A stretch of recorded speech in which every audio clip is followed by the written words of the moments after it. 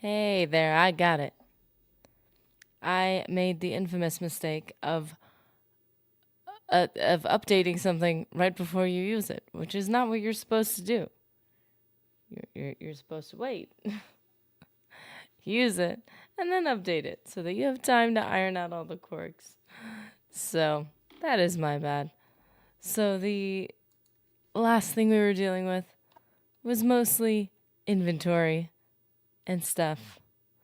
So we're gonna be adventuring, and then I know it's so early in my life. I'm so young, but I want to get a house in Morrowind.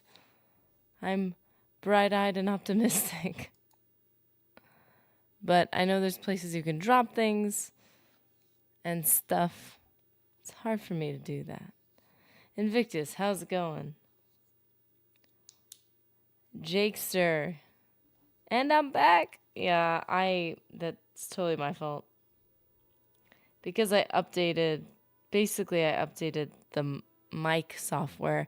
So then the streaming software was like, Mike, what are you talking about? I don't know what you're talking about.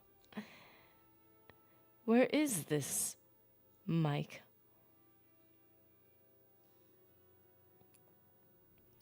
So I had to remind you who it was, and he's like, "Oh yeah, I know that guy. I know that guy. Well, we'll talk to him. We'll connect with him." So there we are. Amulet of Shadow Falling. I put something on and I didn't mean to. Snowfall 30 points? What does that mean?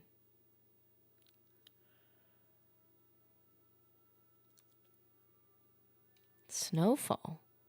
The first thing I thought was like when you can control the weather in Shivering Isles. So do you count using the boats and carriages as fast travel or no? I would say in Skyrim I kind of do, because Skyrim makes it very accessible and instant, and you really don't feel the vibes of actually traveling. I don't know. I think when there's less, I don't. Cuz it's like it's part of the game. It's a game mechanic. It's part of your traveling in game. You're not just quick speed stirring around places. The carriages feel more like fast travel, but I would say the fact is that like it's not like you can be in the middle of the wilderness and like zoom somewhere.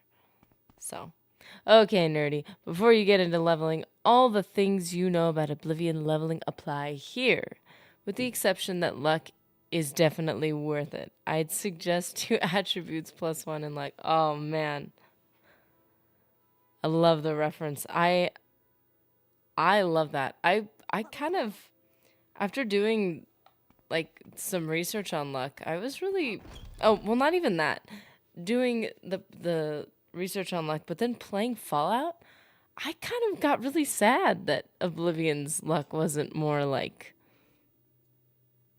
wasn't really doing anything, wasn't really pulling any weight. It was so sad. The party's here.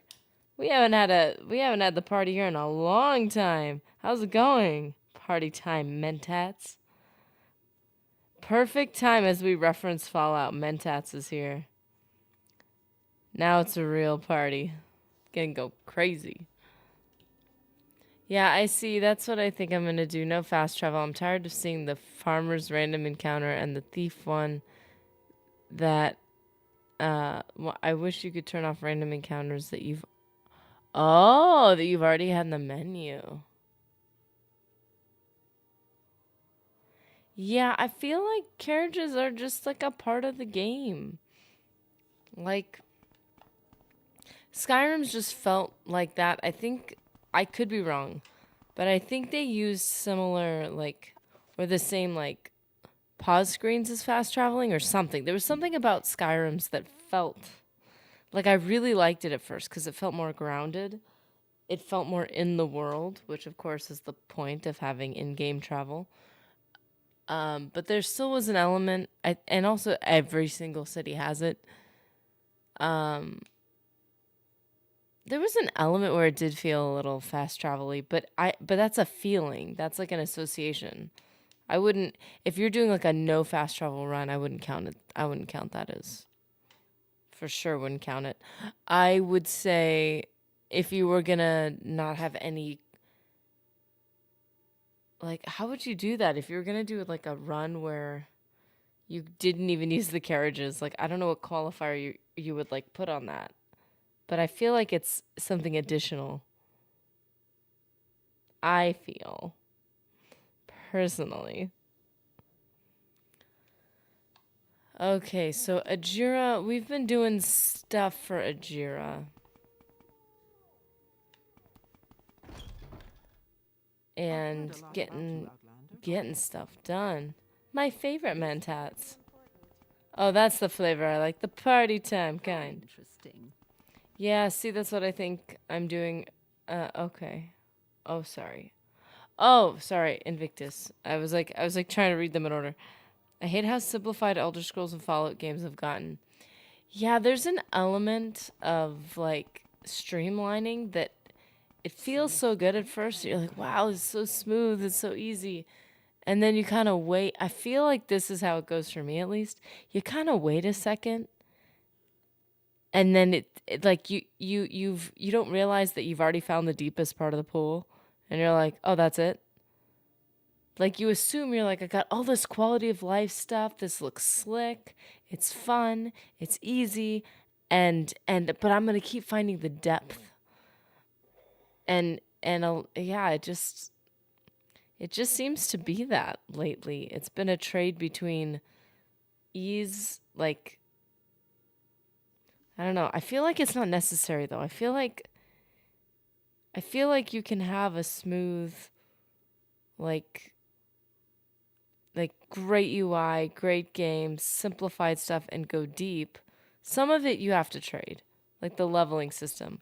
Obviously, a leveling system that's overly complicating is going to feel more in depth than a leveling system that is just straightforward. Because you really have to dig into it even outside of the game. It's like, okay, there's that. But I've played some good, like, more recent games that had insanely good stories and great character progression and stuff. Oh man, the way that you have to find stuff in the conversation menu. Stolen reports. Ajira needs your help very badly. Galbadir. Oh, they're going back and forth. Galbadir stored Ajira's reports on the properties of local mushrooms and flowers. Ajira knows Galbadir did not leave the Mages Guild, so the reports must be nearby. We just walked right by him.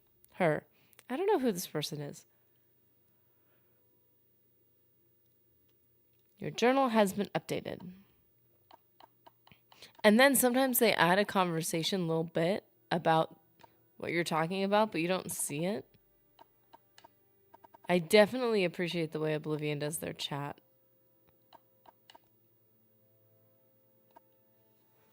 Although, again, simplified, you lose some of the depth of feeling like you're just talking about different topics. Oblivion's kind of like, did you ask him about the flowers? And you're like, yes. Yeah, but the topic is in gold. So you must not have talked about everything. You're like, okay, I'll ask about the flowers. And you ask about the flowers. And you find out something new. And he tells you about the Nirnroot. And then Oblivion's like, do you want to ask him about the Nirnroot? He has more to say. Like, it's so hand-holdy when I compare it to this chat system. But also, like, quests are easier. I remember seeing a hunter come up to me at night and he turned into a werewolf and tried to kill me. That was a cool one. That's awesome. I don't know if I've had that happen. I've been the werewolf. Even though I hate being the werewolf. But I don't know if I've had that happen ever. Ajira's a good girl. Being her friend is worth it. I appreciate the affirmation. I think Ajira comes off as very wholesome. But then I'm like, I never know. I never know when someone's about to stab me in the back. I'm jaded, okay? This better be important. Oh my goodness, that voice, man, is amazing. Are you here for scrolls, Elise? Or are you here? Is this gonna turn into one of those things where it's like, hey, if you want to get any enchanting done with Galbadir, you better do it before you finish this quest line, because she's gonna end up hating you. Don't tell me, I guess. Maybe I just need to learn the hard way that there's consequences for my actions. I don't even know. But I know there's other people you can enchant with, so it's not a big deal. Or even soul gems, whatever your enchanting needs, you've come to the right place. Do I say anything about it? Of course not. Are you suggesting that I would steal something from a fellow guild member? Isn't that like a kicked outable offense? A suspension? I love how everyone yells your character name. Wait, we gotta go back to the beginning. Are you here for scrolls, Elise? Or are you here for some other enchantments? Yeah, that's definitely what it looks like. It's almost like, I don't know, it's funny. It's almost like the game is like, hey, look at this. We included your name. It's like, check out our technology. Which admittedly is really cool, but also kind of funny. Like we get it, just make it a normal part of the name. There was a game I played where they were able to pronounce most names. What was that game? If any of you guys can think of a game where they attempted as best as possible to pronounce the name, I swear I've played this game, or maybe I just dreamed about it. I am almost positive. There was a game where the game was actually able to pronounce like quite a lot of names. Some might say the different forms of TS games separate the men from the boys in that a child can follow a compass marker. The older games require reading and thinking. Is it Fallout? It is Fallout 4. You're right. Yeah, but it wasn't all the time. It was just the robot, I think. I can't tell you how weird that felt. It's almost like if somebody knows your actual name and you're like, whoa, like this is impactful. Like, I'm not talking about like your mom. She should know. She should know your name, unless she's confusing you with someone else. But there's something about that robot with the way that Fallout 4 starts, and it's really heavy, and I think I may have cried. I don't know. But I'm stone cold and very tough, so I probably didn't cry. But if you exit that area, for lack of, don't want to spoil anything, but basically you have an impactful experience. You feel like you've been slapped in the face by the game. You enter a zone that you already feel almost some type of nostalgia for because the way they set up the game, and then that flippin' robot comes up to you and actually says your name. That was chills. That was so intense. That was intense. And I think I knew that the game could do that. I don't know if I knew it the first time I played it. At some point I knew. And I don't know if the first time I had the experience, if I was aware of it or not. But it hit hard. So if you can't tell, completely forgot about that. And now that I'm having that memory, I feel like it's like a flashback. Anyways, how you doing, Mr. Anderson? Welcome. Oh man, that was intense, but it's so true. Like I think when you play the newer games, you're looking for something different than when you play the older games. So if you played the newer ones first, going to the older ones is like, it just feels off. I'm enjoying it though. I'm not saying it feels off for me. I am totally I'm totally into this. But it does feel off to a certain degree. Like it's like, oh, this isn't what I'm trying to do here. But when you play an older game, like you already, it's almost, again, it's like playing D&D. You kind of have it's a slightly different feel. It's almost like playing a board game, but the same genre as the movie you're watching. Like, yeah, it's the same genre, like there's the same like environments and like certain storytelling elements, but like you're not having the same experience. So don't feel bad. A lot of us cry when we think of Fallout 4. Oh, Man, and I think when I played Fallout 4, Mr. Nerdy and I had been the first time I played it, which I don't know when I played it, but we were already married. And so there was just the impact of the beginning of the game. It was just harsh for me. It was intense. And because you can make they don't tell you, man. Because you can make the characters from the beginning, you can customize both the male and the female.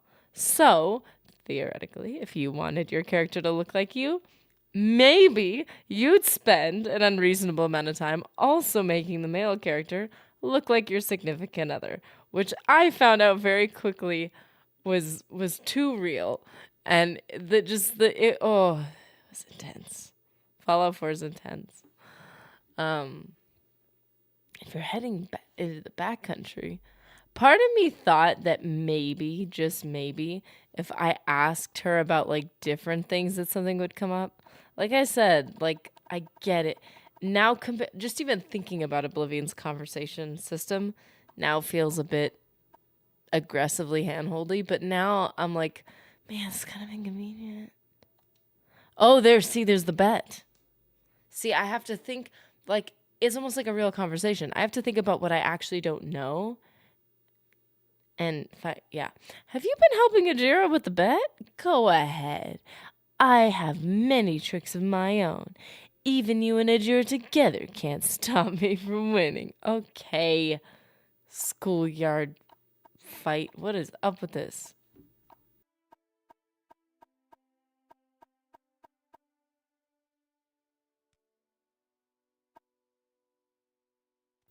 Dang, girl, you got those eyebrows on point, though. And I'm like, man, you spend time. It's paying off. Okay. Stay straight and sharp, Breton. Can I give you 10 gold coins? Okay, I'm just gonna go. Spends 3 hours customizing your spouse. The spouse gets terminated in cutscene 5 minutes later. That was brutal. You know, I feel like now I should have some type of like record, like a journal entry of the first time I play a game, because there is something about being exposed to stories for the first time and the way they, especially ones you're interacting with. Oh, goodness. Yeah, I know you're going to win the bet. Do you know that I talked to her about it? And now she hates my guts. Mushrooms. Yeah, I got you the samples of that. Help in a fight? I thought Ajira meant like, want to go help me in a fight. Oh dear. Okay.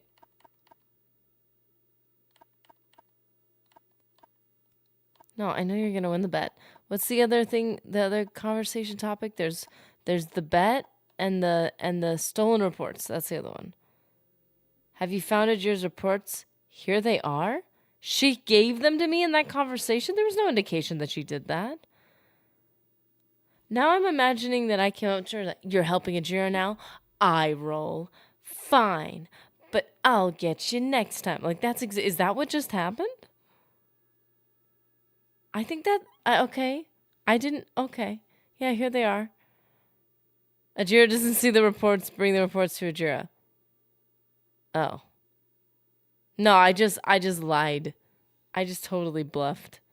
Okay. Sorry, Ajira. Wow, that was lame on my part, admittedly. What, like, okay. Now, when we did something for Ajira in the beginning to mess with Isn't there someone else? Galbadir.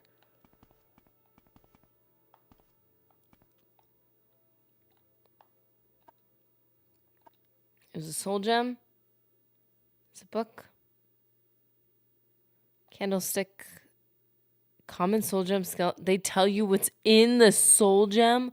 That's weird. Oh, that's weird. That's gonna feel odd. This is not. I certainly hope this isn't a situation where they expect you to. I really don't want you around here. You're like so rude, though. You know.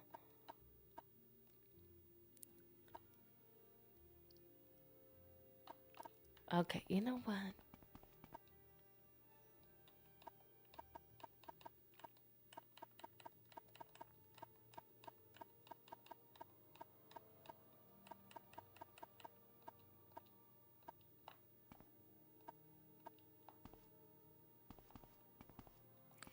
What are the stolen reports? Maybe we can ask other people about it. Bet with Galbadir. It doesn't surprise me. Okay, that's great. Also, that's not extra information.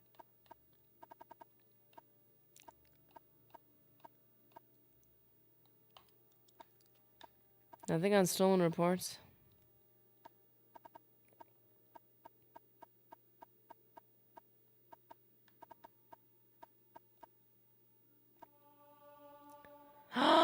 My speechcraft increased to 7. I did it. Somebody believed me when I was actually trying to be nice to them. Isn't that great? I didn't get rejected. Hey, Daryl, how's it going? I just complimented somebody and they actually believed me. I'm doing very well right now.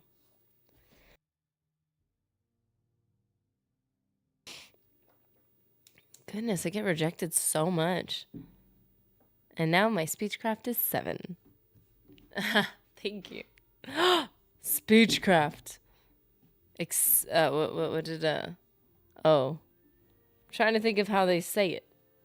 That was lucky. Okay, Palps. You know what?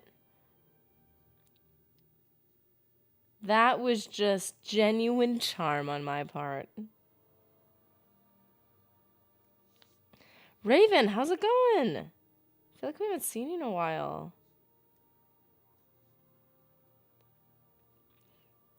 How have you been the last week? Okay, well, speechcraft attempt success. Handled business. But didn't have anything to say about the beef between Ajira and Galdabir. Oh my goodness. Galbadir. I got this. Bet with Galbadir. Yeah, I guess we just gotta investigate it. They've been at each other's throats since they got here over which one is a better mage and whether Khajiit are better thieves than Bosmer. Is that what we're trying to accomplish here? Who's the better thief? What? They put you back in ICU? Dude. Are you still there? How you doing?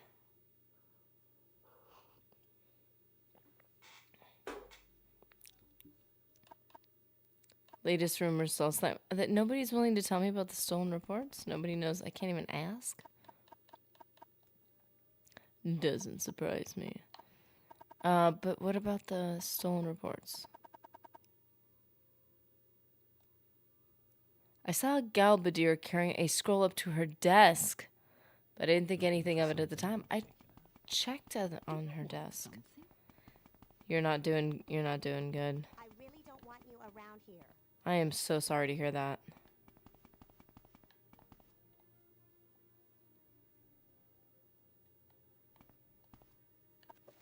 I don't know how to do this. Oh boy.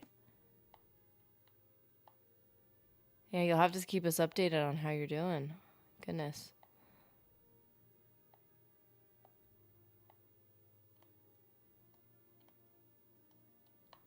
Okay.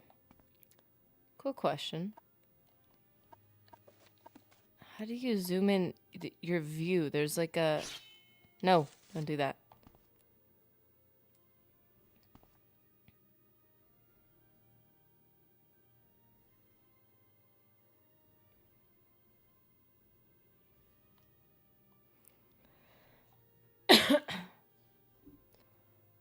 There's like a way to make your view... So she put something at her desk.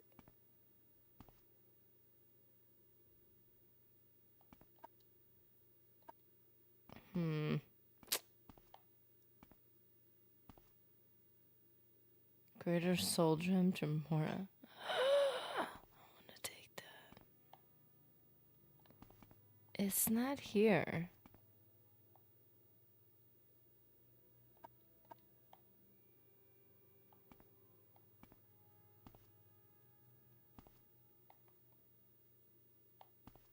Oh, how did I do that? Why do they leave these expensive things right on the top of the desk?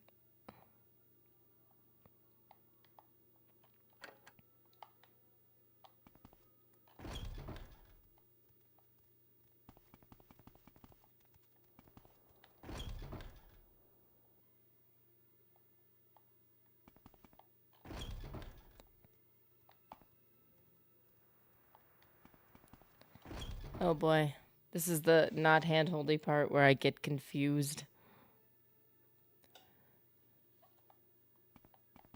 Well, Raven, you were definitely missed. We're not sure where you were. I'm listening. Go I know ahead. you're listening.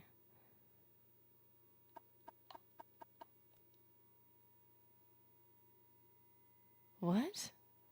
Back when I was apprentice here, we had to find our own reports when a jealous rival stole them. Okay, that's funny.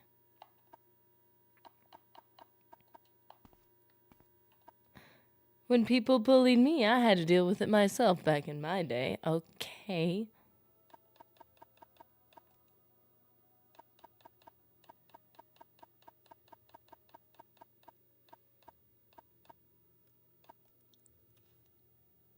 I don't like you much, stranger. I can see that by how aggressively you're raising your eyebrows at me. Looking for something in particular? That's a great voice.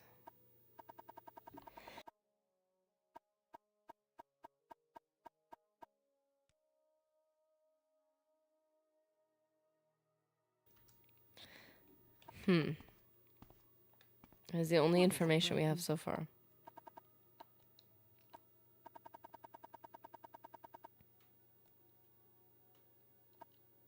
What?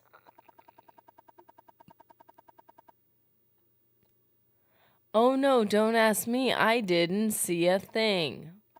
Wow, that doesn't... Talk straight, Breton, none of that. Oh, come on. Welcome, friend.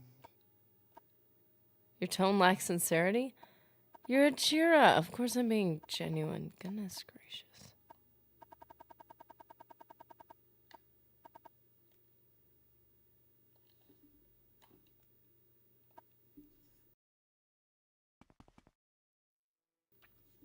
The I had to take care of it myself statement about bullying carries more weight if you add in the sound of a shotgun being racked in the background.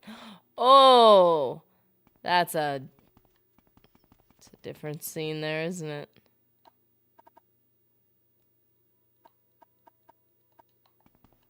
Okay, so the only note that we've been given is that it's... Don't want you around here.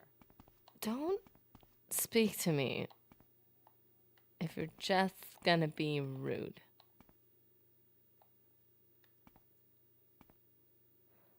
I was thinking, what if it was dropped on the side?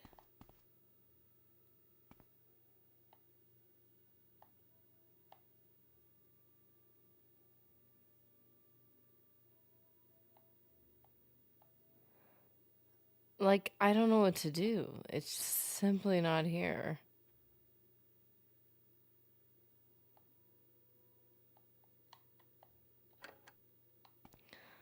Unless if it's in this chest. But, like, I can't do anything about the chest. This might be easier without boots on.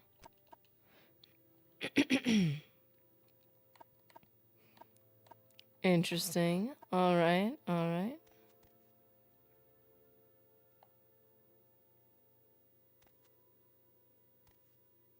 Why do I feel shorter?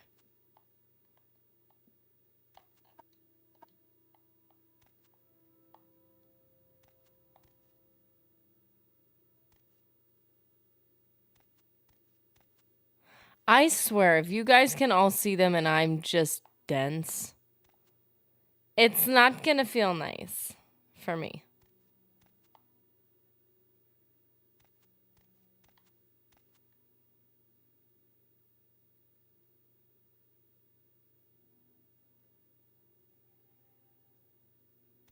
Uh... There's not a lot of things on this desk.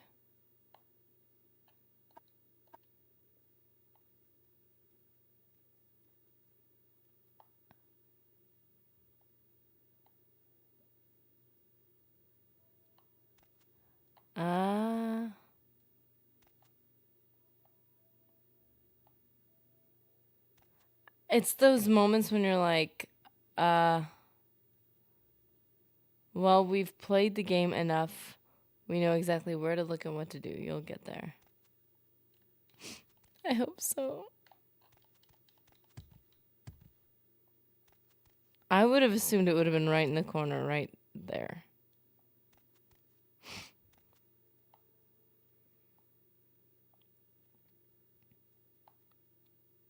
Okay, I do have one question. Can you see it from this angle? Can you see it and I can't see it? Like, am I just crazy? Or am I just not looking in the right spot? Because that's fine. I'll keep looking. I think you're hyperfixating on a location. I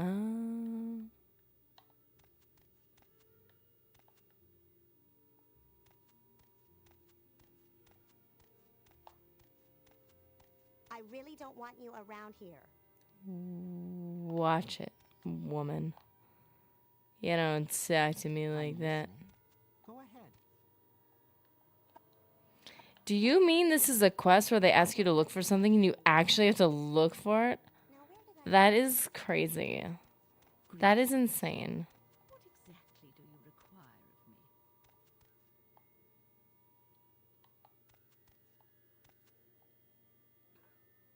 But they said she put it on her desk. And I took their word for it. Strength is a virtue, friend. Welcome. That's just a napkin.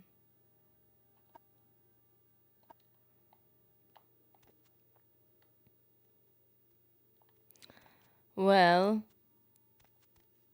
I am looking for stolen reports.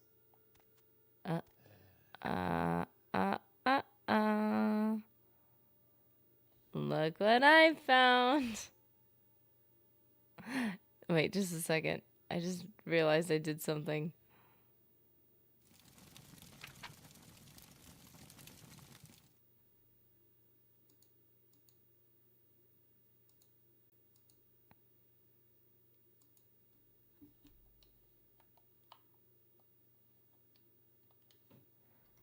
Okay, that's my bad.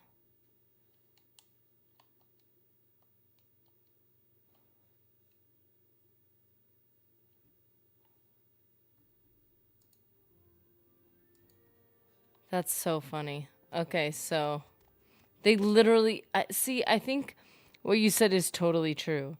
Is when you don't know that this is an actual like look around situation, then it's very confusing. That's fantastic. I like this. I'm into it. This is cool. Ajira studies hard to learn... First person. Ajira studies hard to learn secret magical properties of gold kennet, stone flower petals, willow anther, and heather. Gold kennet has yellow flowers and very dark green leaves with sharp spines. Gold kennet and stone flower petals make a paste that restores strength. The paste has some bad effects, but they last only a short time. Stone flowers, those are the ones that were harder for me to find, are dark blue and the flowers are very heavy, so they bend to the ground.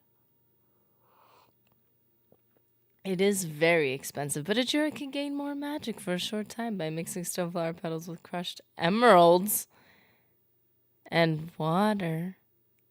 Crushing up those emeralds? That is an expensive multivitamin. Gabe T, how's it going?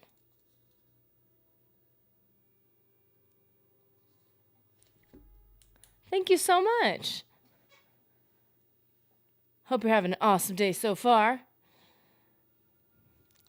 I found a stolen report. I feel so accomplished.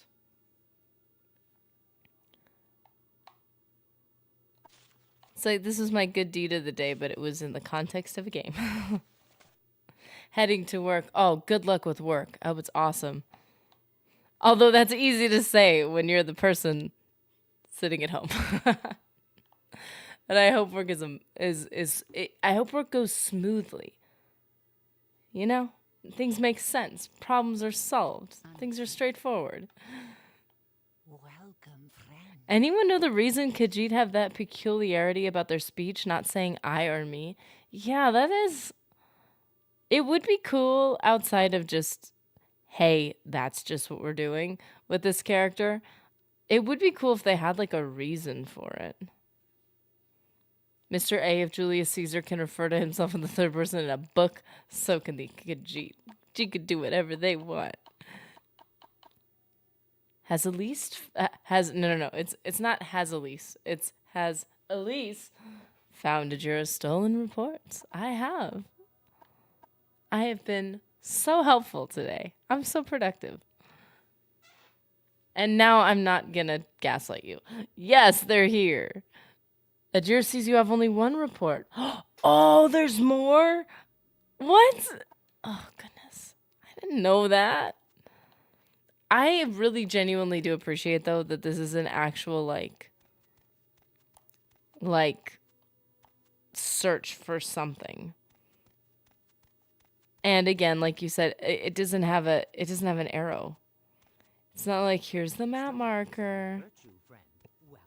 That actually did, I will say, I like map markers, largely. That did annoy me a little bit in Skyrim. There were moments where you're like, this should not be a map marker. Like, I should be looking around for this. I really don't want you around here. Yes, because I'm going to ruin all your plans. I keep thinking this is the Mage's Guild with, like, all the rooms. I really don't want you around here. Summon the Lawbeards, we must know. She does not go outside, does she? If there's a lore reason, I just have no idea. Just a quirk, maybe. Yeah, seriously. Like, the only thing I will say about stuff like this, like little details that you know is probably just like a stylistic decision. There are times, not all the time. I think there are certain, I won't. Oh! Oh! Can she still see me? Yeah. Isn't there someone else you can talk to? Can I just like really quickly tell you that I found them? Can I throw it in your face? I don't even know if there's anything. The problem is all I know about this feud between them is what the first person I talked to has said. If I had talked to her first, I probably would have been on her side. I don't know. I think only Khajiit's fresh from elsewhere. Friend here. Oh. Huh. Okay, reports. I actually found both of them. I actually did what you asked me to do instead of only part of it. Wow. Yes, these are the reports Ajira needs. Ajira thanks you, Elise. Ajira is your friend. No, wow, this is you referencing yourself an awful lot. Worked very hard on these potions for you. Sweet. That's appropriate. We found the reports on ingredients, and now we get to have some potions. Exclusive lightning shield. Wow. Exclusive spell absorption. Frost shield. Fire shield. I never use that type of stuff. I always want to, but it's so case specific that I never do. But like, I keep thinking I will. A cultural practice that reflects humility and diminishes their own importance.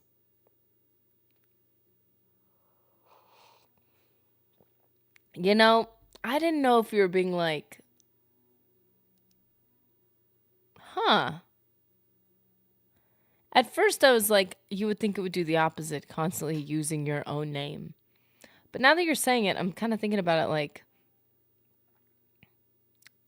there's kind of this element of like, when you say me is me, duh. But there's me and everyone else. I'm the main character of my own life. And maybe by saying your own name, this one concurs. Yes, this one. I feel like it almost puts you on the same playing field of like Ajira appreciates, like you're not making yourself the main topic of your sentence. I don't know. Like I see how it works is what I'm trying to say. I kind of now, I thought you were joking and now I'm like, no, I kind of see it though. Like I kind of get it. Also, I think it's helpful in communication. I think I was watching something where this couple, I think they refer to themselves. Oh no, they don't refer to themselves in the third person. They talk about their issues with each other as if it's a third party. So they pretend they have a roommate. They have the roommate named. He's like Frederick or something. And every time they're like, man, Frederick left the dishes out or something. So it's not a third person thing. It's something else I was thinking of. I thought that was actually really clever because there's something about it helps diminish. Like if you're trying to just say something that you're frustrated about, but you're not trying to be unkind to your spouse, and you're like, I'm just trying to tell you what I'm feeling. I'm not mad about it. Or I'm mad about it, but I'm not mad at you. Like I don't have a problem with you. I'm just trying to say, man, the dishes. Like I thought that was a funny way to deal with it, but it could be funny to deal with it in third person too. Be like, this one. Nerdy doesn't like that the dishes are still in the sink. Or maybe Mr. Nerdy was it. Mr. Nerdy is displeased that he is unable to cook with this pan at this moment. Be like, Nerdy concurs. New form of communication. Also seems kind of passive aggressive. I think anything you do, when you change things up, you're doing it to like disarm the way you were doing it before. And then I think if you do something for long enough, it develops its own tones. And then you have to change it again. And then you have to change it again. Pudding Pop Palpatine thinks it's a strange practice. Is that the passive aggressiveness we were looking for? This is about Woo! friend. Whoa! Just straight up purred at me. Okay. I appreciate all your help, Ajira. Do you have something else for me to do? I keep forgetting that I need to ask again about duties. It's duties, right? I appreciate that they made it a word with a letter that's higher up on the alphabet. Ajira knows many secrets, but they are not yet for friend Elise. Speak with Ajira again when you are a warlock. Well, that sounds like a big expectation. Rhaenys Atheris here may have duties for you, but Ajira does not like Rhaenys very much. Maybe you should speak with Ajira's good friend Edwina Elbert at the Guild of Mages in Aldrin. Why did it just send me all over the map? Okay, Aldrin. Did we visit there already? I believe we have. Ajira doesn't like Rhaenys, but does like Edwina Elbert. Kind of want to visit this person. Because we can always come back and visit the other dude.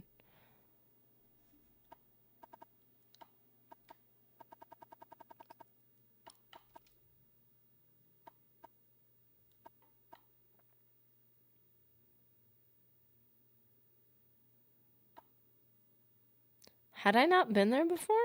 Oh, sorry. I had. It was at the top, and I didn't see it. Because, of course, I didn't. You know, this kind of reminds me of Frostcrag Spire, where you can just kind of zoom to the different mages guilds, but it doesn't make any sense.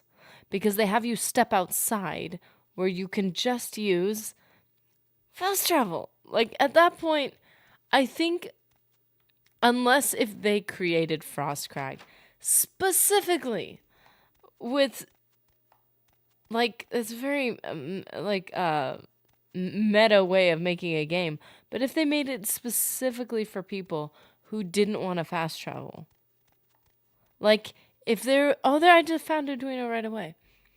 If there's some like dev at making Oblivion, and they're like, man, I always do these like no fast travel runs.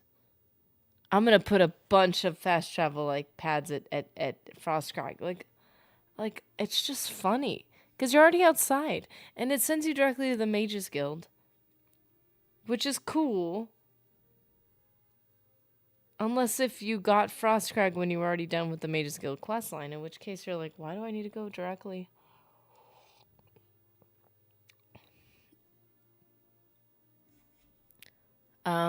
Okay.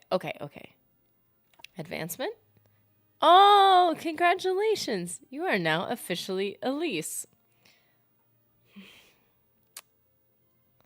We knew that. Okay, the apprentice. I'm an apprentice. I'm not a warlock yet, because apparently that's a level. That sounds really far away. Study diligently and perform your duties. Well, yes.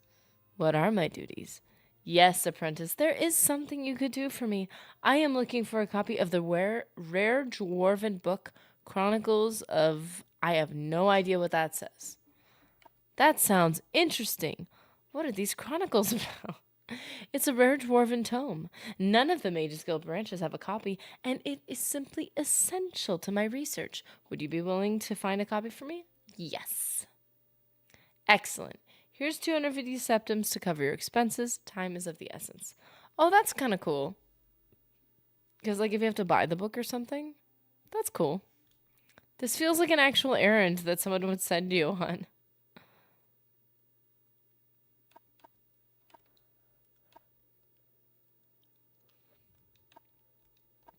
I'm listening, please. Go away. So this is one of those games that, this seems like one of those quests that just runs in the background.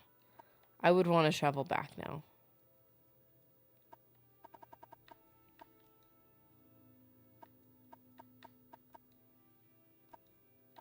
I prefer not to. Goodness. The way I get rejected is brutal. Willow Anther. Okay, yeah, we've talked about that. But now I need to travel back. Somebody, send me back. I've been... Wait. I mean, excluding exploits like using Umbra or the Honor Blade of Coral at 0 weight. Oof. Oh, I see. I'm sorry. I missed a couple. Yeah, the Oblivion add-ons kind of give the middle finger to the rest of the game. Frostcrag lets you skip the Mages Guild. The Pirate Ship add-on gives you probably the best sword. I'm not going to lie. I was a little irritated with Frostcrag. I think... Now, I get it. They're trying to get credit for making the DLC, and they're going to want everybody to have it off the cuff. I think they should have made Frostcrag a part of being the what's it called? Oh man, why am I blanking? Part of being like the Grandmaster should have been, I know that's not the right one for Archmage. Thank you, Mr. Anderson. Part of being the Archmage, after you become the Archmage, you should have been handed the deed to Frostcrag. That's my opinion. I think having it from the time you load up the game or the time you buy it is so silly. It's very silly. And it does kind of negate the effort you've put into it. In terms of weight to damage ratio, I mean, excluding exploits. Oh, come on, nerdy. I've been waiting to watch you get tongue cramps pronouncing Twemmer words. Ah, come on. I'm a victim. I knew it. Just... Okay, fine. No, because I'm gonna butcher it. Okay, I will try my best when more opportunities arise. I want to make a pizza now. Oh, now I'm craving pizza. Okay. Man, I want a stone oven. Don't believe I've seen a Breton with such a grand outfit in some time. Why do people keep complimenting my outfit? I have like one expensive item. People are so like nice. They're so nice if they think you're rich. House Red. Okay, wait. What is that? Oh, it's the shell of the Emperor Crab Outlander. The homes and shops of the Manor District inside are under Scar. That's right. I didn't know what that meant for the longest time. Can anybody send me back home? Mehrunes Razor DLC gives you armor that outperforms Daedric artifacts. Goodness. See, I didn't even know the specifics. Like, I couldn't have articulated it to that degree. The fact that it really does negate a lot of things. You want to know what negates something? The Fable, not Whole Island DLC for Fable 2. Okay. You have these gems. They're not soul gems. But they're already enchantments, and you apply them to a weapon, you can never take them off. They are permanent. It is a permanent commitment, which is why, quite frankly, I almost never use any, which totally nerfs me in the game. In Not Whole Island, for the first time, I've played this game many times. For the first time ever, I found a gem remover. That's, like, I'm telling you, if you haven't played the game, that is broken. That is absolutely broken. It just changes your relationship with that part of the game. And I was like, wow, that negates a lot. But also, I'm actually using my gems now. Welcome to Aldrin, Elise. I'm Himla, Mage. Are you new here? I don't believe we've met. Whoa, you have ears. Beautiful, beautiful ears. I thought it was a Khajiit. He was a Khajiit. I'm sorry. You know.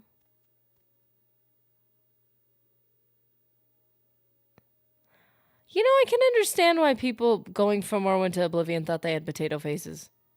These are not bad faces, man. They're really not. Please, go ahead. I mean, it looks like you took a ski mask with someone's face printed on it and put it on your own face to hide your identity, which is scary. But it's still, like, there is certain details where I'm like, oh, it's kind of good. Well, if you're looking for someone in particular, I've loved some of the gem mechanics in Diablo 2. Made a bow with insane poison damage since most creatures can't resist it. Added in a knockback rune. Ooh. So this is what my life is like without the boots of blinding speed, but they still affect my vision 50% because I'm a Breton, so they don't affect it 100%. I can see now, but I'm really slow. Which for working out is great. It's all about time under tension. Right? Travel to Balmora. See, I'm learning to use the in-game mechanics. Yeah, that was awesome. You're a sweet and very good boy. Okay, thank you for the ride.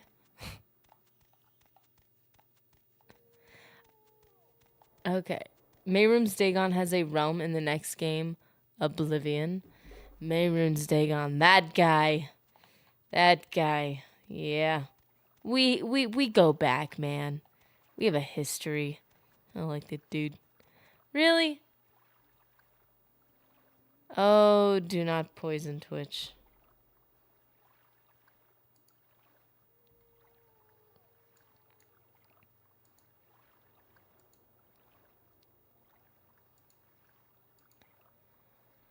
Okay, let me just deal with this.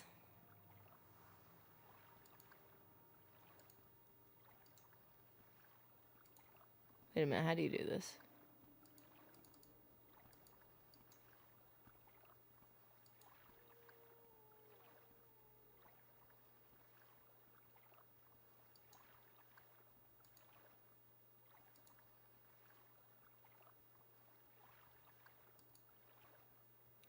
Oh, it's not allowing me to report. That's not helpful.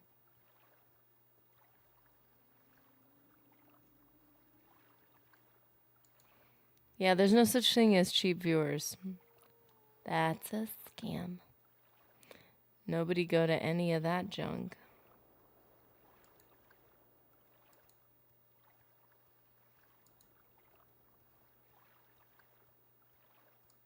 Okay, I'll have to report it from here. Sorry. Such a waste of time, dude.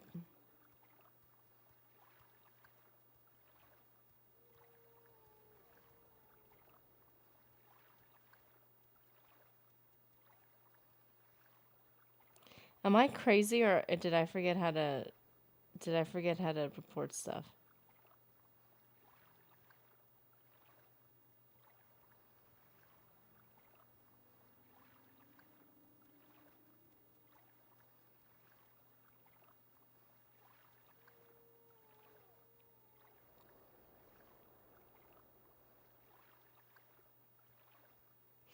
Okay. Yuck.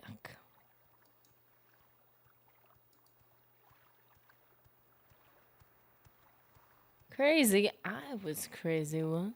Well, listen, Outlander, but make it quick. There's a lot going on here. I love the lights. Seen any elves? Why is that funny? Ma'am? Why are you scary? Okay, I don't get the joke, but cool, you do you. I haven't gotten to enjoy the lights of this town because of the boots.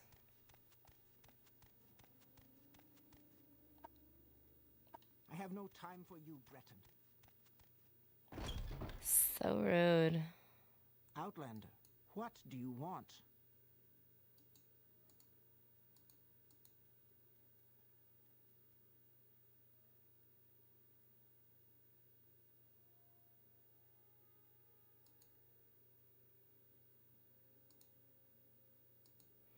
Oh, I figured it out.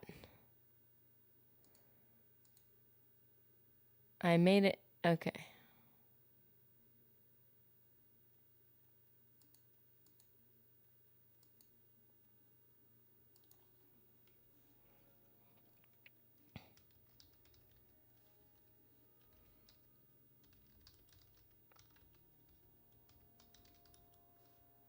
Okay. We're gonna go find the other dude and get duties from him, and then hopefully if we find that book along the way. I need to remember what the book is so I actually know what I'm looking at when we see it.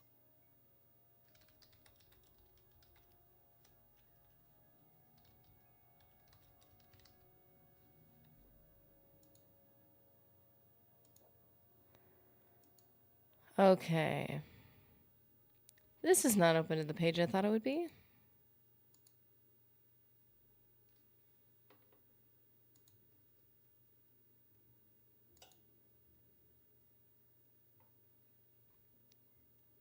Whoa! Sparklies.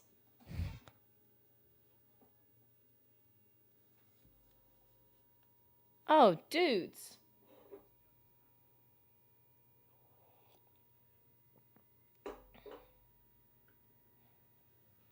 Thank you.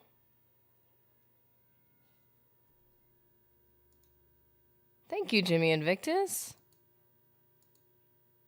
Dude.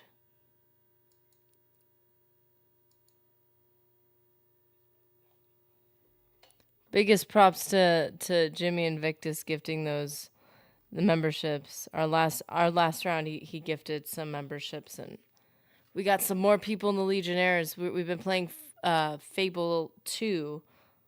We did that yesterday as our members stream. Oh, Fable 2 is getting good. We're gonna be doing for those who are familiar with it, we're gonna be doing the Spire soon. Trying to decide if that's gonna be this next week or the following.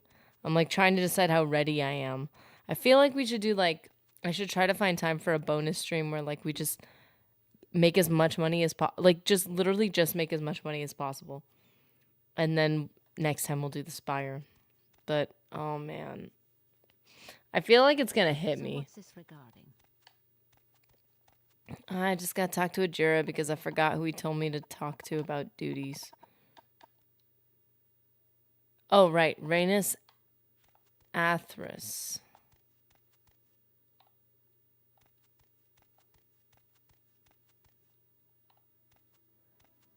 What are you? Sweet. I see you. Hello. Eventually we'll have enough Legionnaires to take over the world, but we're not going to worry about that right now. We're just going to worry about getting through the Fable series. Are you mad at me? Help you, stranger. Literally the guy I bumped into on the way in. Sorry, sir.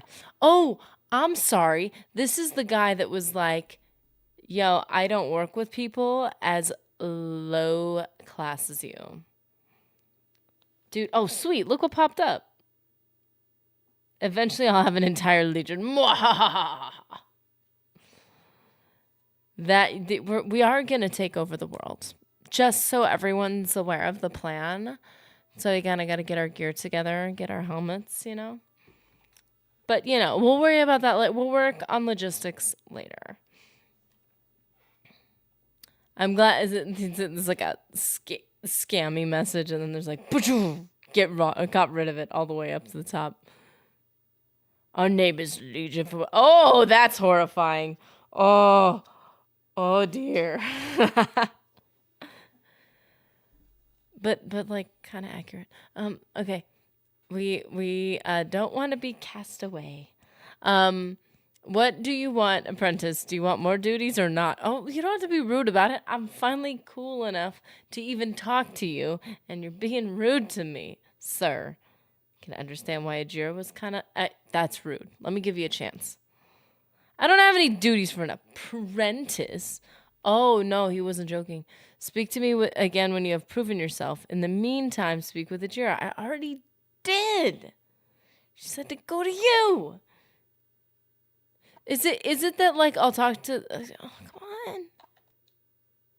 Appreciates the duties you've done, but you simply don't meet the requirements for journeyman. So, like, when do you talk to me? When do you talk to me? I've heard a lot about you, Outlander. Go ahead. Yeah. That is actually crazy. Very nice. I'm sure this is important, but I really must go. Hey, gotta throw in a random uncredited demon quote. You don't get many of those in the... Yeah, kind of eerie.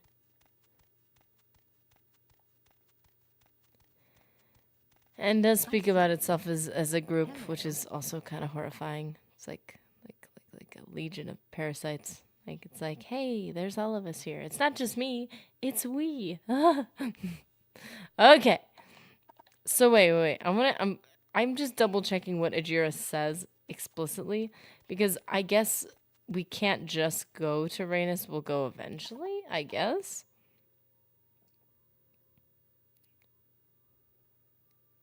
Yeah, it says Rhaenys Athris may have duties for you. But, like, she doesn't. She's too cool for me. The tale of the possessed pork chop. Forbidden ham. What? That one-time bacon was just not worth it. Just send it over the edge. Maybe you should speak with the Jira's good friend. Yeah, okay. I'm spending money to travel back and forth. But, you know, I'm rich now. Not really. Feels like I'm rich because I'm not totally failing at this right now. Oh, I see what happened.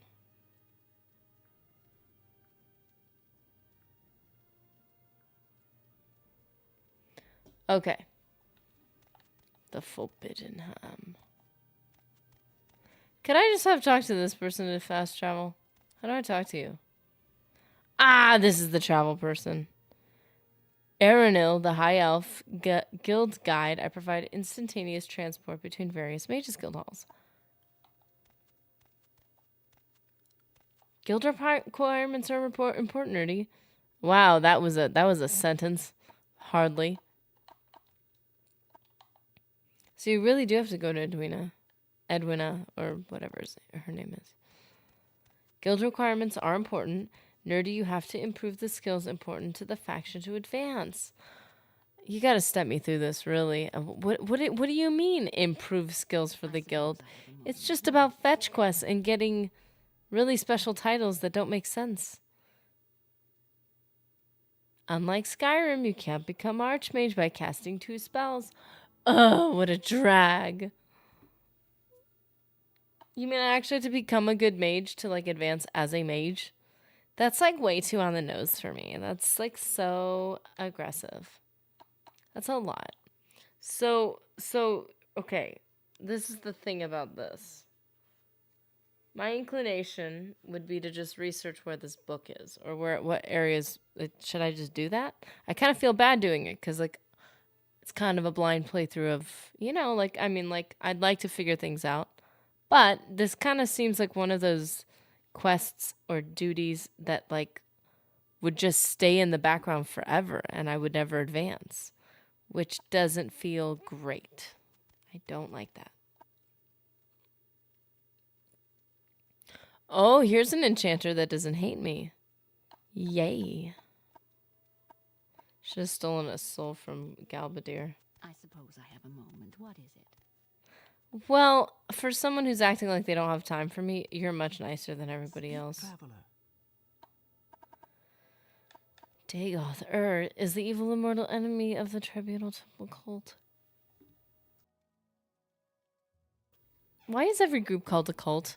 It makes me scared of the group, and then I'm realizing it might not be as... If you're just going to wiki the way anytime you're stumped, you're missing Morrowind, I didn't know if this was an issue of being stumped, or if this was an issue of just... This is one of those find it on your travels situations, which could take forever. I mean, you kind of have to abandon the whole quest line until it's done, which I was hoping not to do. But if this is a thing that you can actually figure out, then I'm curious to let the world unfold before my eyes. Okay, so how about this?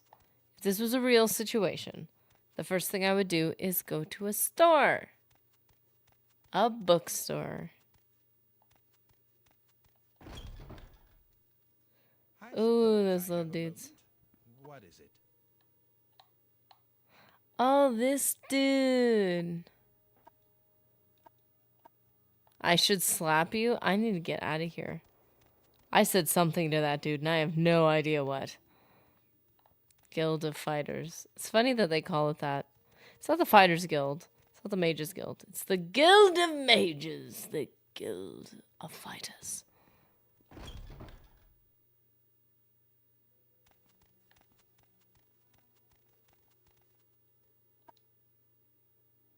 Huh.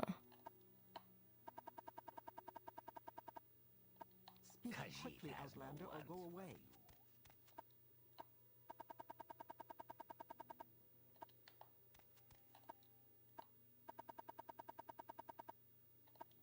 Yes, what is it? What do you want? I didn't try to border. This is obviously not the place to go, but I thought I'd check. Interesting. There are a couple of quests in which the quest giver gives you bad directions, pointing you in the wrong way? What? We'll give you a heads up if you stumble on one of those. Maybe, eventually. I could see there being something to learn in that process, but if it's just a glitch or just kind of pointless, I'm not against being told, liar. Speak, traveler. Once you've wandered around and become frustrated, thank you. I need to get the full Morrowind experience here. Don't take that away from me.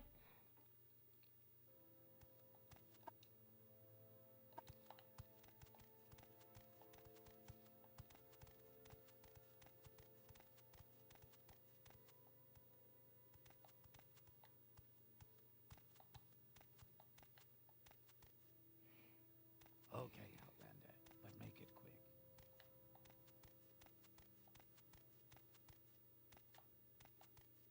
Oh, there you are. Okay, here we go.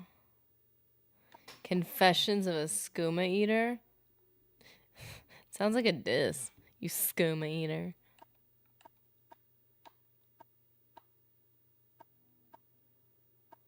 Wow. Reflections on cult worship.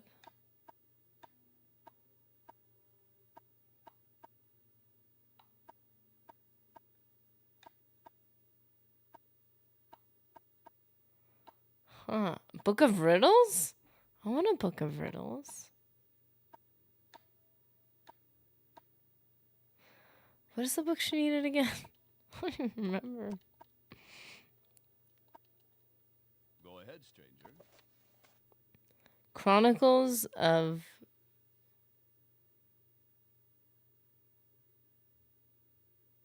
Shoe Left.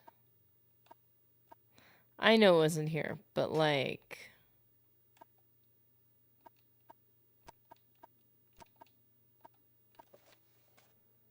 It starts with an N. No. Chronicles starts with a C.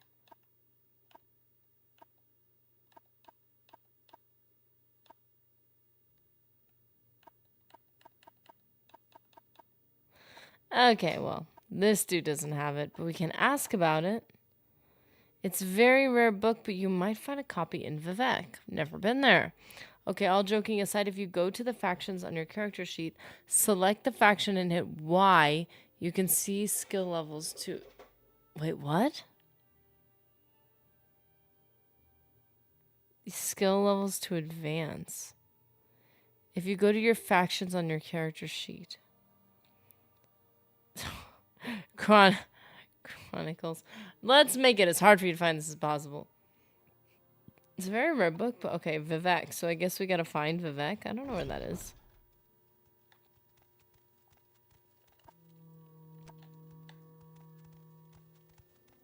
You know, so far, every place I've been has been a place I've traveled to on foot.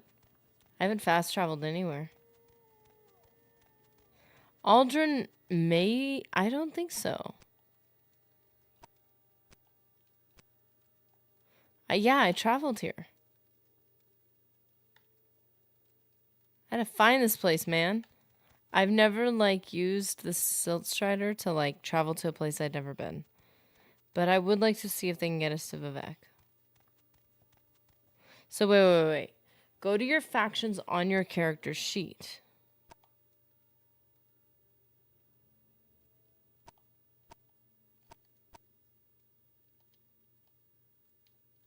Is this my character sheet? Where is Vivek? Well, you could just ask the bus driver. Or you could just ask Scotty. Beam you there from the Guild of Mages.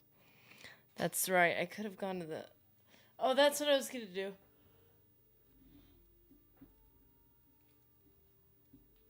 I don't know which one's cheaper. Having the Silt Strider take you or having the guy beam you. Okay. So, character sheet. Map.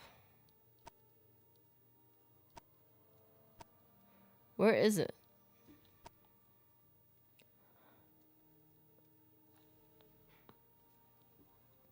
I don't know where it is. Let's see if it's down here somewhere. Faction. Okay, Fighters Guild. Need 1 skill at 20.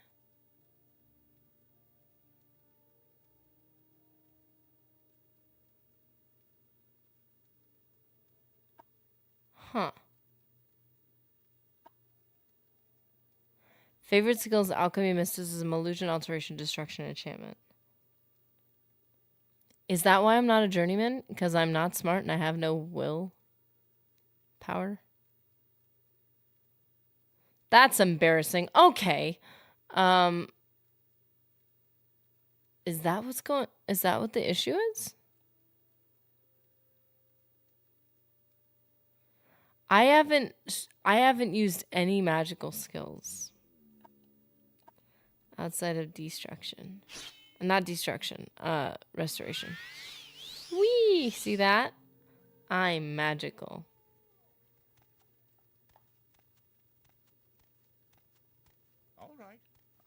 So you were not joking. Like, it's very on the nose. You, like, actually have to get good at stuff. But that's so hard. Why? I'm listening. Please, go ahead. Ooh, a supply chest.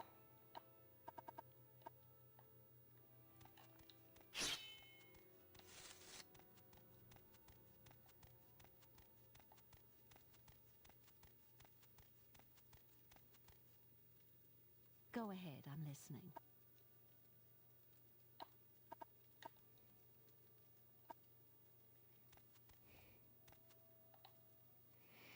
I need to find the spot where the guy zooms people places. Yes, Outlander?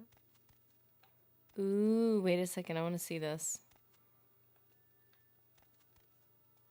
Oh, I thought it was just like a separate little, like I thought this room was like a quarter of the size and it was just a spot for the bed, What is this regarding, Breton? which I would say is kind of a cool idea, except I was just realizing that would be, if you had walls like directly next to you, aside from being a bit claustrophobic, it would make sound echo around you a lot, like you're breathing, like it would be too much. If you're not a skilled mage, you're only useful to them for grunt work. So here, go fetch mushrooms. Fine, fair, but that wasn't nice. Well, you don't, you don't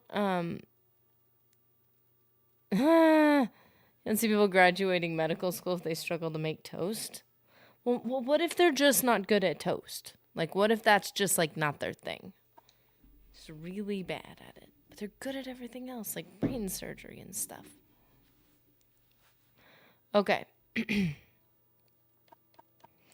Send me to Vivek. Oh, my goodness. Okay, again, this is the first time I've ever fast traveled anywhere. Anywhere. I have never seen this city before. I have no context for knowing what I'm about.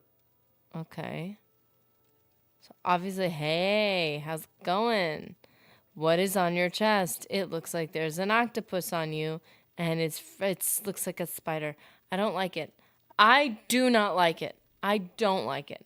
You gotta look, embrace it for sure. But no. No.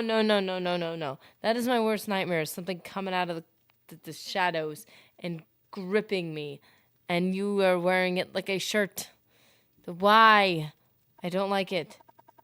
Is there, like, can I ask you about your shirt?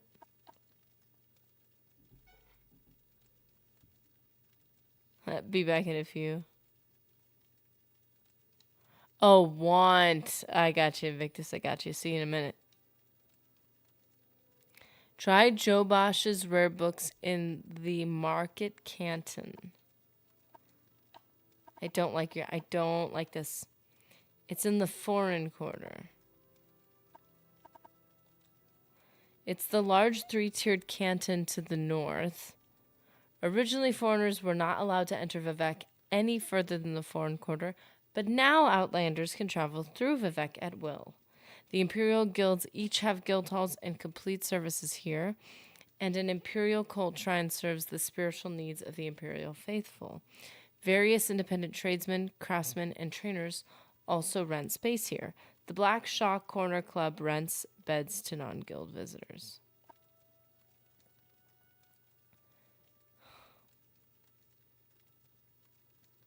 Why does that thing let the arms go around her neck? Why? Is it that's touching her skin? That's not just grabbing her sweatshirt. That's touching her. I don't like that at all. I am not tolerating this very well. I'm Archmage Trebonius. Don't know how to say any of these people's names. Guildmaster of Vivek. Wow.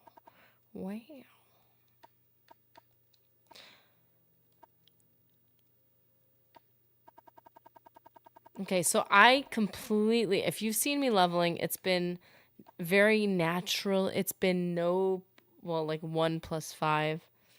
I don't know, 5 5 5s here.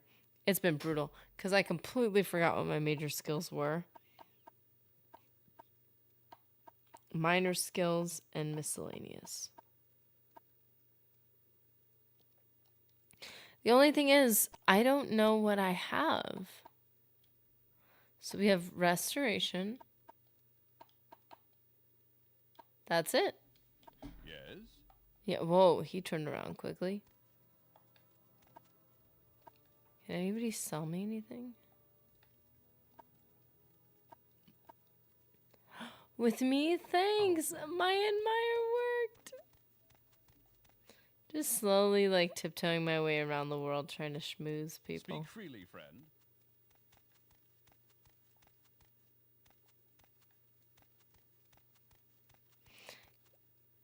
It's the shock of color. Morrowind can be so dated I've sometimes. heard a lot about you, Outlander. Gonna point Go out ahead. the obvious. That's a joke.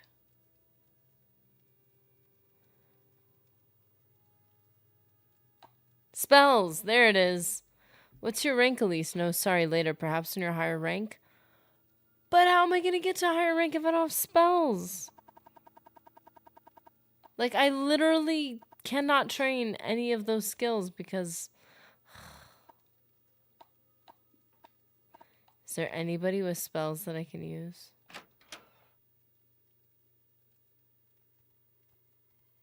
Okay. I've never seen Vivek before. Ever. We're going to take our quick break here, and then I am going to see the city for the first time. Kind of excited, because the name itself has kind of started to become like something really interesting to me. And we'll see how it goes, but we'll give it a quick break.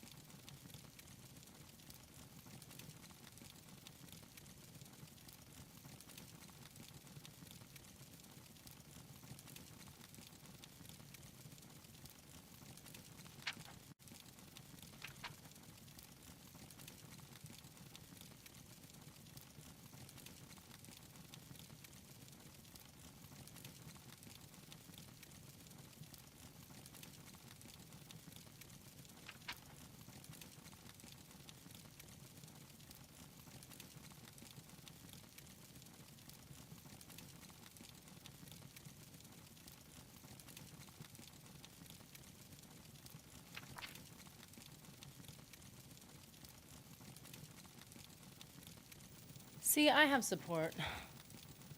I have support. I got my coffee.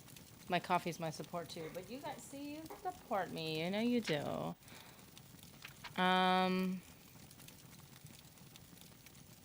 No, it's not a problem. I would not say.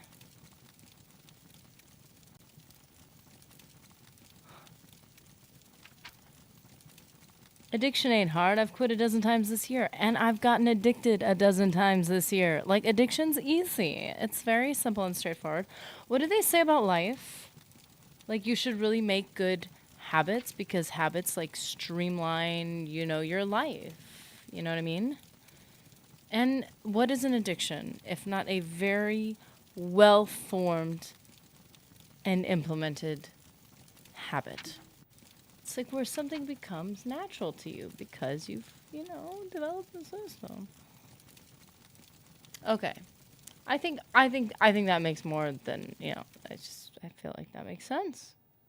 It's part of being a productive human, right?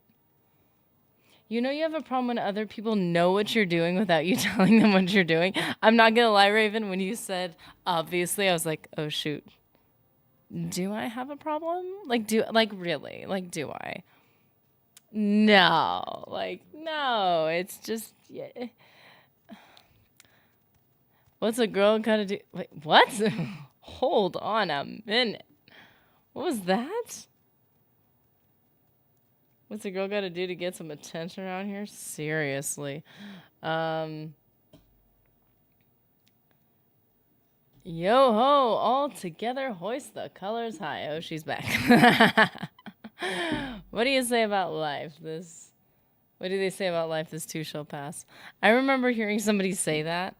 They're like, you know, one thing you have to remember is that, you know, this too shall pass. And I was thinking of it in terms of like when hard things happen, you know, this too shall pass. But then he's like, and when good things happen, when everything's great, this too shall pass. And I was like, thanks for that, sir. Thanks. Thank you. Speak, traveler. I speak to you. I've got an intimidating helmet on covering my face. Why are you talking to? Ooh, this place looks cool. Coffee. Coffee. Now you're getting it. Yeah. Okay. Okay. 2 seconds. I'm like, I gotta get my hair back up in a hair tie. And I'm like, ugh. People want to ride the wave of good things. Nope, this too shall pass. Yeah. I remember also looking at something. It's like life is hard. Like that is what it is. And when times are good, that's not life. That's a pause. Enjoy it for what it is. Because if you always look at all the hard things in your life as an interruption, and the good parts of life is real life, like just living your life is just sitting around doing nothing. Just living your life is having good relationships and fun times and whatever. Yeah, as wholesome as that is, it's wholesome. But the fact is that isn't the essence of life. That is not what life is. So if you treat it that way, you will miss most of life. And a lot of good things happen through the hard stuff. Like, I don't know, when the people in your life abandon you and don't want to tell you where to find a book and don't let you look up the Wikipedia. That trial might grow you in some way. Maybe it'll expand your character. Maybe it'll make you realize that you're all alone in this world and no one wants to help you or let you do things the easy way. I don't know what it'll do, but it'll grow you. Shape you. Now you're getting it. People want to ride the wave. Yeah. The bad things shape us more than the good, how we react to them. Yeah, the thing is like you are you. You're stuck with yourself. If the way you handle bad things is what's going to determine how this is, okay. It's going to determine like how you're going to deal with like most of life. If you're the type of person that can't handle things, you can have the best life in the world. You can have all the privileges, all the whatever. But you can't even handle the good stuff. Or you can't even handle, like, if you can't handle stuff, then, like, even the good stuff is going to feel, like, difficult for you. Because everything, you know. Also, whenever we find a new baseline, we find our new difficult. So, like, there are things that I've done that I've been impressed that I did and grateful that I did. And I kept thinking, well, once I'm out of this stage of life, well, what is his helmet, dude? Anyway. Yeah, you just think once I'm at the next stage, everything will be easier. And yeah, it feels easier for a week. Then you got your new baseline. You find new hard things. Sorry, I'm letting my coffee pour into the cup. Because I have to do that. Because I don't have the coffee maker thingy to hold it for me. As you guys know, I'm always trying not to burn myself. Sometimes the good things can ruin you. People who win big lottery jackpots end up bankrupt. Yeah, people were meant to experience the product of what they do. Like, directly. I think that's why a lot of people are depressed, too. Is like there's such a removal from what you do to the product of it. That's why it's good to have hobbies that reground you. It's like, yeah, maybe growing your own food is completely unrealistic. It's not unrealistic for everyone. But for a lot of people, there's a lot of people who have romanticized it lately. I feel like it's not easy. But like, if you work in a job where you don't really get to see the fruit of what you do, you get to see the paycheck. You get to see the direct like benefit. But it's good to have something in your life where you're watching, like, I watered the plant today and now it's swollen because I gave it too much water. I watered it the right amount and it's getting healthy again. Like, you're seeing something respond to your effort. I tore out the backyard. That's awesome. I hope that's a good thing. That sounds awesome. Like you're physically doing something, you get to see the direct like results of what you do. That's a good thing. Like, you get to adventure in a new city. Why is there ceiling in here? Where am I? Make it quick, Outlander. Aren't we all Outlanders? Are you looking for services, or maybe I could be of help? It's here in the foreign quarter on the west end of the lower wasteworks. Okay, west end.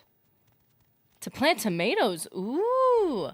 There are some things that are relatively like hardy to plant that you get a lot of benefit from. I knew somebody that had tomatoes, and every time we went to their house, we could get cut like fresh. I think they had parsley and they had like herbs and tomatoes and fruit.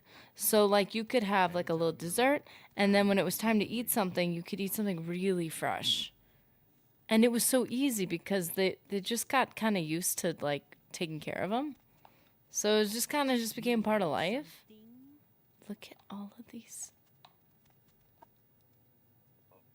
That can be confusing for us, and we live here. Is there some specific place you want?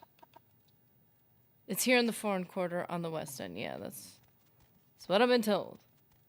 So wait, which way is west? If you want something, now's the time to talk. Well, you could be nice about it. Bribing someone is often the best way to get information, especially something.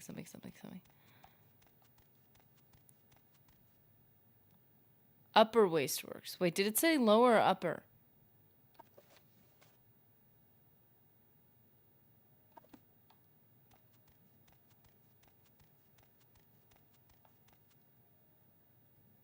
Wait a minute.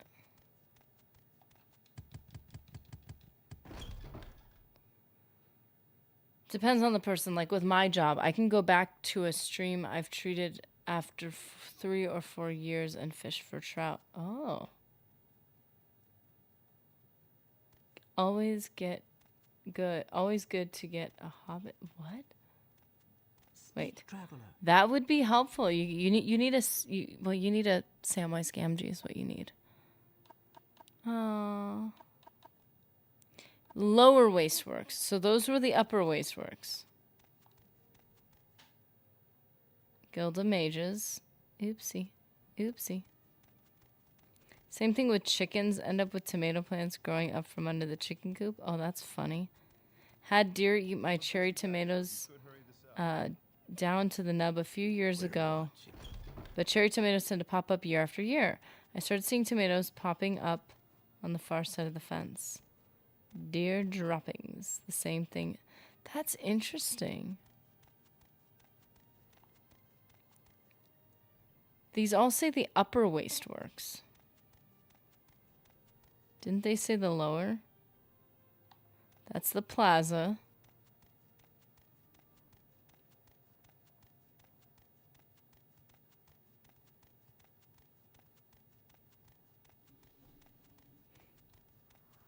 See, it's good to get things that you worked for. Still the upper waist works. Okay, now I'm confused. No, sir. You are walking on sunshine. What are you doing? I'm walking on the air. Go about your business, but I'm watching you. Dang, goodness gracious. So I'm assuming... First of all, you look very handsome. Like you are very, very majestic. You got a strut.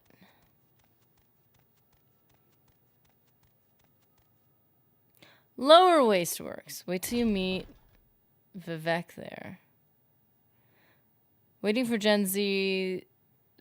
a Gen Z renaming of Vivek's cantons. Upper waist work. The muffin top. Lower waist. Oh my goodness. That sounds like applicable to the generation.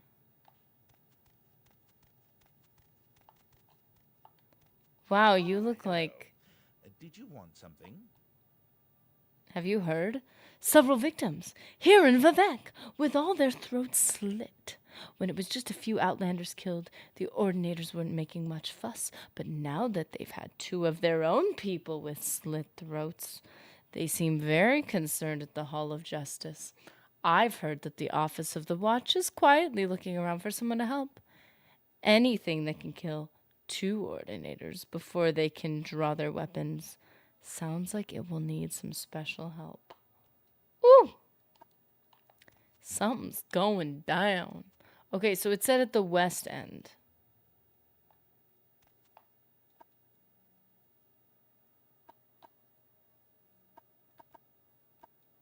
Oh. Artlessly self-serving. Still one of the worst disses, or I guess best disses.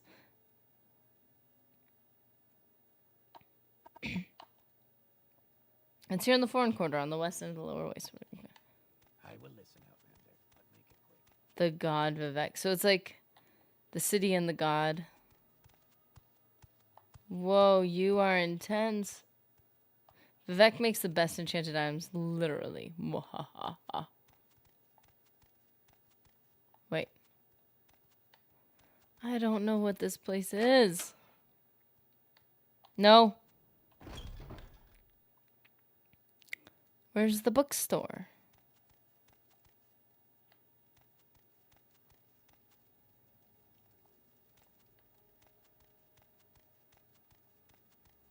We're watching you. That's great. Where are the stores? This is just an imperial place for people to chill and do nothing. This is a very unproductive zone.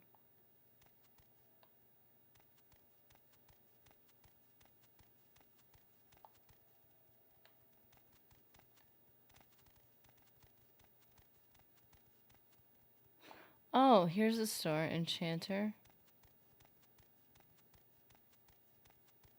Oh, there's not another store. Okay. Use of foreign quarter. Aren't we already in the foreign quarter?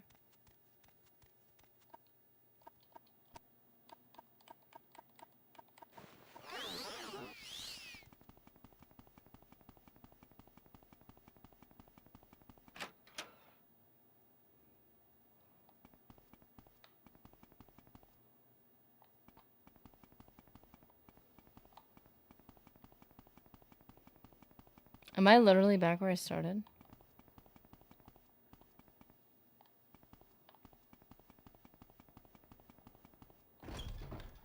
I don't know where this place is.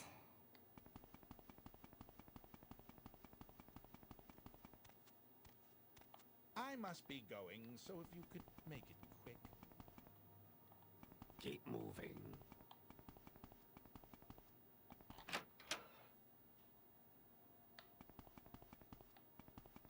This is confusing. Okay.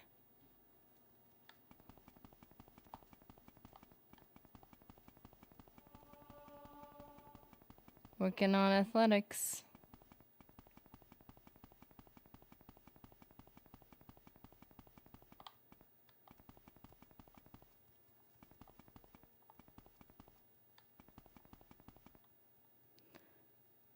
Black Shark Corner Club.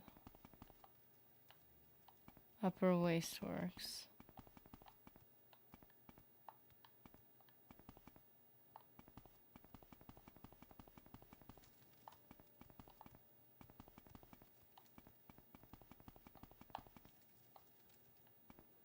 Canal Works.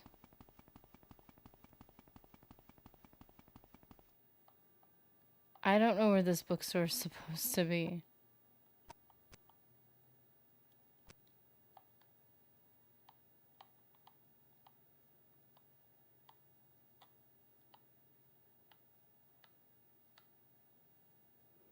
There's an enchanter here.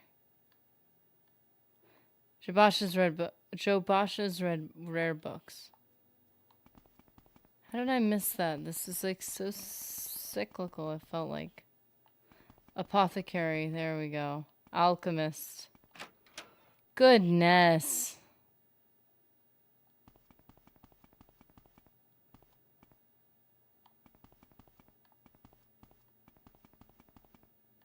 Not now, Outlander. Head on. I could take him. No, I no. We don't want to see that. On Oblivion? 'Cause it has no time for you. Rude. Admire fail. Keep it up if you really want to make me mad. Okay, well, fine.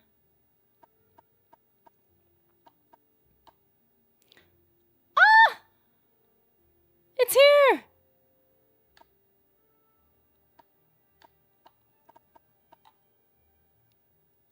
We did it!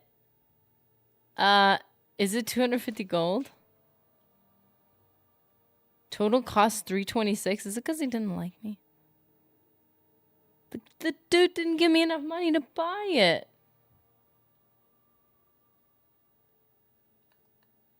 What if we... Whoa. What if we offer 250?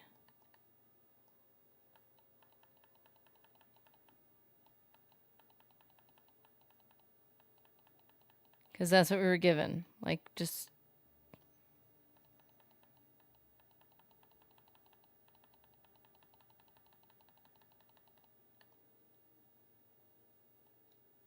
No. Okay.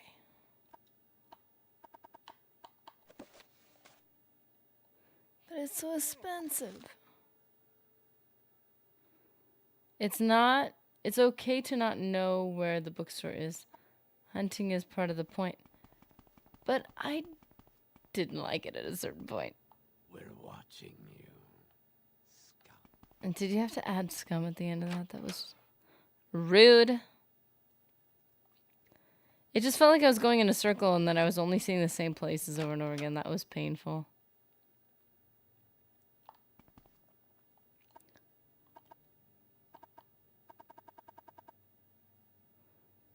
A journeyman's malt and pesto.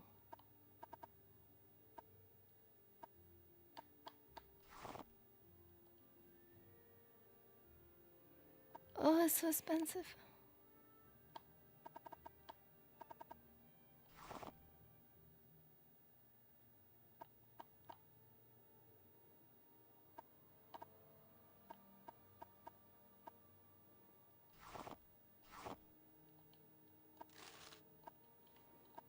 Yep, the kids are acclimated to instant gratification.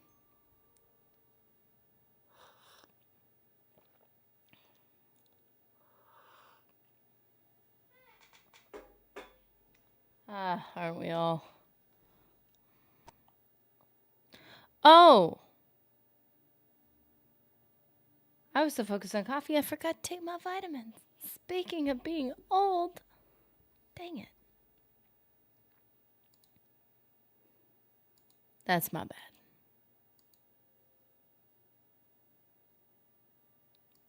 2 seconds.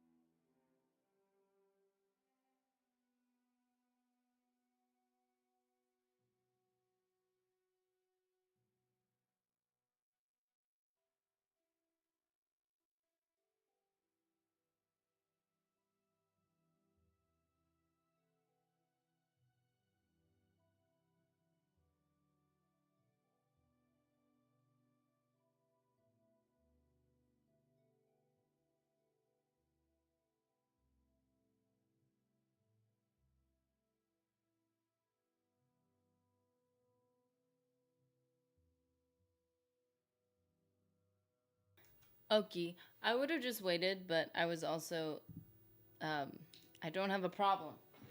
But I was also feeling the coffee was a little grumpy on my stomach, so I needed to deal with that because I don't have a problem.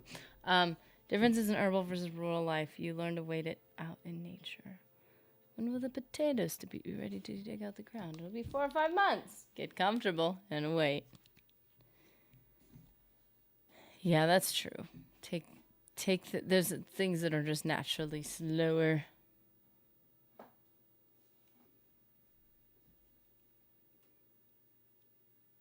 Mysticism, alchemy, like we don't have any spells. Alteration, conjuration, mysticism, we have nothing. We need someone who will sell. You've got to be joking me.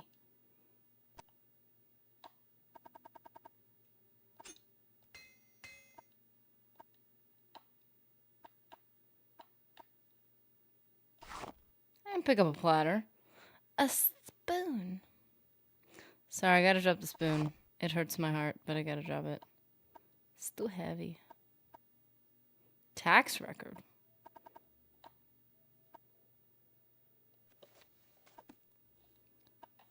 Huh.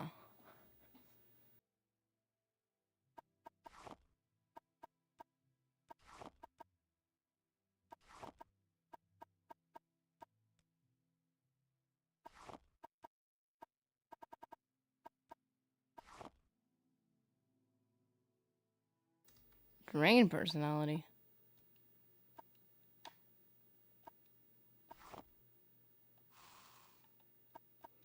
Your potion failed.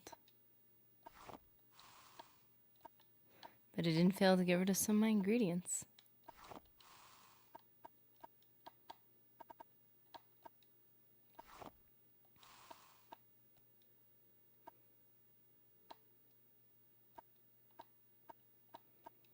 They're just flowers. Why can't I do something with them?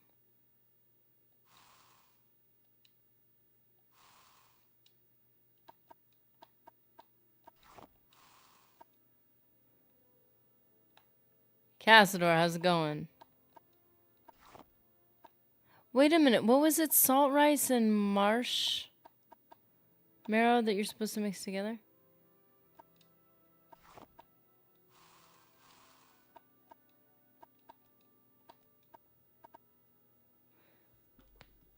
I just changed my name to Archdornan to Cassador. That enemy from New Vegas. Oh, Archdornan. Dude, how's it going?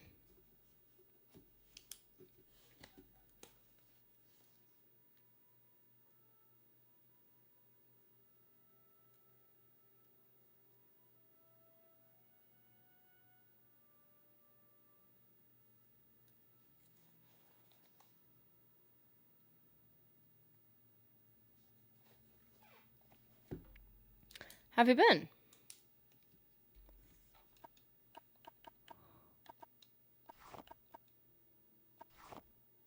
Levitt?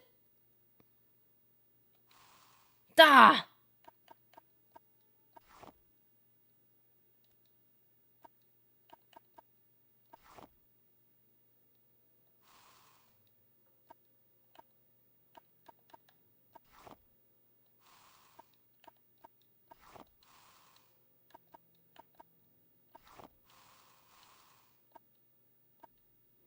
Okay, so now... Nerdy, you were in the starter town of Balmora. How many spells did you buy from the people downstairs in the Mages Guild, and how many did you buy from the temple? None. People have difficulty saying my name, Archthorn, and I have changed to make it easier to say my name. Oh. Well, Sir Cassador, welcome.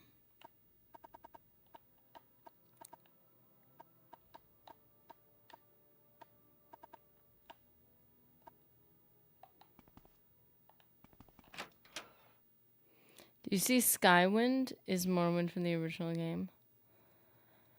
I've heard of Skywind. I've heard of obviously Sky Oblivion. I have not seen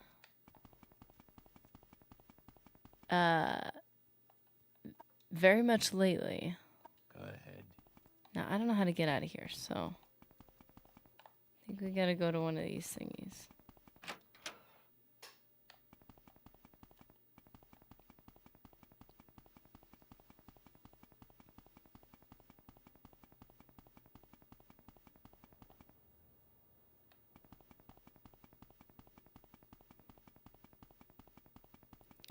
I'd be very curious to play both of them, to be honest. But obviously, I'm not going to play Skywind until having gotten a very thorough experience playing this game.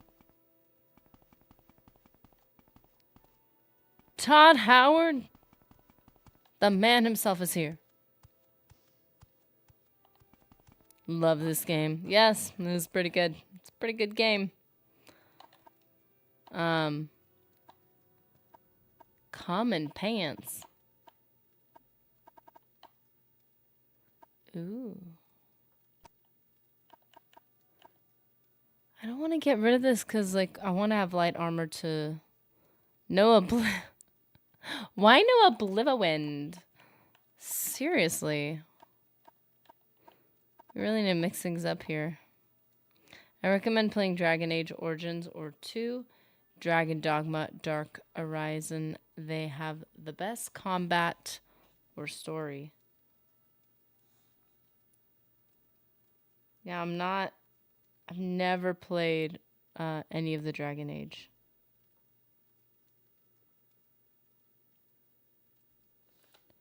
Because people don't like cartoon style from Oblivion. That's my home you're talking about. Not Oblivion. Cyrodiil, excuse me. Don't live in Oblivion. Oh, that's right. We had the Velothian helm. We need a place to put our stuff. Ooh, spells. Whoa. I have no money left. I spent it all because I wanted to get... Oh, dear. Wanted to get the alchemy set because I needed it.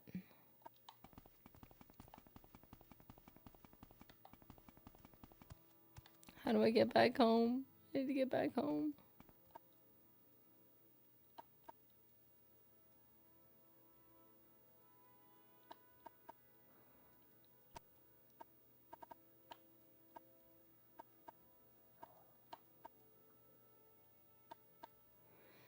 Restore fatigue versus standard restore fatigue.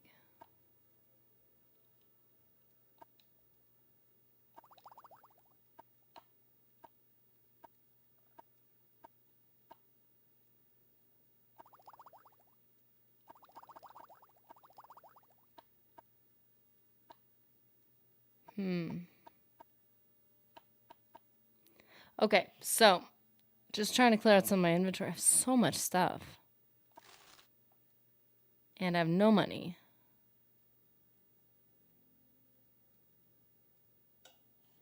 Yeah, Dragon Age is gonna take time to recover from. Huh. That was pretty sweet. So many hours in that one. Yeah, I've never. Does anybody know when the first one, the introduction to that series first happened? Like how old it is?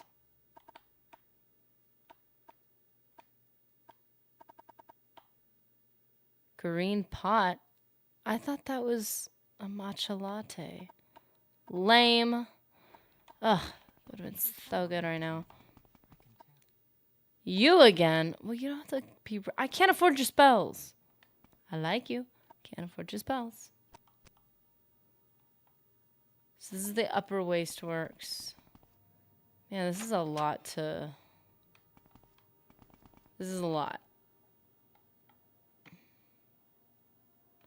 Plaza. Okay, so we want the plaza, right? 2010. Okay, so it's not like an older game. Thank you. RPG.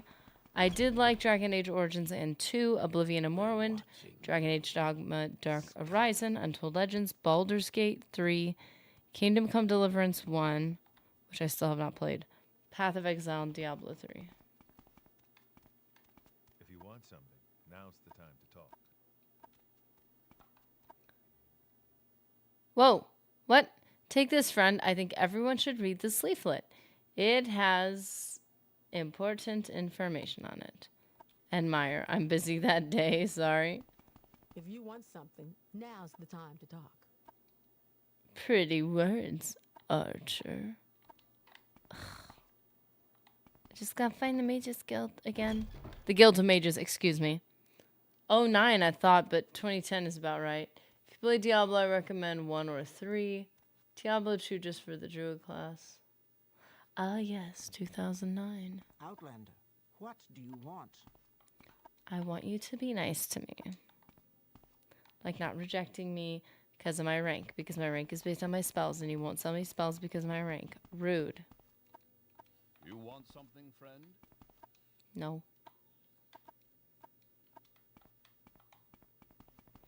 I'd like higher speechcraft. I'm sorry, I'm trying to find the guy that can teleport me. The chick with the spider. Forgot about that. Okay, so we were in Balmora. We need to go to Balmora and get base level basic spells. Oh, yeah, you mean like these? Can you actually delete spells from your inventory? Or do you have to hang on to them forever like Oblivion? Because if that's the case, I might consider not having certain things. Vivek is the capital city. They will be more willing to sell you spells in the backwater towns. What are you saying about me? Saying I'm some backwater kid? I'm not acceptable in the main cities? Is that what you're saying? You can delete spells? That is awesome. I'm not gonna lie. The whole thing with Oblivion having like, here's the weak one, and the medium one, and the regular one, and the strong one, and the expert one, and the master one. Like at a certain point, you're like, dude, please, you should get levitate.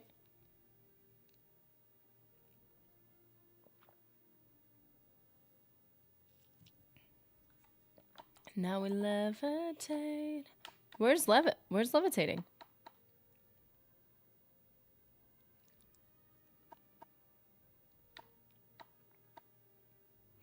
A poet's whim. Spell drinker.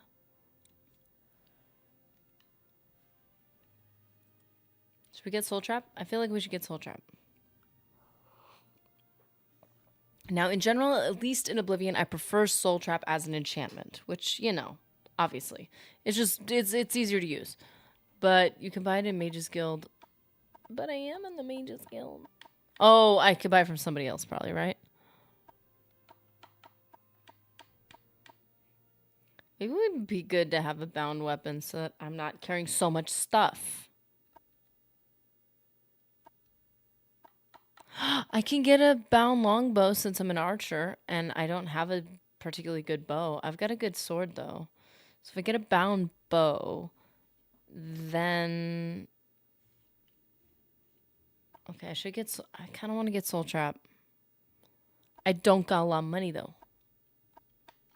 Let's just give it a. Let's give it a second.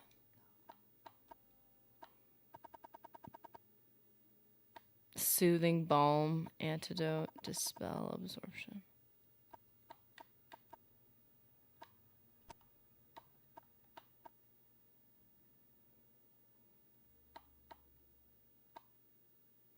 Does the bound bow come with bound arrows? I'm assuming.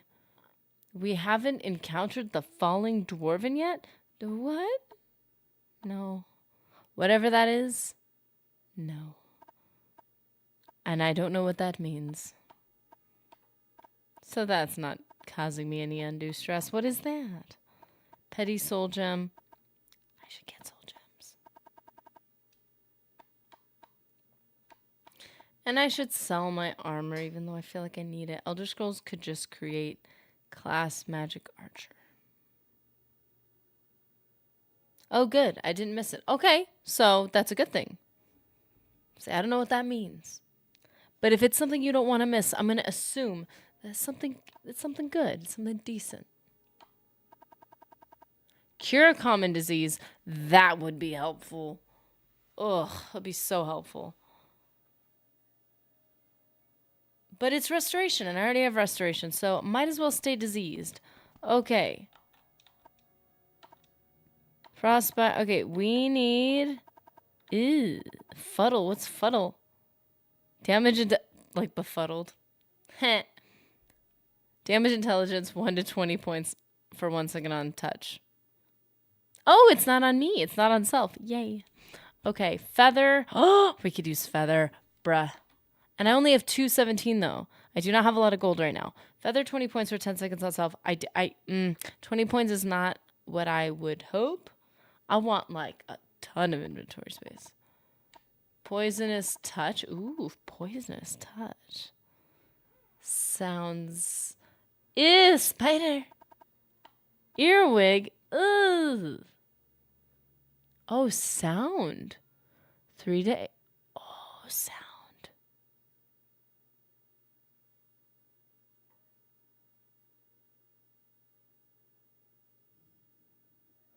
What annoyed me with Oblivion is in Oblivion where NPCs with soul trap weapons reflect the spell, they die. They use one of my soul gems I was saving for later. That's a thing? Wait, that's a thing in Oblivion?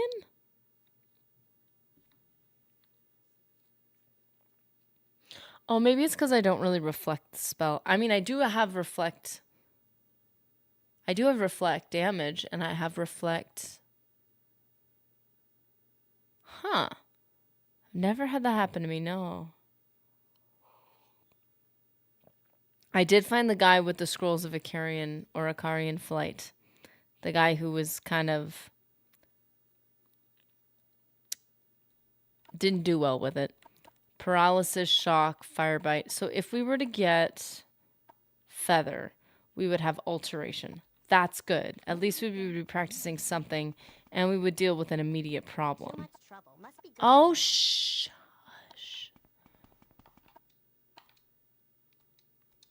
Are you serious?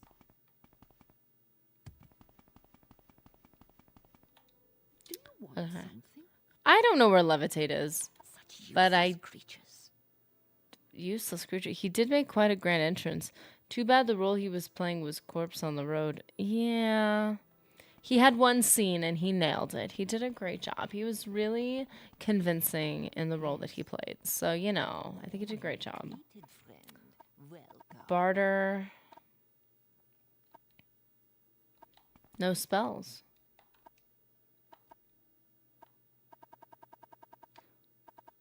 Okay, I think we can afford Feather and Soul Trap. And I'm going to be honest, this is kind of like the early game where you're like, I just need to get certain things done. If we can buy and sell a couple more things, then I'd be able to get Levitate. And I don't know anything about Levitate. I'm really excited to try it at some point. IG Nexus, hey peeps. Hey, how you doing?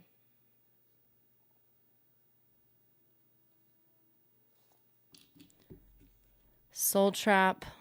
I think we should get Soul Trap. That would be Mysticism. And then Feather.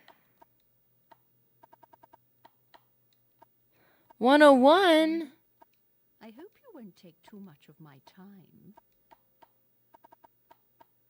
It didn't go up, did it? 102? Why was her price going up? I'm back. What did I miss? Some chick was price gouging me. So lame. You can use Levitate offensively. Hit a guard with a 1-point Levitate so they kind of hover in the air while chasing you. Oh, what?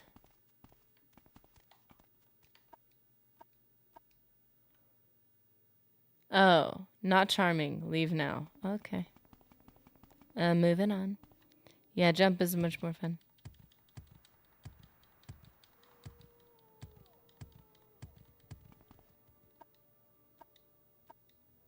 I'll take that as a compliment. Haha. Yes. Yes. Whoa. Sorry. With that voice, yeah. Okay, Hugh. All good, thanks. You're welcome. Let's see. Keep it up. I feel like you just have to wander around and admire people and be like, you are just so amazing. Not with you, no. Okay. Moving on to the next person. Get lost now. Quickly, Outlander. I haven't much Keep time. it up. No. Yes, the thought had crossed my mind. Of what? I don't even know what I'm saying to you. Haven't much time. But you got cool eyebrows and cool hair. Okay. I have been rejected again. Man, I get rejected a lot. This kind of hurts. Guys like Gaius Cosades can teach you to butter people up. Oh. Show respect, do not flatter. Okay. Leave me alone, you're mean. Okay, so now that we have new magic that we can work on, we can do Feather. Delete spell. Sick. I love it. I love it. Wait, you have to do this?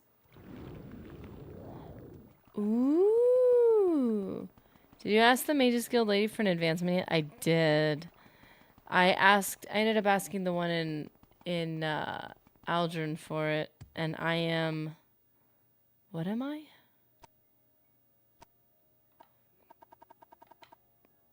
I am an apprentice.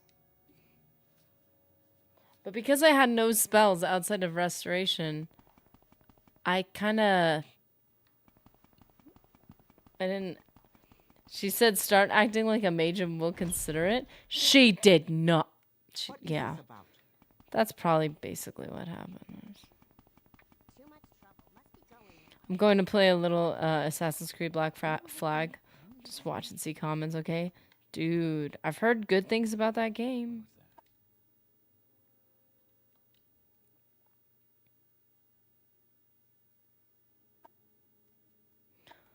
All good things, all good things.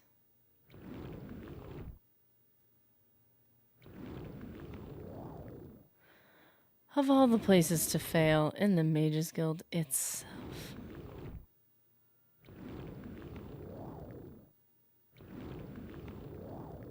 Nice.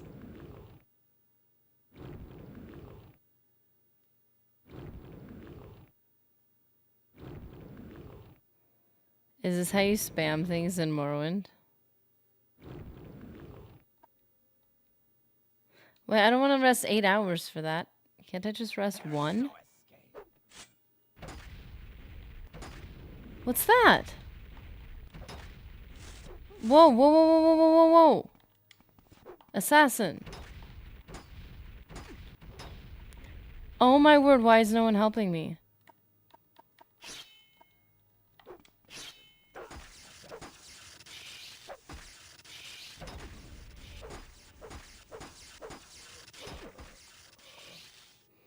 I have a new magic thingy.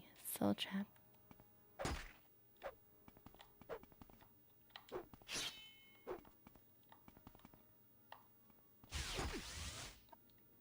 Oh.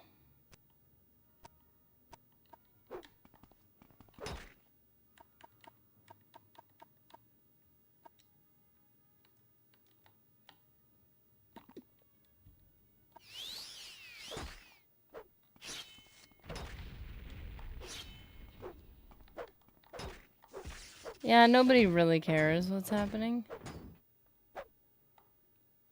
Thanks, guys. Thanks. Dark Brotherhood, everything. Spider dagger sounds disgusting. I want it all. Welcome to Morrowind. They just stand there and watch an assassin try to take you out. I do not like them now. I am annoyed. So you said I could drop this here and it'll be fine? Are you guys being honest with me? If I leave it, will it stay? Will Morrowind remember that it's there? Loser. Trying to kill me. What's wrong with you? To you? A healer can tend your wounds. Yeah, a healer can tend my wounds. For a price!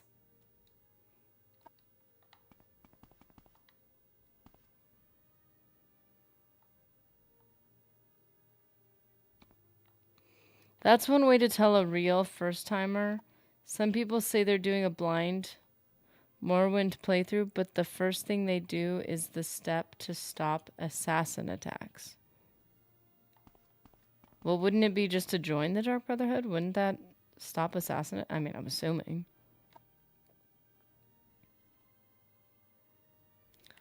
Fatigue health.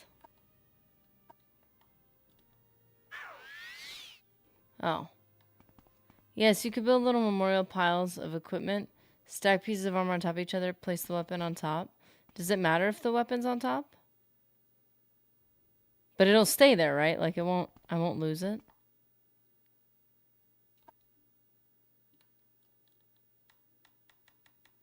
I wanna have that. I wanna have that armor. Really badly. Wanna keep it.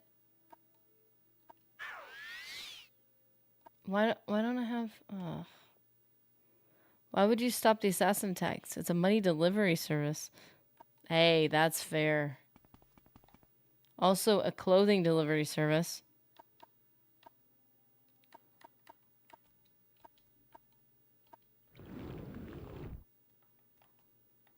Let's see if I can carry everything with...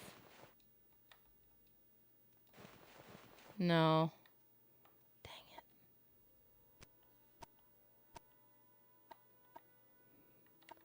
Wait a minute, what does it look like?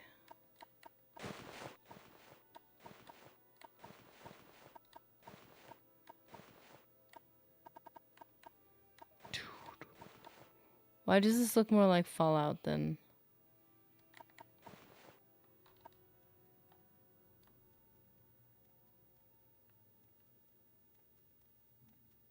What's up with the glasses? This looks like Fallout. That doesn't look like Elder Scrolls. Hold up. Am I still wearing the boots? No. Why do I look like that? This looks futuristic. This doesn't look like it's from the past.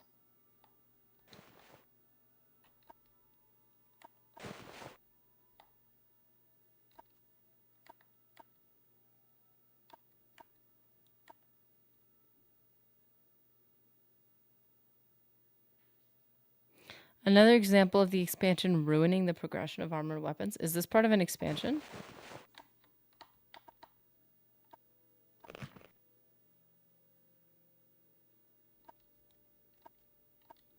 Heavy armor. Whoa!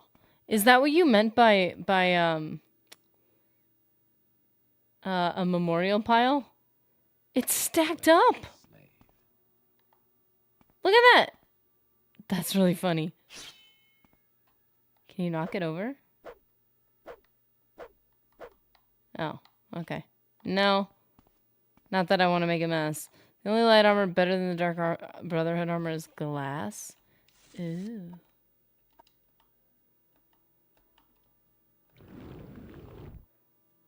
Of course I did. Ooh, okay. I'm a mage. Wow, I have really slumped shoulders in this armor. That seems unhealthy. Warmly greeted, friend. So what's this regarding? So hopefully my stuff will stay there and I won't lose it. Using it to level up my endurance. I kind of need it. I mean, without enchantments and excluding artifacts like the Savior's Hide. Too much trouble. Must be going now.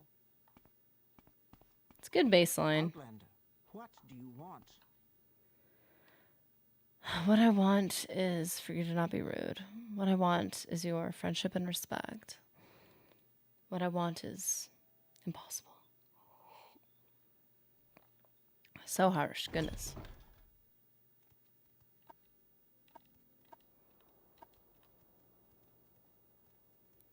Does this not look futuristic to you with the glass? Like, are those legit glasses in Elder Scrolls? Like, what are we... Why can't I look at it closer? Oh. Do those not look like glasses? What the heck is that?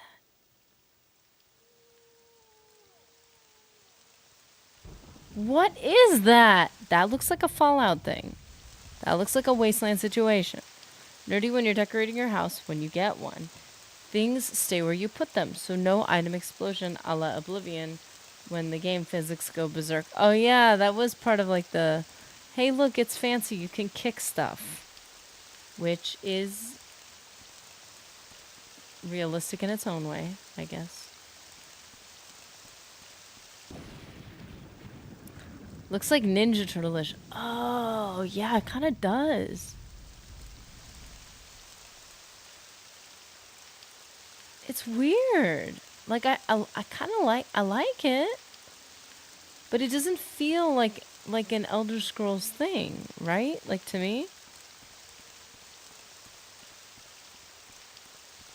Keep in mind the ash storms of Vardenfell. I guess that'd be useful.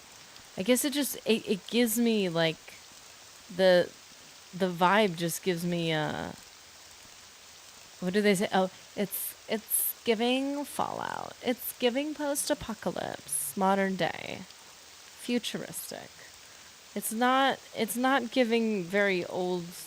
I mean, like I could see how it would work. It's just the kind of whole look of it.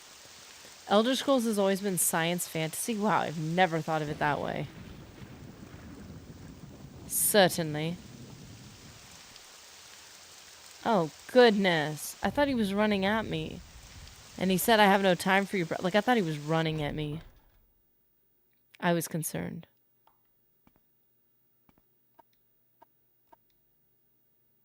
Well, you wouldn't expect an assassin to walk around in shiny armor. Well, like the leather armor in Oblivion and Skyrim to me looks very... But then the face on this one looks very... Like the helmet? Looks very Fallout to me. Okay, so technically I could sell this, right? Because now I have all the light armor pieces.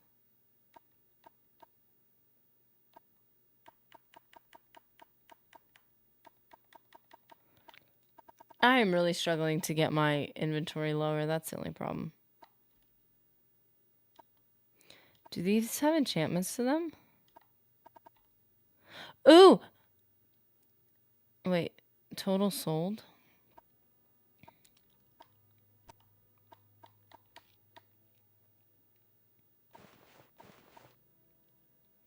That's all I'm getting for the whole thing?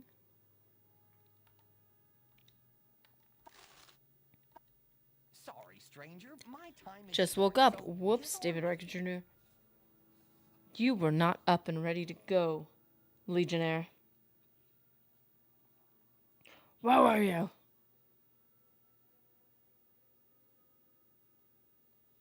We've been all the way from Balmora to Vivek and you were nowhere to be found. probably nothing. And canon lore, the Empire and the Aldmeri Dominion had a space race. Oh, well, it's a good argument for it. Congratulations, you woke up. We should all be excited. We are all present. And that's a nice thing.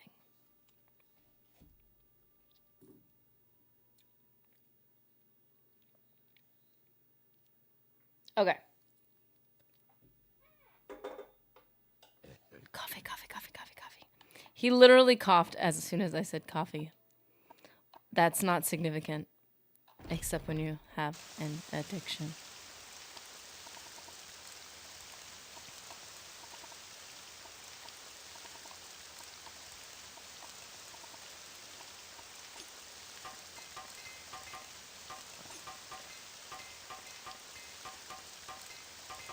To be honest, I kind of just want to use up these hammers because they're heavy.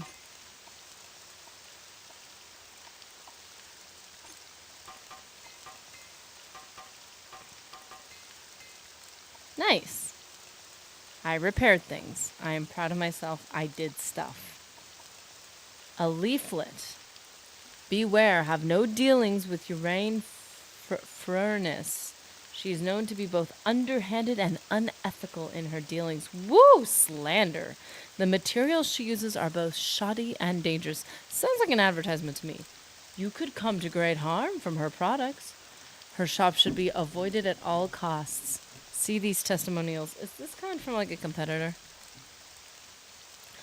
I took a potion and got sick. Lost a good lunch. Well, that's because you actually took the OZ potion. That's just didn't read the label.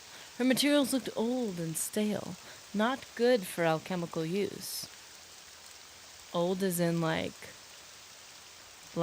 fermented, refined, dried, and is this like practical processing?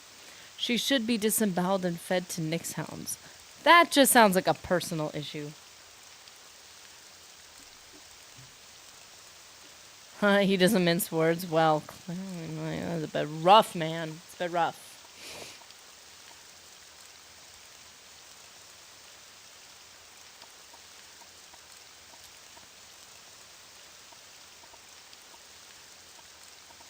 Okay, well, I look sick. Was not expecting to have something like that happen. I have no time for you, Dragon. Yeah, I definitely wouldn't want to stop assassinations. I'm just assuming that that's a way to sell more armor. Like, yay. Let's do it. Oh, look! Oh, it's because I'm not in heavy armor. I'm like, look how high I can jump. This must be enchanted. These aren't enchanted, right? It would say it right there. I'm so used to the other games. I'm like, so where's like my feather enchantment and like my speed, or I don't know. I forgot the enchantments. I know one of them is feather and fortify sneak and stuff. Okay, so we got some spells that we're working on. We need to get better at other skills.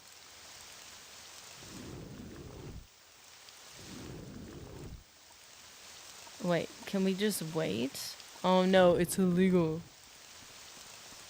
So lame.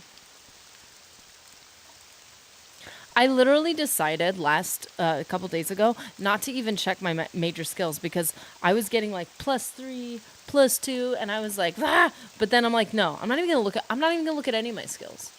And I just to be clear, I have no idea what minor skills means. So if anybody wants to give me a distinction of what that even is, that'd be cool. But yeah, like. Ooh, hand-to-hand. I want to do hand-to-hand. Faction, Fighters Guild, Blades, Mage. Fighters Guild. I'm considered part of the Blades. Hey, light armor's for the Blades, see?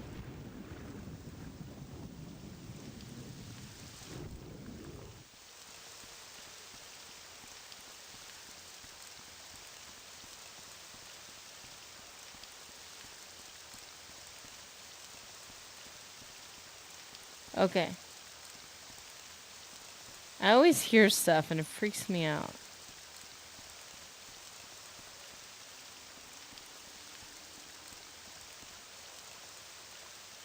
I just feel like my shoulders look so funny. My shoulders look like GTA San Andreas shoulders. They're just like drooped. Major skills count toward your level progression and start at a higher level. Minor skills also count to level progression. They do! See, then I would slow down on those thingies so that I don't level up too fast, I guess.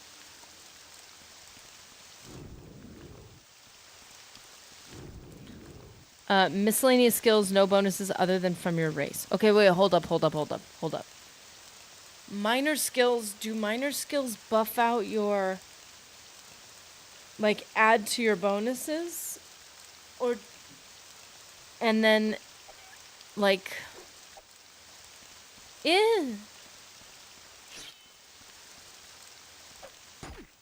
why can't I punch him? Do I have to get rid of my magic to punch him? How do you punch? I've done it on accident before. All skill adds to bonuses. Okay, thank goodness. I was almost thinking that there was no bonuses added to like the actual attributes. Maybe you suck at hand-to-hand. No, I've done it before, I just don't know how to do it. 'Cause now I'm like, I'm not punching. Do you punch when you don't have...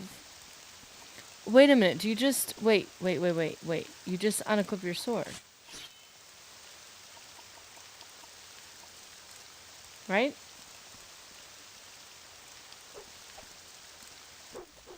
Ah, nice! I do suck at hand-to-hand, though. Because the last time, I kept hitting one of these dudes, and I kept leveling up my hand-to-hand. But he took no damage the whole time.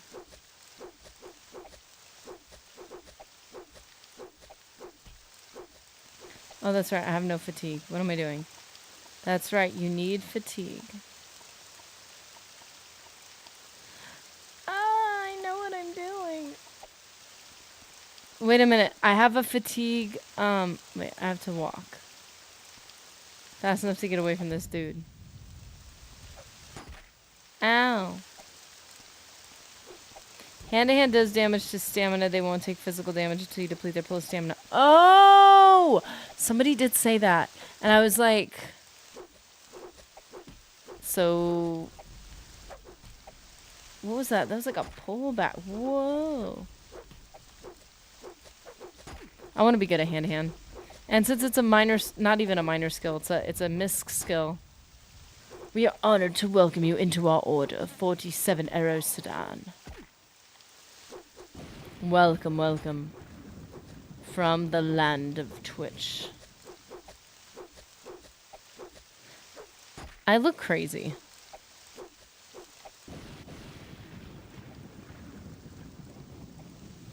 Those things are very creepy. In Oblivion, if you level up, the enemies get harder, but not in this game. Oh, thank goodness. I kind of like what Skyrim's solution was, is there was like certain leveled enemies and certain level enemies that weren't. I thought that was a good middle ground. Fallout, I think 4 does that too. But man, Oblivion, where you feel like you actually got weaker when you leveled up, that didn't feel so nice. It really didn't.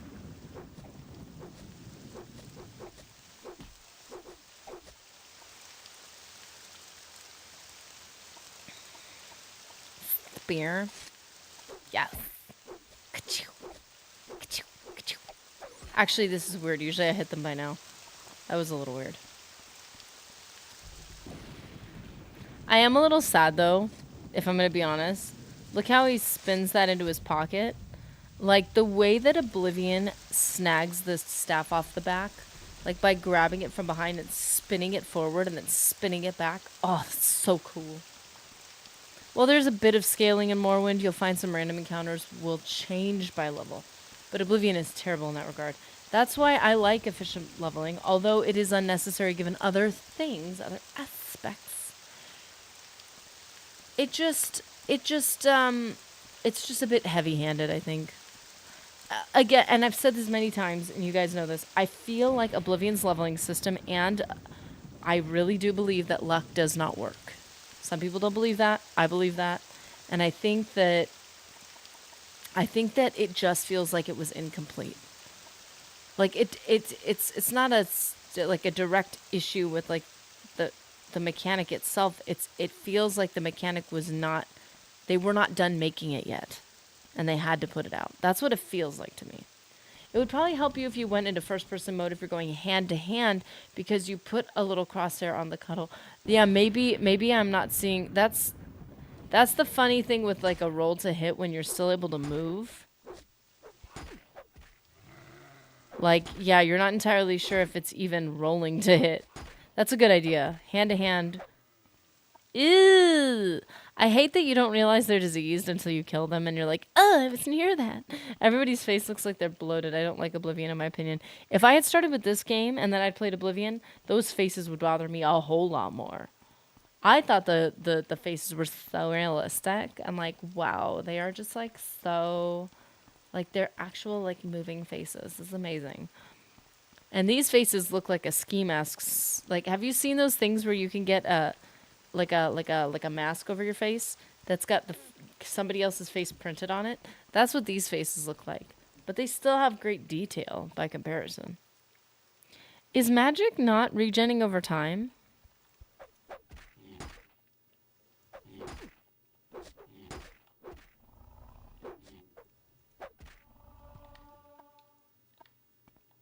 Hello, Sam Bun. What? What? Sam Bun? How's it going? It's been so long. I wonder if the criticism of Oblivion's leveling system led to Skyrim's perk system, like the devs got fed up. Hey, there's an element where I do like perks, and I do like Fallout 4's perk system quite a lot. Like, I really enjoyed puzzle piecing that together and building a character. Personally. Wait. There's no regen over time at all? What are you supposed to do then? Like what's the, is it just you have to like live off of potions? Is that what it is? What happens if you're like a mage, like a pure, not pure, but like borderline, like, you know, basically like a pure mage? Like, what do you do in that scenario? Yeah, life be busy. I feel you, man. I get it. Life be busy like that. Well, I hope it's going well, despite being busy. You can rest or drink a potion. Oh, and resting here is illegal because you're too near the city. They don't want you resting here. They want you delirious and exhausted. That's how they like their citizens. Or rich and affording a home. Whoop. Aww. Rest with enemies nearby. The loving system was fine in Morrowind and Oblivion. It was the scaling of NPCs in Oblivion that was wonky. Yeah, the scaling was harsh. Maybe if they toned it down just a little bit. But I do feel like the actual leveling of Oblivion, I don't know, it just kind of, and maybe, I guess this would apply to Morrowind too, because the things that I'm thinking of apply to both. But they really do feel like it wasn't fully thought through. Like, it was done in a way that's very confusing. What is attacking me?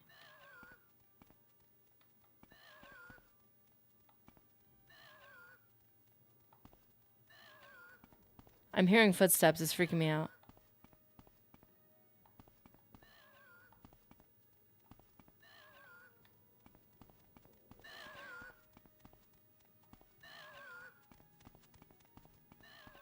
I can't find you. Every direction I go, you get quieter. There you are. You're right, Cliff Racer. They're above and you need to heal. I know I need to heal. I need to wait.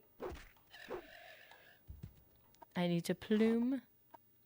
And I need to wait. Or you make a drain intelligence 100 points for 1 second on self. So you just make yourself a complete idiot. And then it reduces your magic so much that it's technically 0 is full. And then when it wears off, you've got a lot of magic. Is that what's happening? Is that what's happening in the background? But that's genius. But the problem is you need to cast it. So you need enough magic to cast the spell to get magic. So I guess it'd be strategic. The thumping sound isn't footsteps, it's a scrib. Yeah, I thought it might be a scrib. I think they're cute. I like scribs. I thought they were... Like, be fair to me, please. I thought they were gonna go aggro. So I think I fought a couple of them. I didn't know that they were not... I didn't know they were not enemies. And they're really cute. I do agree Oblivion's leveling system is not fun, at least how the world dynamically levels. Yeah, I like the system because it feels like a separate game. And I have learned to work in that game and like that game. But if you're picking it up for the first time and you're just like, I need to level up. Like, it does feel like, wow, this was not ironed out. Because you have the major skills, you have the minor skills. You have the attribute-related skills, and then you have a mix. So you can have 3 major skills all in one attribute. Or you can have 1 major skill in an attribute, and then 2 in a minor. Like, 2 of that attribute as a minor skill. It's 2 main categorizations of it that cross over each other in a way that make playing the game, if you're going to level effectively, weird. And if you don't know that going in, it's not a very it feels like a very unnatural way to play. How's Shu doing? All this to say, though, I have played Oblivion for so many years that I'm used to it and I like it. I just realized, older and wiser me realizes after having played the game for so long and doing something that I am personally used to that other people are not used to, I realize now how it's, like, why it's overly complicating and why it's like, oh, this could have been smoothed out a lot. Because it just makes things confusing. I say to you, stranger, in this strange land... Oh, I didn't read the previous one. Sitting I was in these mountains black, no ash in the air, the night was clear. Masser, the rubies secunda like a diamond shining bright. Wealth beyond measure, I say to you, stranger, I say to you, stranger, in this strange land. Being cute or non-aggressive shouldn't spare them scrib jelly for all. I have heard of scrib jelly, and now I'm sad. I'm sad now. That's so mean. But, like, is it good, though? I've never tried it. Well, the efficient level thing is a popular misconception. Your skills have so much more impact than your stats will.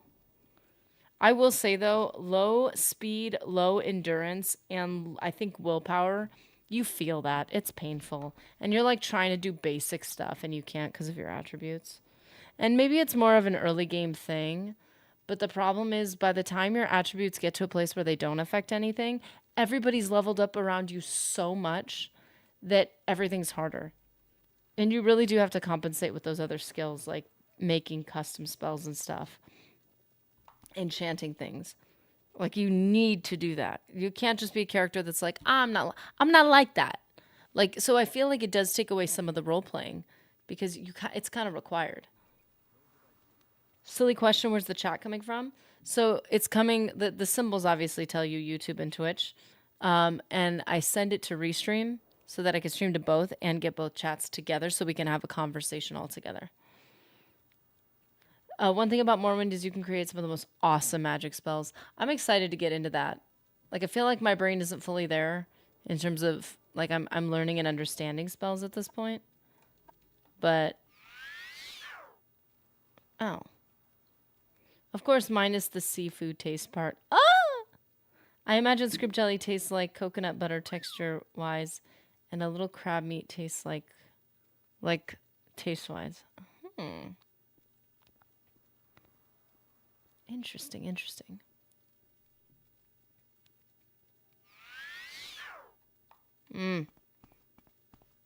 What? Have you ever eaten a grub? Tastes kind of like sawdust. You know, I'm glad I know that so I don't have to find out myself. What number of playthrough session is this? Well, obviously it's my first playthrough in general.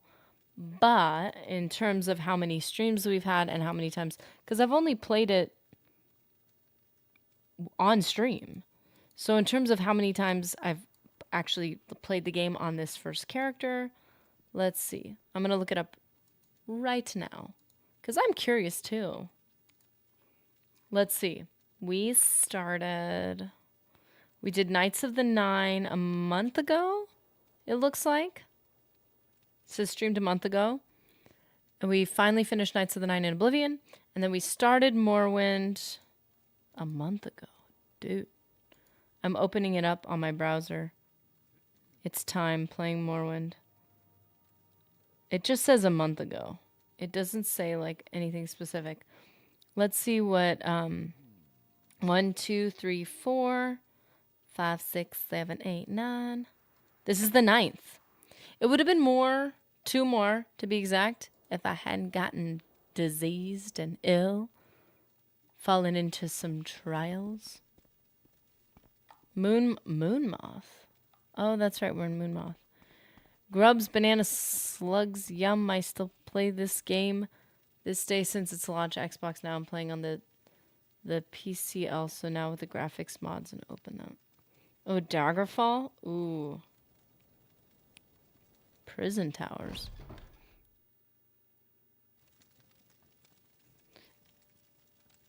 Scrib jelly tastes like coconut, but with the texture of crab, like eating a Mounds bar. That doesn't sound so bad. Oh my, there's been a few, huh? I checked. Oh yeah, it took me a while to check just now. Nerdy, I get the impression Morrowind hasn't quite clicked for you yet, but you're getting there.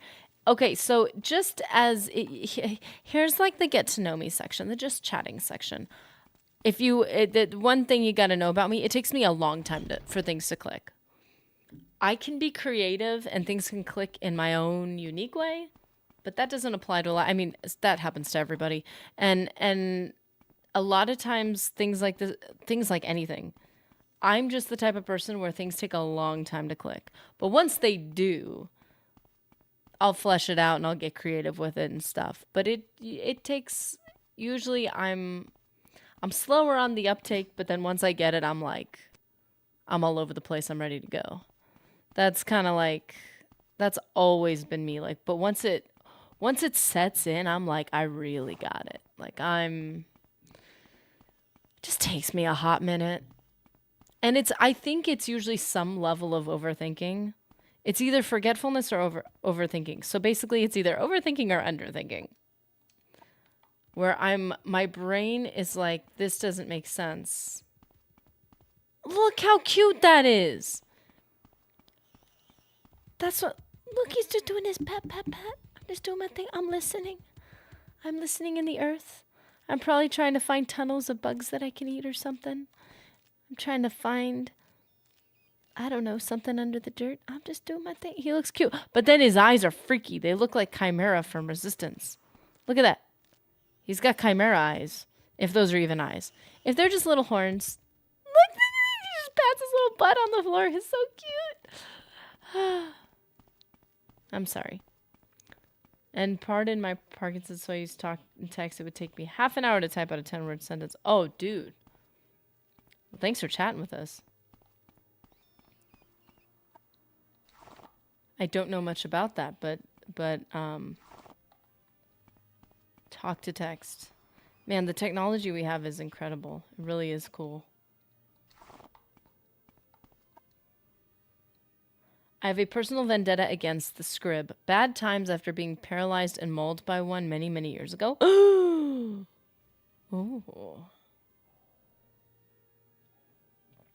Overthinking is a vice of mine, I get you. Yeah, I think also we've always, you're a little baby human, and you're like, I need to learn to think. I need to learn to process. I need to learn to figure out problems. so thinking and processing and figuring out problems is an infinite good, and it's something you have to get better at. Nobody tells you that not thinking too much. I'm not talking about being apathetic or being a dummy about something, but like nobody tells you that learning not to overthink is a skill in and of itself. They tell you stop overthinking, but they don't tell you what that even means. You have to be taught to take things at face value. You need to be taught not to ascribe intent to people. You need to be taught to like simplify things. Like that's just such a weird thing in my opinion, that like you spend so much time learning how to think that you didn't realize you had to learn how not to think in a positive way. Again, in a productive way, not to overthink. It's crazy. I don't know. I think that's why people get, at times, not all people, but feel more grounded as they get older because they're like, oh, nobody told me. Oh, nobody told me this. Oh, nobody told me that. And then like finally they're like, oh.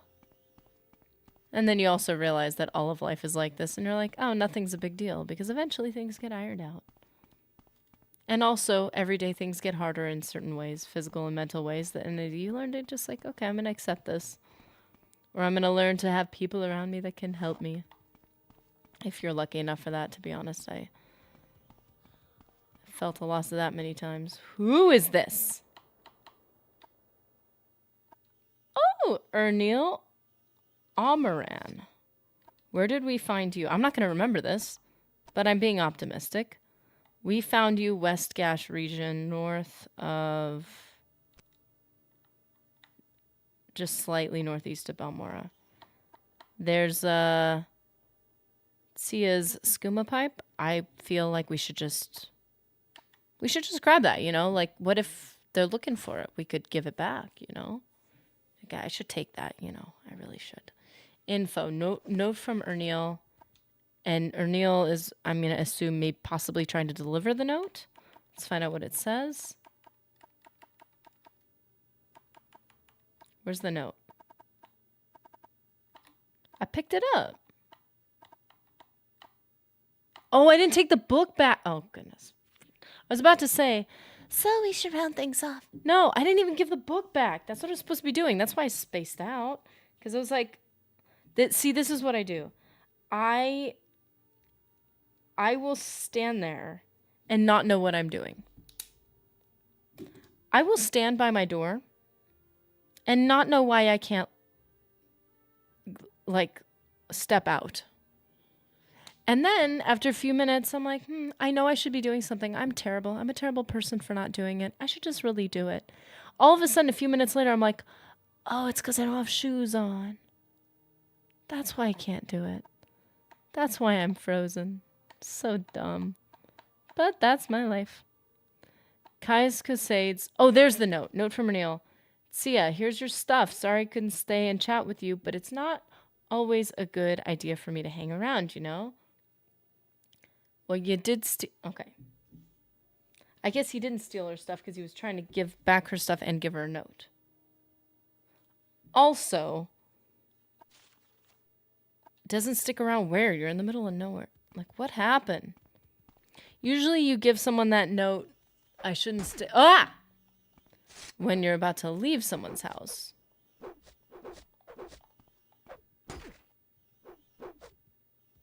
I love how it takes a while for that first connection to hit. There it is.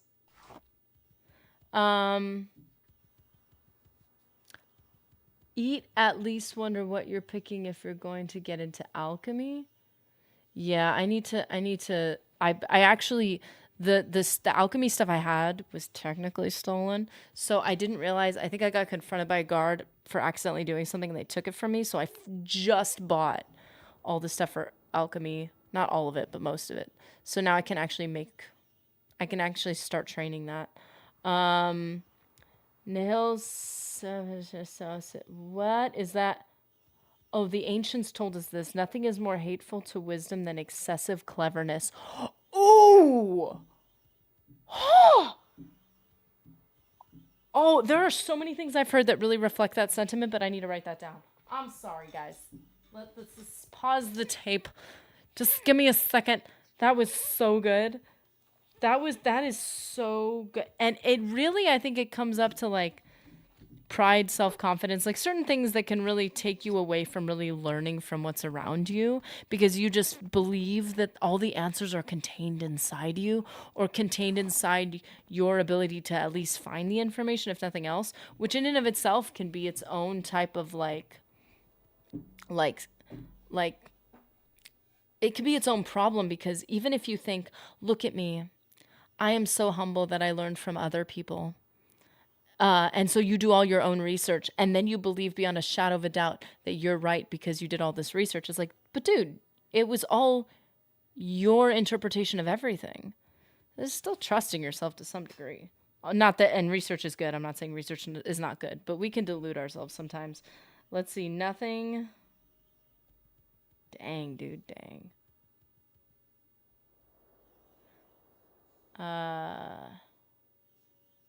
Should just take a picture.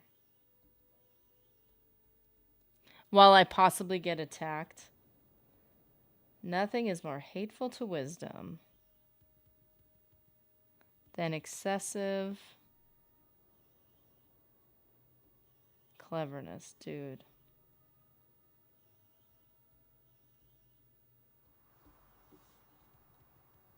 And obviously everything needs context, but dude, brutal, man, brutal. How's Morrowind treating you? Morrowind is tough love. That's what Morrowind is. And I need tough love, and I appreciate it. But it's tough sometimes. I've seen you already met the Dark Brotherhood. Yeah, somebody tried to attack me in the Mages Guild, and nobody jumped up to my defense. Talk about tough love. I was mildly offended. And a little irritated and frustrated and hurt. My feelings were hurt deeply. Whee! Maybe more is a good thing, at least to a certain extent. I'm ancient. Instead of more, I meant more my bad. Oh, war not. Oh, war. War is a good thing, at least. I think everything has its bad and good.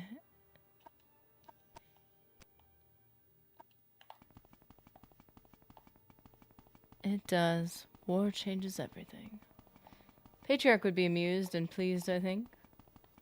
Only bad thing about Morrowind is there is no Dark Brotherhood, only the Morag Tong.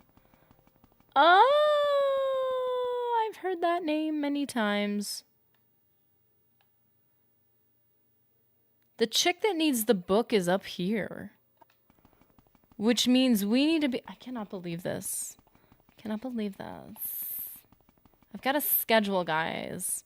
And because I'm spacing out, I'm ADDing all over the place, I can't even remember this one tiny little task. I gotta give someone their book. It's in my pocket. I'm carrying the weight. I could just go here and go to the city, but I want to go directly into the... I want to go quickly. Sorry, I'm not trying to bug you. I just like you and I think you're cute and you're so good. When people say I did my research, they usually mean they read some articles that confirmed their biases and maybe altered them slightly so they feel like they're being humble. I'm adding that in. I feel like when people change their mind at least a little bit, they're like, see, I am teachable, which means I have found the truth. They didn't actually experiment their hypotheses via the scientific method, not even thought. No, they sat behind a phone screen and came to a conclusion. They didn't live life, fail, succeed, and then come to their conclusion. And I feel like when people do that too, when you get smacked onto the floor and you realize how many times you've been wrong in life, you can walk up to something and say, I am very convinced of this, but I've been wrong so many times that if I am wrong, I'm sorry. And I'd be interested to see where I'm wrong because I really don't care about being right. I just care about getting good conclusions in my life based on the things I'm like trying to do or accomplish. I don't mind being wrong. Like, I think that's important. Thought experiment. Morrowind is respect. It gives you... I'm in the wrong place. Oh, no, I'm not. I'm not in the wrong place. See, I keep spazzing out, man. And I keep forgetting what I'm doing. So I've got no money left. I can't be traveling like this. Morrowind is respected, gives you lessons for free, but it doesn't beat an answer out of you. In Morrowind, you're a peer, not a child. Yeah, it calls you to a higher standard.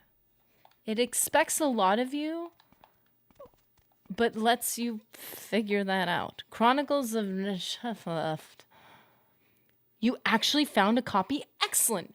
Now give the book to me. The way she said that feels weird. Give her the book. I'm impressed, apprentice. I hope you are always this efficient. This is considered efficient? I guess I have found my people. Okay, so it's been removed from my inventory. Has been invaluable to my research. You've done, but you simply do not meet the requirements for journeyman. Duties. I've been waiting for ages to get a detect creatures potion from sorry chat, from Skinkin Trees Shade in Sadrith Mora. What's Sadrith Mora? Is that a city or like a zone? Oh boy. Detect creatures potion. Okay. Where are we quest-wise? What are we doing? Mages Guild. I'm sorry. Guild of Mages. My bad. Requirements. Keen on intelligence. Nah, I'm not great with that. Dominant will. Sometimes, but that's just when I'm stubborn. Candidates must exhibit mastery in the great schools of magic. Destruction. I can be distracted, but only in my own life. Alteration, illusion, and mysticism. I haven't even touched those hardly. Candidates must also display practical knowledge of enchantments and alchemical processes. Have not really done that, but I'm trying. Detect creatures potion. What can you tell me? It's okay. People who are assured that they've nailed it down usually have a very narrow frame of mind. They stay in there and remain comfortable. Yes. I feel like some of the smartest people I've met are the people who are very open. Okay, there are open-minded people who are open-minded because they don't know not that they don't know anything as far as intelligence, but because they haven't had the spine to decide anything, or they haven't taken the time. Like, there's some people who are like, listen, I don't know what I think of this because I haven't taken the time. And there's some people who are like, look at me, I'm so open-minded, because they haven't taken the time, but they don't want to acknowledge that they're not willing to take the time. But I would say, like, when you combine the two things of someone who's really intelligent and relatively open-minded, you're like, oh, this person's had experience in life. At least generally speaking. Obviously, it's nuanced, but still. We've been playing this game for 20 years. A playthrough that takes an extra 50 hours is nothing. I appreciate the reassurance. I really do appreciate that I've gotten to do things recently that are really old that I've never done before. And playing Morrowind is one of those things. And I think that's really cool. Like, I get to play something that has an established reputation that people dearly love. I've somehow avoided, like, all the spoilers, and yet I get to enjoy it for the first time. Like, I'm like, that's a unique experience. It's a town on the eastern coast of the island. Oh, okay, so it is a whole nother town. I get to try new places, or visit new places. Sidrith Mora, Telvanni village, very nice. On its own island, if we're being technical. Sidrith Mora, seat of House Telvanni. I love Telvanni architecture. See, I don't know what that even means. And I get to experience it for the first time. I get to walk into, like, Vivek, transporting there and walking around. I was like, this is really cool. Never seen this before. And I've only seen a small part of it, I think. I didn't see the whole city. I don't even know what the outside of the city looks like. Okay, so so we need to go to another town. So that is what we will do next week. We will get to go visit a new town that I've never been to before in my life. And I will get to... Well, I will need to find this thing. So this is kind of like fetch quests, but more interesting because you actually have to figure stuff out, which is nice. Oh! It's a location that we can travel to. I'm not going to click it. I'm going to wait because we're going to do that together. We will see it together. Where are we in the main quest? Did you meet Caius yet? I did meet Caius, but he's like, hey, do stuff and establish your, like, name. And I was like, cool. I have no skills, and that's hard. So that's what we've been doing.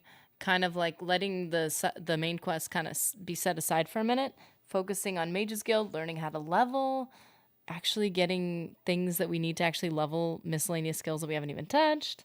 Nerdy is rambling her way to critiquing the sophists of classical Athens, and I'm here for it. See, this is the thing. Like, yeah. I have thoughts from just life experience, and I have studied, but I haven't studied extensively enough to have the framework of thought to know where I'm pulling things from. So that's definitely something I'd be interested in studying more. Hey, if this turns into the let's discuss philosophy and the history of thought while playing Morrowind stream, I'm fine with that. Yes. Hey, I need to learn. Because I do have I think I have a lot of principles, but I don't have a lot of sources. Like, I'm not well studied in the sources of those principles. So I think people think studying puts your mind in a box. I think studying gives your brain the tools it needs to build things. And you can sit there trying to build a sandcastle all day, or you can get wood and nails, and then you could build something more effectively because you're like, I studied. So yeah, I love the conversations. I think they're very interesting. And that's another reason why I am very open to being incorrect, because I realize that my ideas are only limited to the ideas I've been exposed to, and I haven't taken adequate time to expose myself to more. So if somebody comes up with a new idea and I'm like, legit, then I'm like, I'm fine with that. I love Morrowind, lol. First quest, get a job. Imagine Kai smoking skooma in your face as he says this. Oh, goodness. Yeah, that feels like a scene I've seen before. Just sitting back like, go do stuff. Sexist joke incoming. Don't... I'm okay with it. Don't fret your pretty little head about philosophy, sweetheart. That's for us, man. Don't think. Just follow us around. We'll pick one of you that we think is cute enough, and then hopefully you're dumb enough and not motivated enough to ever leave. You just follow us around. Hey, there's a simplicity to that life, I guess. It was totally not a swipe. No, I love good humor. I had somebody tell me, I think we were playing Oblivion. I think somebody said something to the effect of go make a sandwich, and I'm like, oh, that sounds good right now. The indignity of it all. Right as I said that, some guy told me to go make a sandwich. Oh, the indignity of it all. Oh, Erinil, you understand. You get me. We struggled together. The only thing I know is that I know nothing. Oh, man, I don't know what the quote is, but there was something to the effect of the more you know, the more you don't know. You can poke your head into the clouds, but you can into the heavens, but you cannot fit the heavens in your head. And so the smarter you get and the more you start to peer through the clouds, the more you realize how vast the world is of things you don't know. And it makes you feel small, but more appreciative, I think. Not related to anything, but I think I missed being part of these streams. I like it here. Oh, dude, that's awesome. We like you here. It's been fun. Yeah, it was weird just missing it for a week. I was like, oh, I miss this. Because I was like, hey, I think I need to go get a clip from a game, which I wasn't able to do. I just was not feeling well. But even just imagining, I was like, I'm going to set up this game and I'm going to play it and record something by myself. I'm like, but nobody's there. I miss everyone. Somebody once posted, how do I unclog a dishwasher? And I said... Clearly he was wrong. Yet I do think I said, lift her arms over her head and pat her on the back to clear the air.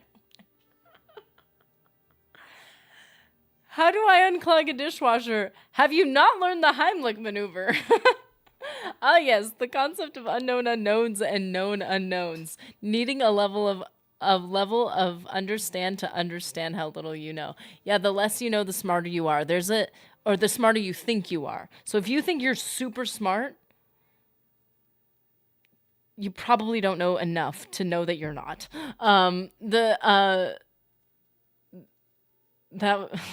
I laughed, but I felt slightly bad about it. Please don't feel bad about it.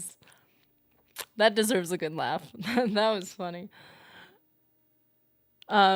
Oh gosh, I was thinking something and I totally blanked. Okay, well, Dunning-Kruger effect. That's what it was. That's what I was thinking in my head. I was like, I need to find out. It's the Dunning-Kruger effect.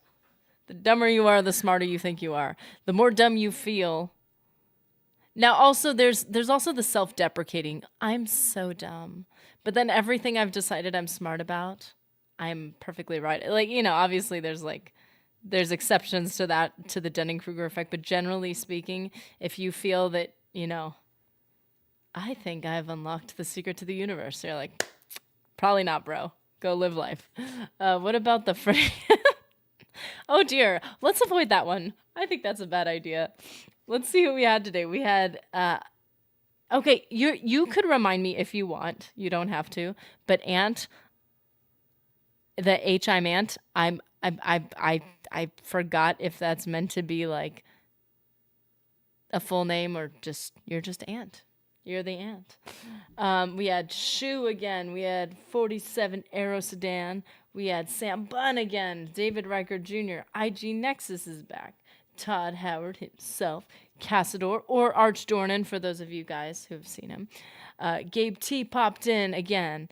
Raven Johnson, who has been away for a little bit. Glad to hear how you're doing, but I hope that things start getting better.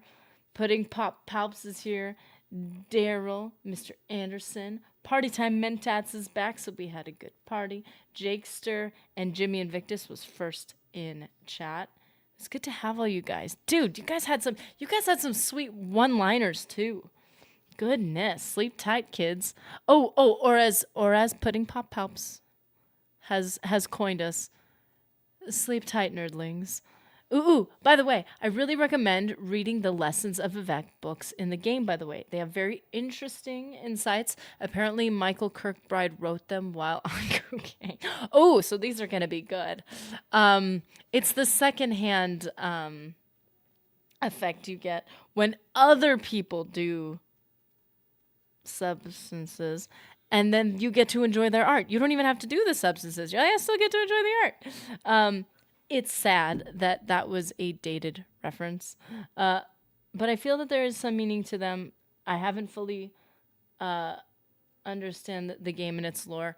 Yeah, what I want to do, if we ever do any type of like reading anything, what I'd really like to do is wait until I have like full sets, or if I have an almost full set, then I'll actually go into the wiki and like find the rest of it.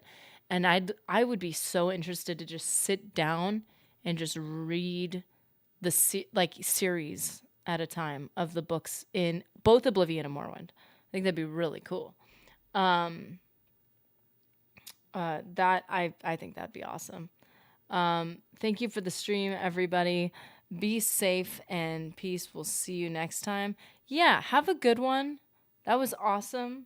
I feel like I am finding my bearings like a tiny bit. Tiny bit, just a little bit.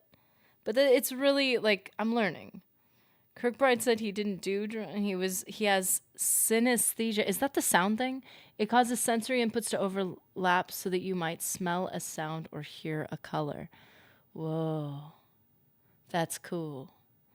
I've heard a description of it where you relate certain things to each other, and I've done that as a kid where certain things like, hey, that color feels round, that color feels sharp, or that word feels sharp or round. But it was just like I was going to say a sensory thing. That's what you say. But it wasn't, I don't think it was that, it was not like that level, like that level of the way things, like I kind of want to experience that. Like, that's really cool.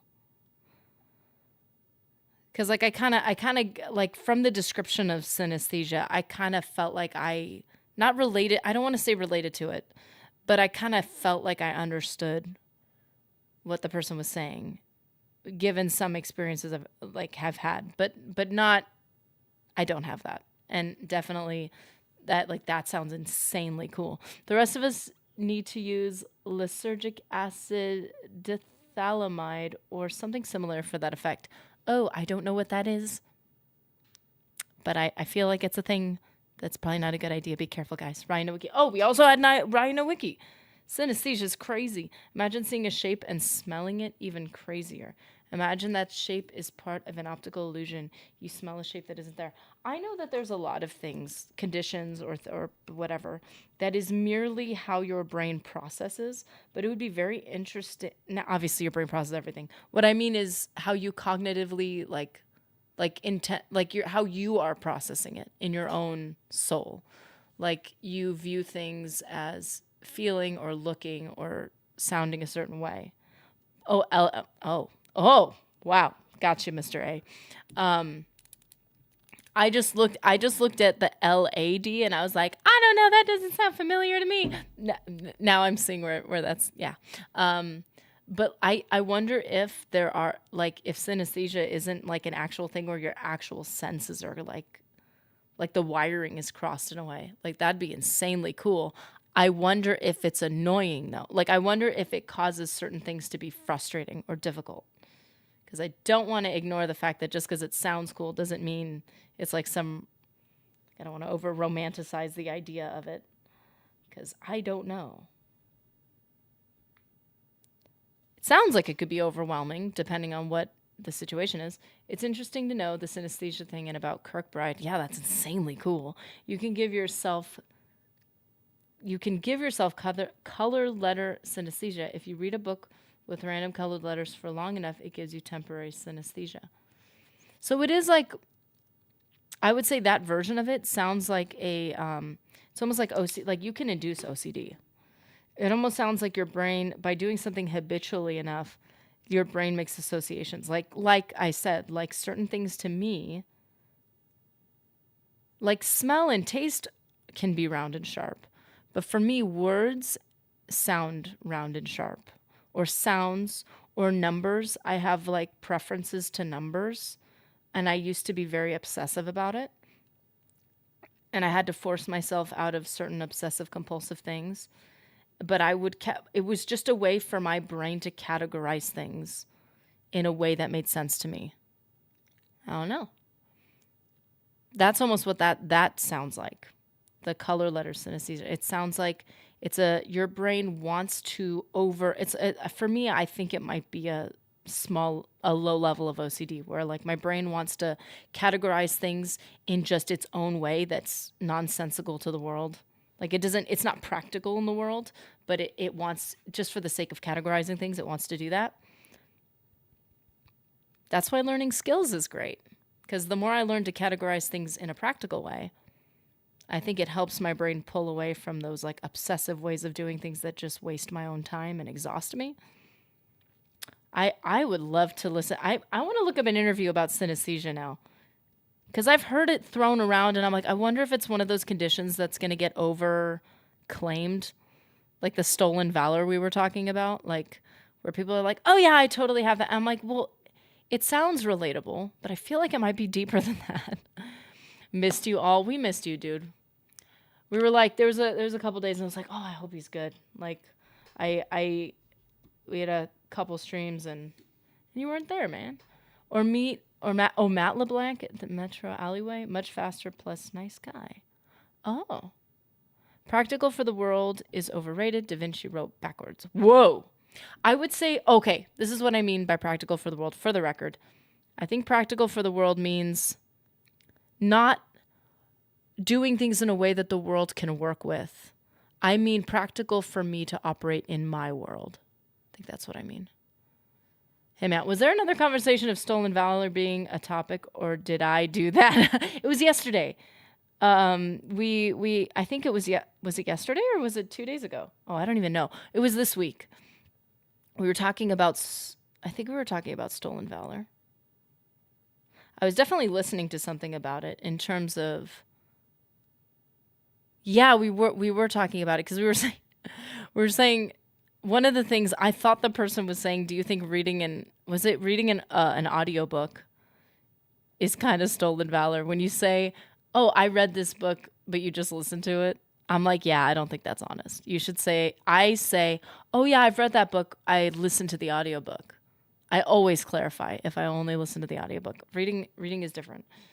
Day before. It was the day before yesterday. Okay. Your streams consistently have interesting topics being discussed at some point. It's pretty great. Man, I've got people bringing up the coolest stuff. And if I have some weird thought or feeling about something, there's so many different perspectives that jump in and expand on it in a way that I'm like, oh, I'm learning. I didn't know that. I love that. We're helping each other process is what it is. Yeah, that was me. It was you. Do you think it's stolen valor to say you've read a book when you did it via audiobook? That's what it was. And I thought we were talking about something else at the time too. So I thought you had related to something else, and then we had a whole conversation about it. People don't understand how great conversations can be when a bunch of nerds get together. Yes. That's why having like some similarity and think, what? Oh, I was like, do you hear that? I hear whispering. It's freaking me out. It's because my headphones still are pulling in gameplay, so that chick is still talking. That's so funny. She said disgusting creatures, but it was whispered in my ear in a scary way. That's so funny. But yeah, I love the topics getting a little serious, because sometimes there's a couple topics that we've talked about that were just somebody that was frustrated with something, or like it was like a direct problem in their life at the moment. And then you can really like, not like advice per se. You could just have interesting conversations about it. It's cool. I don't know. And it's like, lets your brain like work. Like, I don't know. I think we have really cool conversations. And because we have like, I think I've noticed now, I didn't realize this before, but because we all somewhat like Elder Scrolls, I would argue, not going to speak for anyone, but I've noticed that there's certain topics that there's some overlap in understanding, where someone's like, yeah, it's kind of like this. And they're like, yeah, I'm familiar with that. I'm like, oh, this is cool. These are things that I haven't gotten to overlap with people on. So I find that really interesting. So yes, stolen valor. Don't say you have an illness that you don't know for sure that you have, especially if possibly your experiences of it is not reflective of people who really struggle with things. Also, don't say you've read a book when you've only listened to the audiobook. You could say like, I've read that, but it's shorthand. But if somebody like physically read the book, I'm like, I listened to the audiobook and it was great.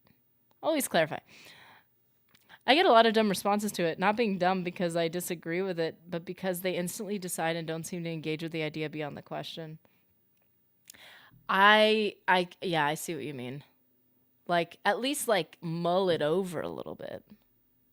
Like, and also you have to know the person you're talking to. Are they asking, hey, did you absorb this information? Then you could say, yeah, I did. But are they asking, did you do the work that it takes to actually go through this book? Then I'd be like, no, I didn't. I absorbed the information you did. So I've been exposed to the story you've been exposed to. But I have not. It's like if somebody says, have you played this game, but I've only watched someone play it, then I would say, I've watched someone play it. So if you reference something, I'll know what you're talking about. We've seen the same information. I just didn't participate in it directly. Somebody called me ableist because a person who has dyslexia or similar impairment would become other if they use another word other than red. Wait. Ableist because a person who has dyslexia. Oh, it would other people. There's a big difference between saying I judge people okay. This is all intent, man. This is all ascribing negative intent to people. This is saying, I'm just saying for myself, I know that I'm a human who takes pride in reading. So because I think the value of the work it takes to read, I lived with someone who was dyslexic, mildly dyslexic. It never really came up much, but it was I think for them, they never talked about it, but they were like, oh, occasionally it's like, I think they just got exhausted here and there by it, but it wasn't it never really came up. I think, oh goodness, saying it's ableist is ascribing intent to you. They're making a huge assumption. Goodness. I would say that when you're in a situation where somebody's, I don't know. I can't say no because everybody thinks they know. It's all about what the person's trying to do. If you say, "Oh yeah, I read that book. I got the audiobook." "Oh, but did you like read it?" And you say, "Well, no, I didn't physically read it with my eyeballs." Like, "Oh, well, you didn't read the book then. I read the book." That like if somebody's being weird, that's not even being ableist. That's just being rude. Like, but if you're saying, I for myself would want to clarify that I've read the audiobook, you're not saying dyslexic people can't, like, I don't care if you only read the audiobook and you tell me you read the book, I could care less. I don't care at all. I just know for myself. It's just for myself. I clarify. I don't know why, but it personally bugs me for myself. If everybody else in the group reads the audiobook and they all say they read the book, then I don't interpret it as, oh, that means that you had to have read the book with your eyes and read it out loud and wrote a dissertation on it. Like, I just know that somebody consumed the book somehow. It's just a me thing. I don't know. I'm sorry. It drives me nuts when people do that. It comes in so many forms, but people decide that everybody must have a negative twist to everything they do. And that is a horrible way to view the world. And it very well could be projection on the fact that you do that. And now you think everybody else, you're malicious. And you see that ugliness in yourself and you don't like it. So now you see it in other people. I feel like it's more often that. It's like people who say they love science. Most of them love trivia. They aren't as interested in the process itself. With synesthesia, I always come back to how people are getting brain-controlled prosthetic limbs with senses or things like bionic eyes. I wonder if you can get synthetic synesthesia with those senses. Ooh. I think simulating certain things is very interesting. I would just want to make sure. The thing that I'm paranoid about, things like that, I want to make sure that somebody who is experiencing it can confirm that what you're seeing is what they're seeing, but they can't. So, like, for instance, like if you see something that's like the colorblind thing, if someone who was colorblind were to look at it and they say, yeah, that's what I'm experiencing, it's like, but how do you know that because you're colorblind? Could it affect how you're viewing that? Like, you know what I mean? Like, so I'm always like, oh, I want to believe that I'm actually this, like, what do you call it? I keep thinking of the word synthetic.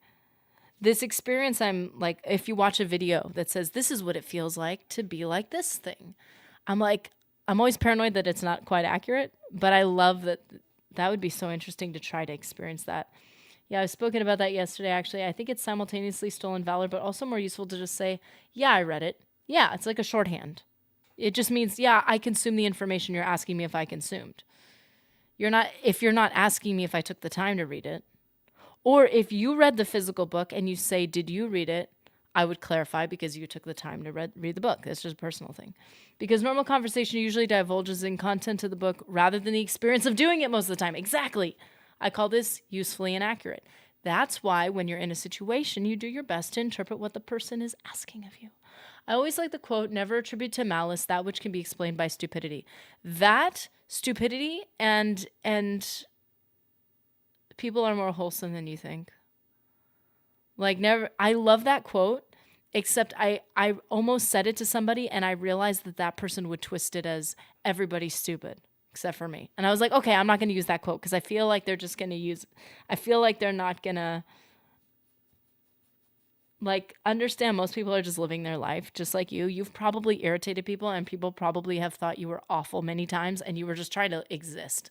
Like, you didn't mean to do anything. Which is what it means by stupidity. Like, you just, I just didn't realize I cut you off. You think I'm a jerk now. Don't assume someone is intentionally coming at you. Yeah, and even if they are, they have a reason to. Like, if I ever go at somebody, it's because I think I need to. And if somebody's like, oh, now Nerdy's just malicious, maybe once the situation's explained, and if that person's gracious with me, then I'm like, oh, shoot. Oh, I'm so sorry. I genuinely thought this was this situation. And I got a little intense. I'm sorry. And then the person could be like, yeah, it's okay. Like, yeah, that may, or they could say, hey, that hurt. But like, I'm not saying I've had this experience. I'm just saying, like, if someone were to go at somebody, it's because something's happening in their mind that they feel like that's just, obviously, they think that's reasonable. So you got to work with that. This person's a reasonable person in their mind, so I'm going to talk to them like they're reasonable. Yeah, I get prescribed intent to my question. I'm sorry, I'm behind because the conversation goes so fast. It's very easy to predict or assume combative or insulting opinion I hold, even if I didn't say any of it. Yeah, especially if I get tired, it's like, oh, you must be mad. Oh, you must be this. Oh, you're giving a look. I'm like, I honestly just don't even know how to process the moment I'm in because I'm exhausted. It's a lot of projection of aggression. I feel like the people who are the most harsh with other people think everybody doesn't like them.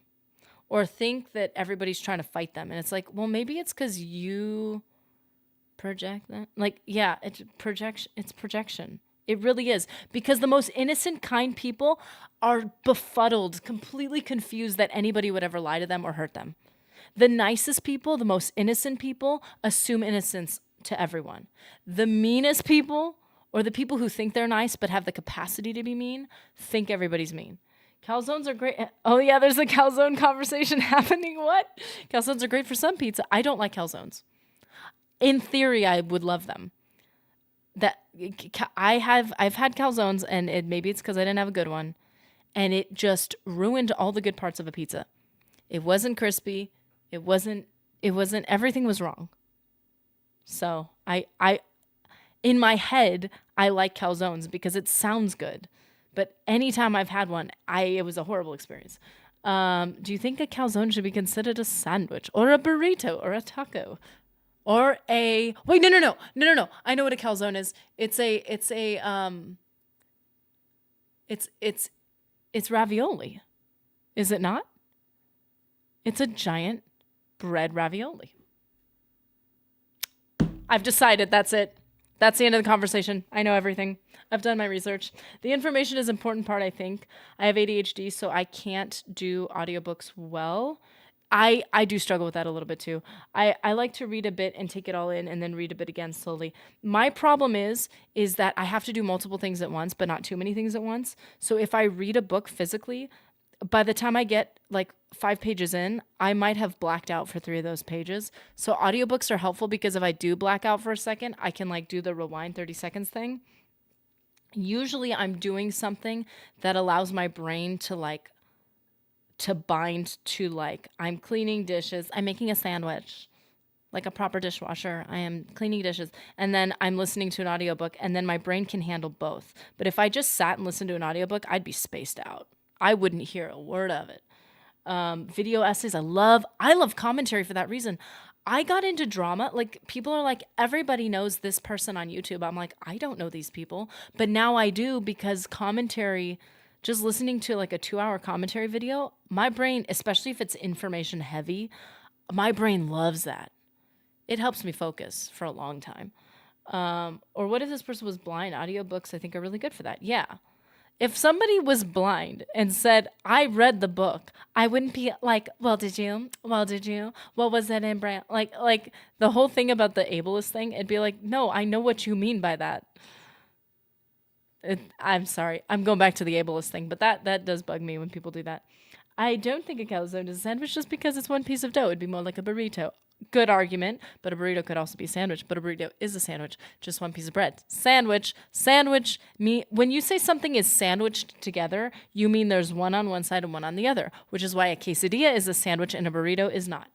If they're blind, they have Braille, but also no one said no audiobooks. Yeah, again, I think it's understanding a conversational thing, and people can tend to give way too much information, but it's like, nah. Yeah. I read the book. It's a turnover, maybe a wrap. A sandwich in my head requires 2 pieces of bread. There was a study 3 weeks ago reported showing if we see the same color as other people, it's interesting. Pretty scientific. Yeah, that messed me up.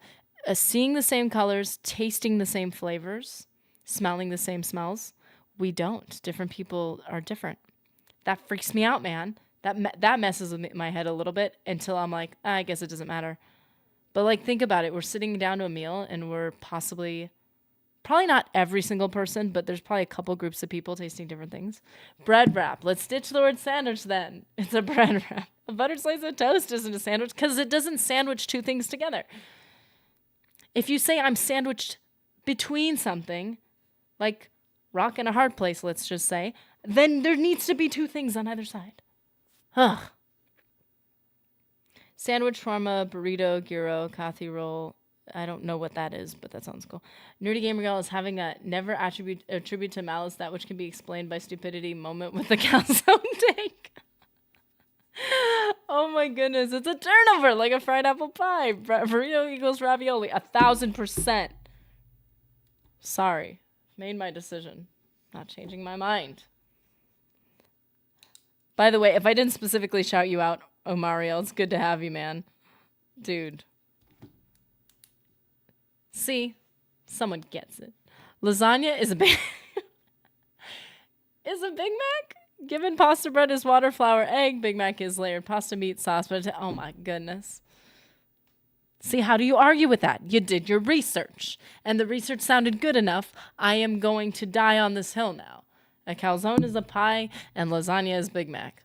But a pie is just a big sandwich. Oh no. Nuance is a place that I love to live in, and if I get quoted for phrases like usefully accurate or uselessly accurate, that I love that. Is it usefully? It's accurate, but is it useful? Is it usefully accurate or is it uselessly accurate? Many people have usefully inaccurate things. Let's just support my perspective on it. Pizza pie. Counterpoint, sandwich is a pie. But a pie is a sandwich. I usually just bow out of the it isn't a sandwich discussion. It's the path of sanity. No need to reclassify everything. Insanity is doing the same thing over and over again and expecting the same result. So if we can come up with a different result every time someone makes an argument, that's not insanity. That is reason. True reason is changing your mind every 2 seconds when somebody comes up with a half-decent point. Sandwich is a very recent concept in culinary. The pie came first. I rest my case. But a pie traditionally would be baked. I don't think you typically make pies that are not baked. I guess pizza is technically cooked, but kind of baked. So, I don't know. True thing is it will change our own patterns of speech or ideas. Probably not. YouTube chat is going crazy with the fallacy of composition. Oh dear. See, this is what I'm talking about.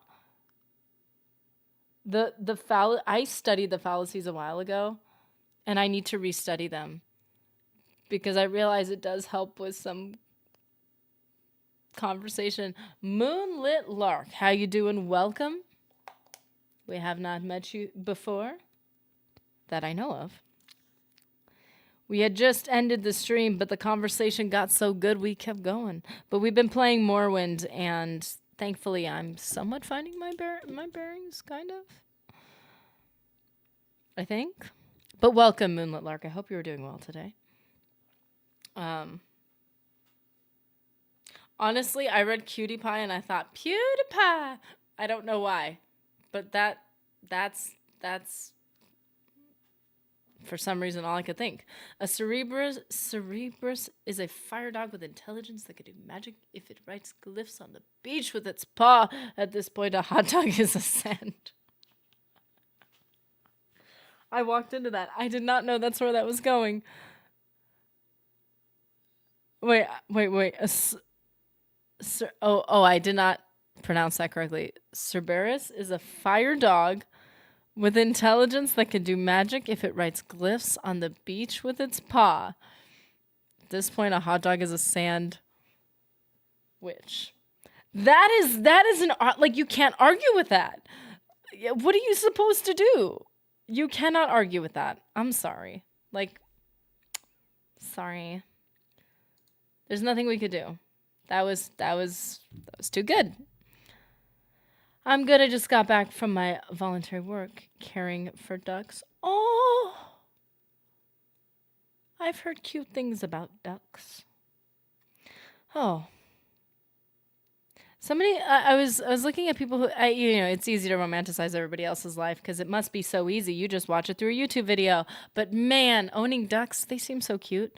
Did you know you can zoom in and out on Spotify on desktop? I did not. I don't have. Do I have Spotify? I think I have it. I thought Cerberus was a dog who guarded the entry to Hades in Greek myth. Not anymore. Apparently, it's a witch. Maybe they needed a witch fire dog to guard Hades. You know, I'm just throwing that out there. Was it flaming or is that slang? And by flaming, no, we didn't mean flaming. We meant straight fire. I don't mean in the Ian McKellen sort of way. Some of them are evil. There's this one duck called Yoda who always tries pecking me to death. Ooh, attitude. See, attitude sounds cute until you have to sit with an animal that has attitude, and then you're like, oh, this is like a bully child. You're like, I know you don't get what you're doing, and I can't retaliate or protect myself, but you're punching me, and I don't like it. So, yeah. I've gotten bitten by an animal, and I've gotten hit by a kid, and yeah, it's not good. There are jobs where, understandably, you can't you can't go near the kid. So you're like, I have to instruct you, prevent you from hurting someone, prevent you from hurting yourself, and at a certain point from hurting me. I'm not allowed to go near you though. This is weird. Like, or it wasn't that you can't go near them, but you can't like restrain the behavior. So it's like, so if you just punch someone in the nose, you got to be like, sorry, parent, I wasn't allowed to grab their hand.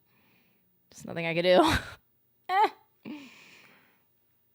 It's got 3 heads just to roast you faster. Oh! Do not mess with that dog. That hot dog. It is cute when a duck is pecking at you until it becomes a pecking duck. There are 2 ways you could take that sentence. The earth is 80% water that is not carbonated. So technically, by majority, they're... Oh, dang it. Oh, my goodness. You're spitting facts right now, man. Who can argue with that? Technically, by majority, the earth is flat. It is. It's 80% flat. So what is anybody going to say about that? This is quickly turning into pirate software TTS donations. Pirate software. Whoa, wait. Is that a dude? Is that a person? Is who am I thinking of? Is pirate software a guy? Is he the dude, the developer? Dude? I think I saw a video on him recently. Cerebrus versus Garm. Botanically speaking, corn is a fruit. It is produced from the flower or the ovary of the corn plant. Specifically, corn is classified as a caryopsis.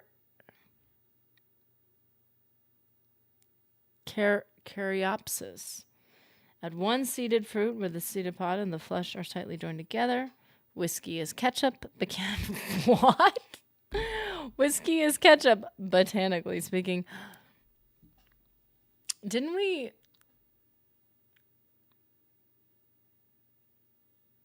What was the one? There was one like that about coffee. Because bean is a plant.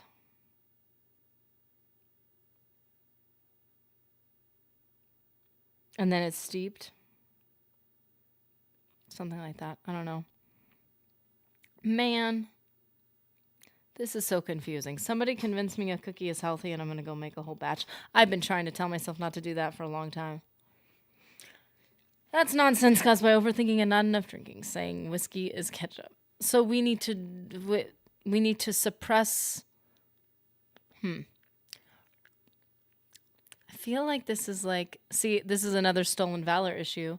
I can't say I'm ADHD, although I have very stereotypical good qualities. Feel like you're either over, there's too much stimulation happening, or there's too little. Like you're like, there's too much noise and I'm gonna shut down and cry because I don't know what to do. Or not really, but you know, I'm exaggerating. Or there's no noise and my brain cannot catalyst to anything.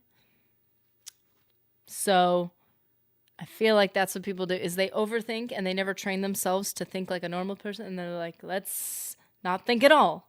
But then for me, then I get depressed. So I'm like, what's the point? There's no point to anything now. So it flips me from one extreme to the other. But exercising your brain is annoying and hard, so I don't want to do that. So popcorn would be a dessert then. Wait, popcorn is a dessert. I mean, it's a snack, but it's a dessert. Typically. Even if there's no sugar on it, I would consider it like a dessert. It's typically served as a dessert, I would say. Cornbread and buttermilk used to be something my grandparents would give me for dessert. That actually sounds really pleasant. That sounds. Oh, I think I bought a cornbread mix for Mr. Nerdy because he kind of likes cornbread. And so do I. I like it a lot. I like it because of the texture, like a lot. And buttermilk, you can kind of create your own buttermilk. Wait a minute. Can I make something similar to that? That kind of sounds good. Wait, was it like a cookie and milk where they're separate, or was the buttermilk poured on top like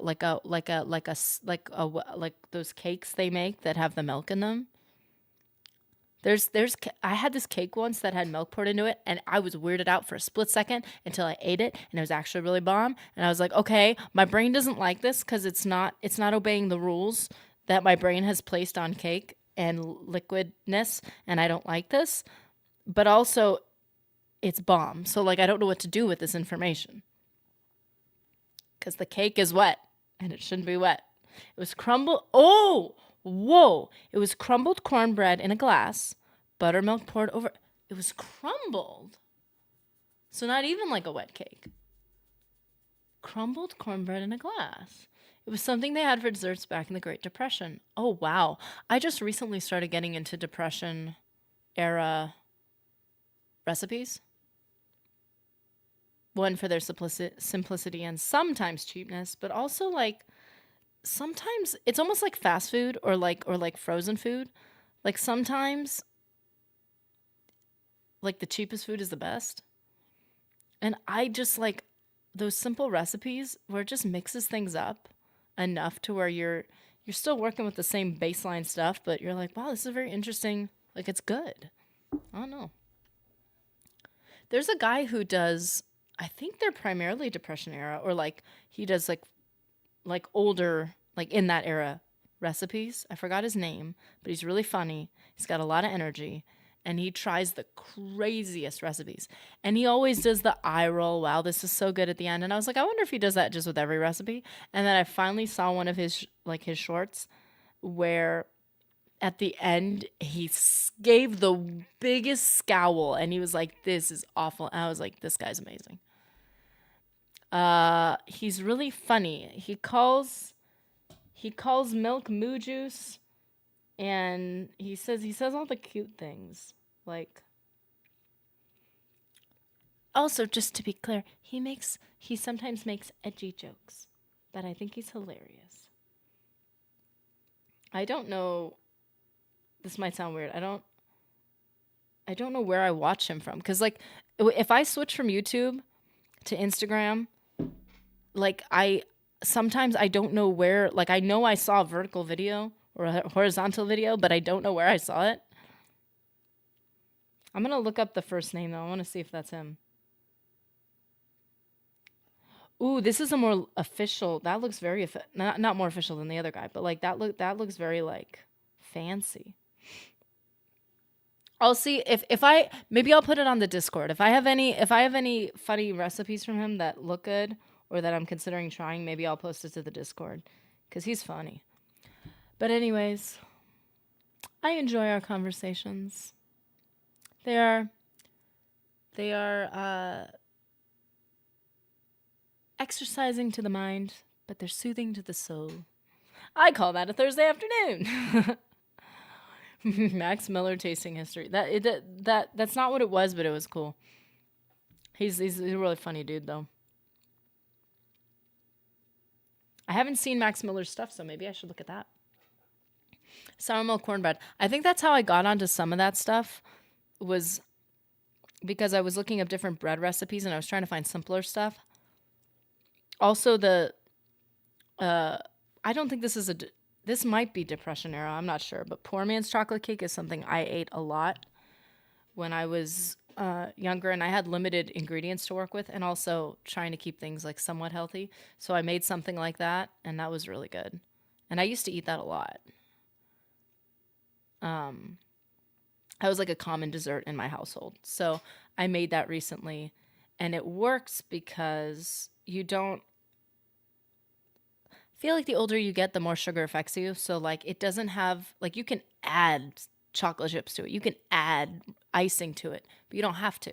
And on its own, it's actually a very simple, not overly sugary cakes, in my opinion. I mean, it's got a lot of sugar in it, but like, you know. Stephen Lynch is a musician from Juilliard who makes edgy, funny music with beautiful composition. You might enjoy him. Oh.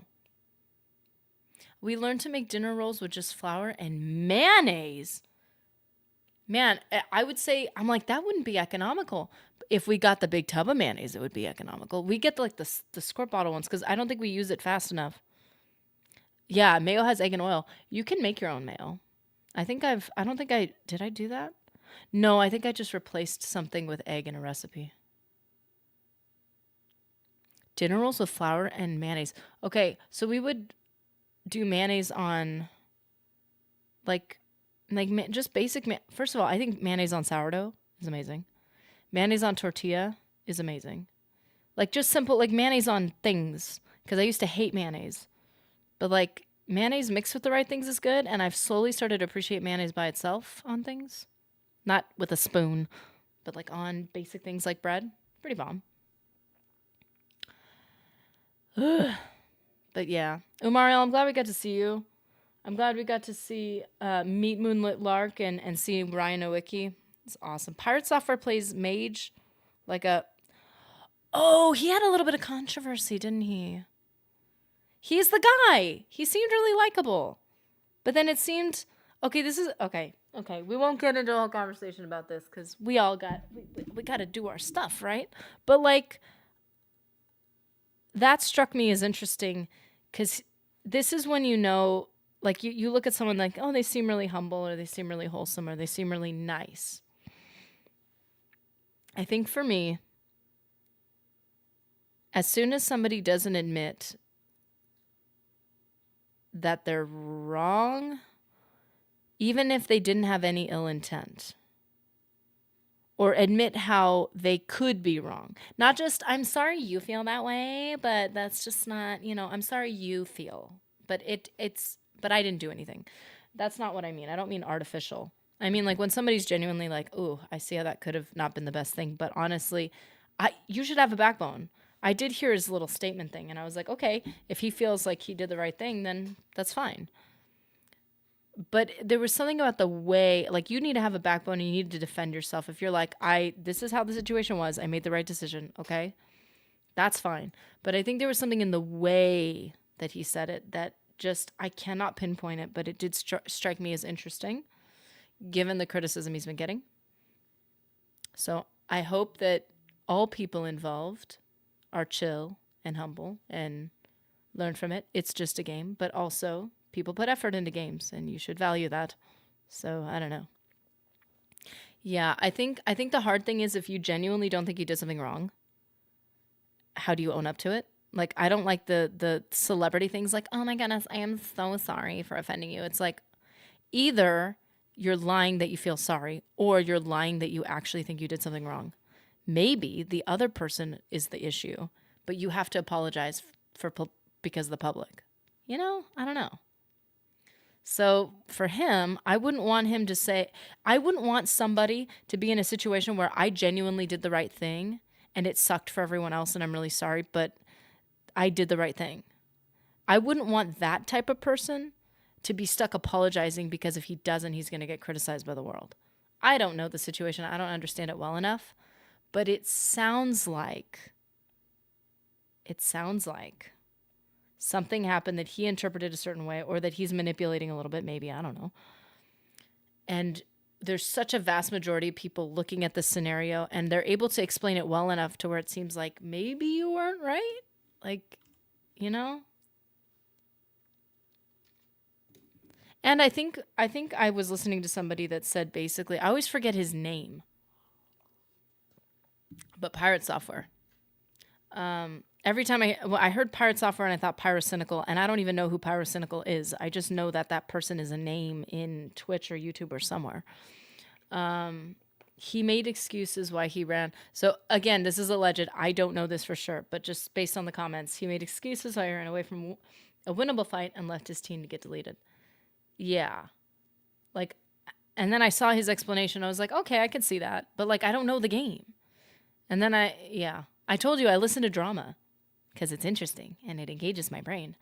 My boss and I had a dust up yesterday. He called me up and apologized, made me respect him more. Oh my goodness.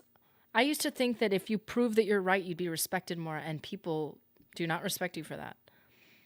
When you even when you apologize for your 5%, you know, you don't need to be the person who's primarily in the wrong. But something's wrong. You can just apologize for that part of it. I don't know. If you can apologize to a subordinate and admit you're wrong, that's character. That is character. And if you're not doing it just so that you don't have to deal with the drama, you're doing it like genuinely, like that's a big deal. And if something's in private, it's not, you know. He acted very sly and selfish. Kenny G's in the building. Oh man, you just caught us at the tail end of an interesting conversation. I couldn't sign off because the conversation was so good. It was getting so lively and heated. Not heated in a bad way, but heated like in a, working off each other's energy. At the end of the day, he also just played a video game wrong. See, like in that case, if he thinks he made the right decision, then own it, dude. Say you made the right decision. But work to get better at the game. You know? I don't know. Like, that's kind of an important... Coconut oil for grilled sandwiches is also excellent. What? I do not find that offensive at all. We used to eat, talk about like struggle bus food. We used to eat spaghetti with coconut oil. We had this massive tub of it, like a bulk tub of it, with coconut oil and garlic and salt, like garlic salt. Ooh! It was good. It worked as a savory. So I could see it being good for a... Oh, you're like the Khajiit! Kenny G is like a Khajiit. Sorry. We had this whole conversation of why Khajiit talk the way they do. Kenny G is drinking a blonde Americano. That sounds bomb, dude. Somebody made me a drink at Starbucks. It was really, really, really nice. I went to a Starbucks. I never go there. And somebody made me something, and I didn't know it would be good. And now I'm like, I didn't know coffee at home could be good. So now I'm trying coffee with evaporated milk. Because... I feel like we don't go through milk fast enough, and it's just not a big part of our life. But I'm like trying it with So actually, now you're making me want to make myself a third coffee. I'm okay. I'll be okay. But if I don't pass out from getting too hyper, that sounds really good. It was like a. I don't know. It used real sugar too, which I was like, oh, real sugar is good. I need to use more often. Whatever is that? Coffee? Oh, they have it in Tamriel. They typically use it for tinctures, but it can also be used to make you talk faster than normal. Kind of like the boots of blinding speed. Kenny G will be having a club sandwich with avocado for lunch again. Ah, don't make me jealous.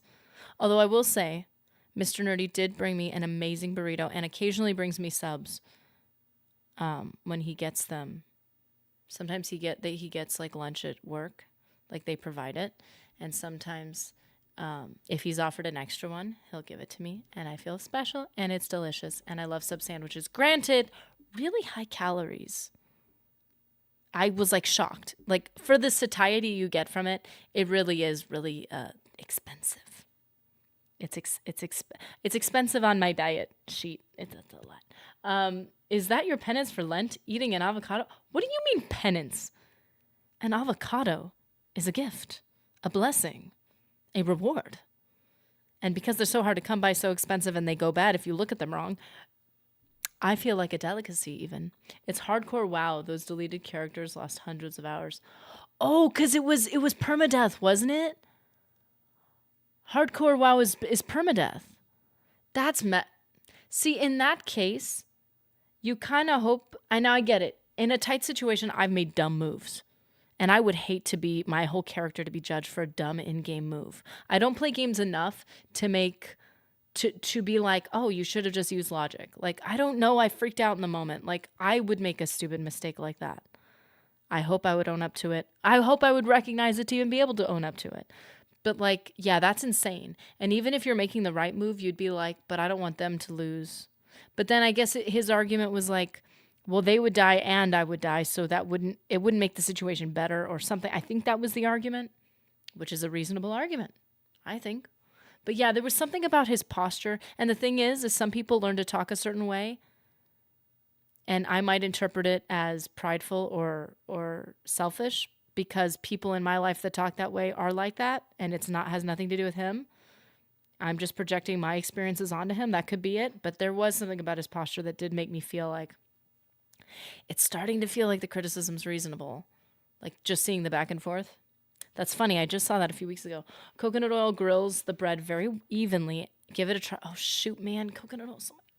Sorry, I'm trying to be faithful to my diet because I like totally crashed it into terrible. And then so now I'm back on it. But man, coconut oil that's on the grilled I want to try it. Dang it, I want to try it. Sharp cheddar, do you recommend? So you have the contrast of flavors. Kenny G loves coffee and sandwiches, but he loves Nerdy Gamer Gal even more. That is a huge compliment. Protect Nerdy at all costs. Especially if I ever play hardcore WoW. Please don't run away from me. Protect me at all costs. I'm sorry. I think I have learned a lot. I found the pirate guy because I had desired to learn coding at a certain point. I thought maybe it would be helpful in my effort to make content, that maybe if I learned to code, that it would enrich some of the things I do making videos and maybe making a website one day, or maybe, I don't know. And that's, I think, how I found him. And he had great information. He's easy to listen to. He's a great teacher. And there were certain things he would talk about that really I found enjoyable and helpful. So that's the only reason why I know about the guy. Granted, I didn't know coding was like, I didn't know what I was getting into, and I spent months on it. And I feel like I learned nothing because I need a teacher or something. Avocado is a millennial psyop. It's something made trendy, which shouldn't exist. I'm not going to lie, man. The first person I ever saw eating an avocado, no, that is a complete lie. A bunch of people in like the cultural food that I was exposed to as a kid, a lot of people ate avocado. It was a big part of it. But eating it by itself, the first time I ever saw that was a boomer, not a millennial. They were like, and not a whatever the other previous generation is. It was an older person eating it as a healthy snack, just with salt on it. And I looked at this person, I was like, I dream to be that healthy one day, where I could just take what I perceive to be a vegetable. I know technically it's not a vegetable, but in my head it's a vegetable. Sprinkle salt on it, and I tried it as an adult, and it is the most. It is amazing, fat and salt together, and the texture, all of it. I'm like, this is a sensory like masterpiece. I don't know why. I really liked it. But I didn't know it wasn't trendy at the time. It wasn't cool at the time. And the first time I ate avocado toast at a restaurant, pretty sure it wasn't trendy or maybe it was trendy and I didn't know it because I'm so behind the times. But oh my gosh, it was amazing. I'm not gonna lie, like it was one of the best breakfasts because it was so light.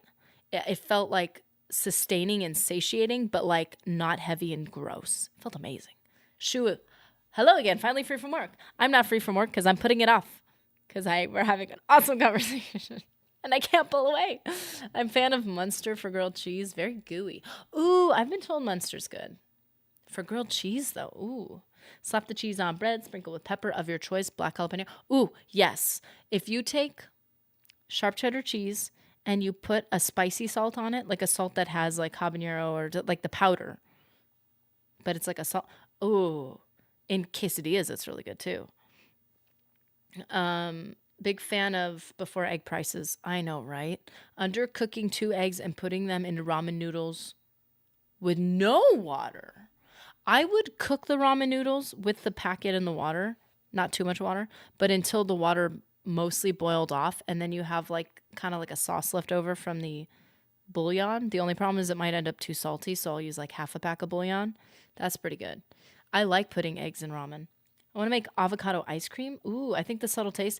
I've had pistachio ice cream and red bean and maybe black bean. Some type of bean ice cream. If that's good, avocado ice cream is probably good. We did that with potatoes, ate them raw with salt as a snack. Raw? That doesn't upset your tummy? It seems like it would replace syrup of Epicac for inducing vomiting. Avocado ice cream. I think it's just a flavor. Like all those earthy things with sweet and fat with them, they do taste weirdly good. I think if you didn't know what it was or didn't have an association with it, it would probably be good. But knowing what it is, it'd probably be like, ooh, that doesn't make sense. It's weird. You know? Over medium, it's like what, like certain things shouldn't be consumed certain ways. Like peanut butter. People put peanut butter in their smoothies, and in my head, you do not drink peanut butter. And trying to drink it, I thought I was going to vomit. I thought I was going to get sick. It was bad. Like, I could not handle the taste of peanut butter, unless if I had added a ton of sugar and made it like a Reese's style something. But like putting peanut butter in a protein shake, it was rough. It was very rough. But I like peanut butter in like ice cream and stuff like that. I think it's bomb. Decent thrown weapons though. Wait, I don't. Oh, I didn't read the first one. Personal taste. I don't like avocado flavor or texture. Yeah, that's the whole thing. That's the only thing that exists is the texture and the subtle flavor. If you don't like that, yeah, you're not gonna like it. I can't handle tomatoes for the most part. If you slice a tomato and you stick it in something and you put a bunch of acid on it, like vinegar, and you put salt and pepper, and you put it with a fat, like a meat or a cheese, then I like tomatoes. But I try to eat them on their own, and I almost gag. Like, I really struggle with it. The texture's weird to me. It's like tough on the outside, grainy on the inside. The flavor's weird to me. But then you put it in something, and it's amazing. Some people used to put peanut butter in burgers as a spread. I haven't tried it, but Oh, we did have this one thing one time to talk about trendy, talk about trying to be cool, all millennial and vibey. We had this sandwich once somewhere, and we made it at home too. It was super healthy bread. It was a PB&J with sprouts in it. I think the next time we went to that restaurant, we asked for it, and they looked at us like we were insane. And we're like, we swear we could not have thought of that on our own. It was actually kind of bomb. But again, you eat hamburgers, and what is that? Fat and protein and bread mixed. That's what a peanut butter and jelly sandwich is. It's fat and protein with bread mixed. Just added a little sweetness on it. Peanut butter and bacon grilled sandwich, heart attack on a plate, pretty... What? See, I want to argue with it. But what is it? It's salt, and it's fat, and it's protein. It all comes down to the macros, and those are good together. It could work. The only thing I've heard that genuinely, it's not the only thing, but the only thing I remember at this very moment that I've heard that genuinely troubled my soul was somebody said they knew someone that loved ketchup so much that they were like, yeah, what are you going to put it on your ice cream? And they did, and they liked it, and I was worried for their safety and mental health. Like, are you okay? And if you're okay, do you have fun? But like, it is a little concerning. PB&J is fat, protein, bread, lots of high fructose corn syrup. Yeah, I didn't realize what a sugar bomb PB&J is. Stopped eating it because it's literally like, it's like those fig bars. You're like, they're so healthy and whole grain. No, they're not. They're a ball of sugar that's about to explode in your bloodstream, and you are just left all spazzed out. And you're like, I didn't have candy. I swear, you basically had candy. It's like dipping salt and vinegar potato chips in ice cream. Oh, that's good. Well, wait. Dipping fries into ice cream is good. Salt and vinegar, I'm not sure. I used to eat ketchup on its own as a kid. Ketchup is intense. It is good, but I have to have it on something. Oh, Elvis's go-to was a giant PB&J with bacon. I mean, like giant, like a whole jar. Oh, I heard about this. That sounds weirdly familiar. Fat, salt, and starch. Very satisfying for the brain. Makes the brain freak out and crave things. Been years since I've had chips. Do you think there are moral implications for betting on the special... I definitely think there's moral implications for betting in general. Does that apply? I don't really believe in betting in general. Any type of gambling. So I guess I could say yes and not really go any deeper into the conversation if I'm trying to avoid the rest of the topic. I don't know. I have no idea. I don't know that I've watched it. I don't watch the Olympics at all, so I don't know. Peanut butter and dill pickle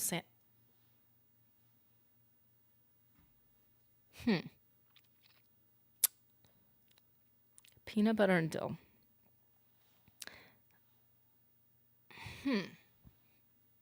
That's a bit of a stretch for my brain. I'm going to have to think about that one.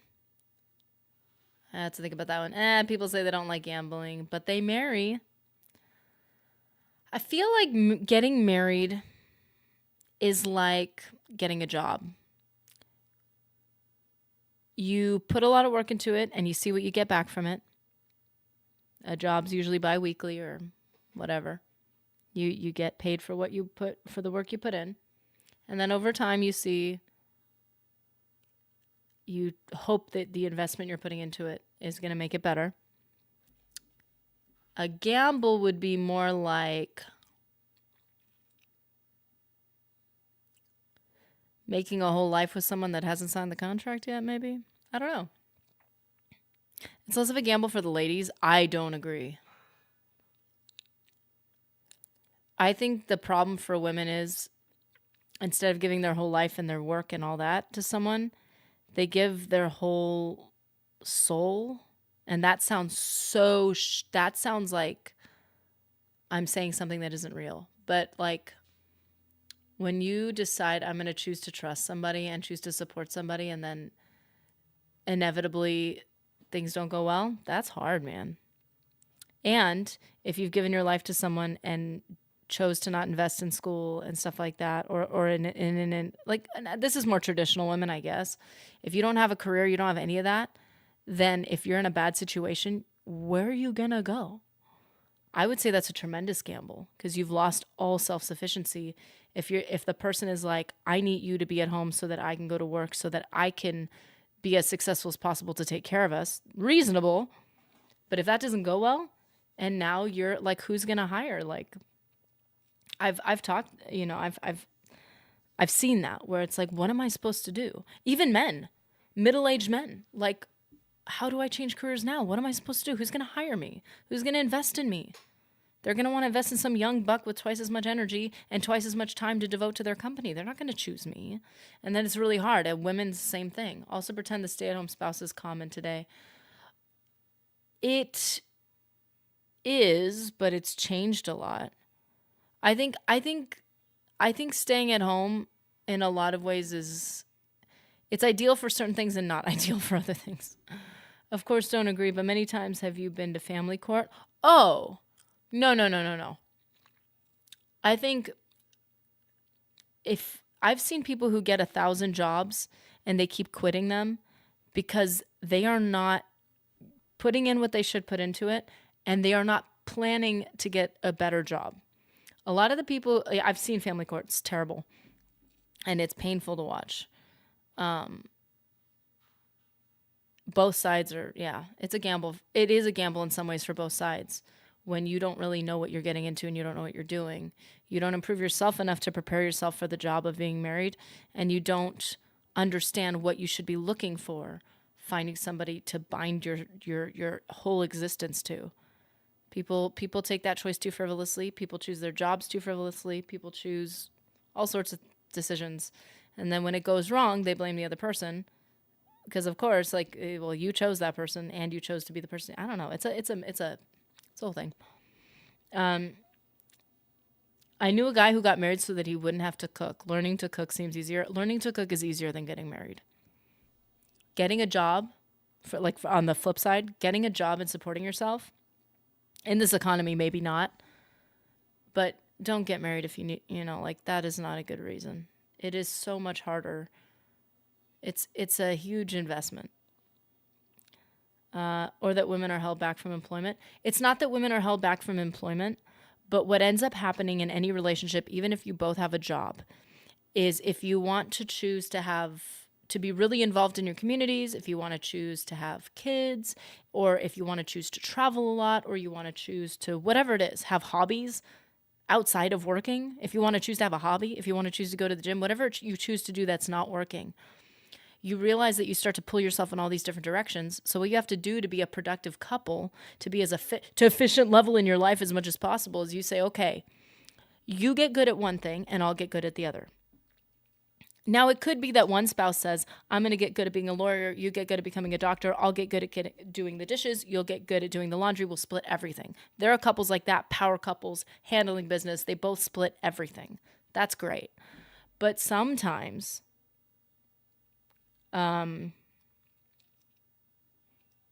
if one person's saying, if I work for $5 an hour and you can work for 20, that's dumb.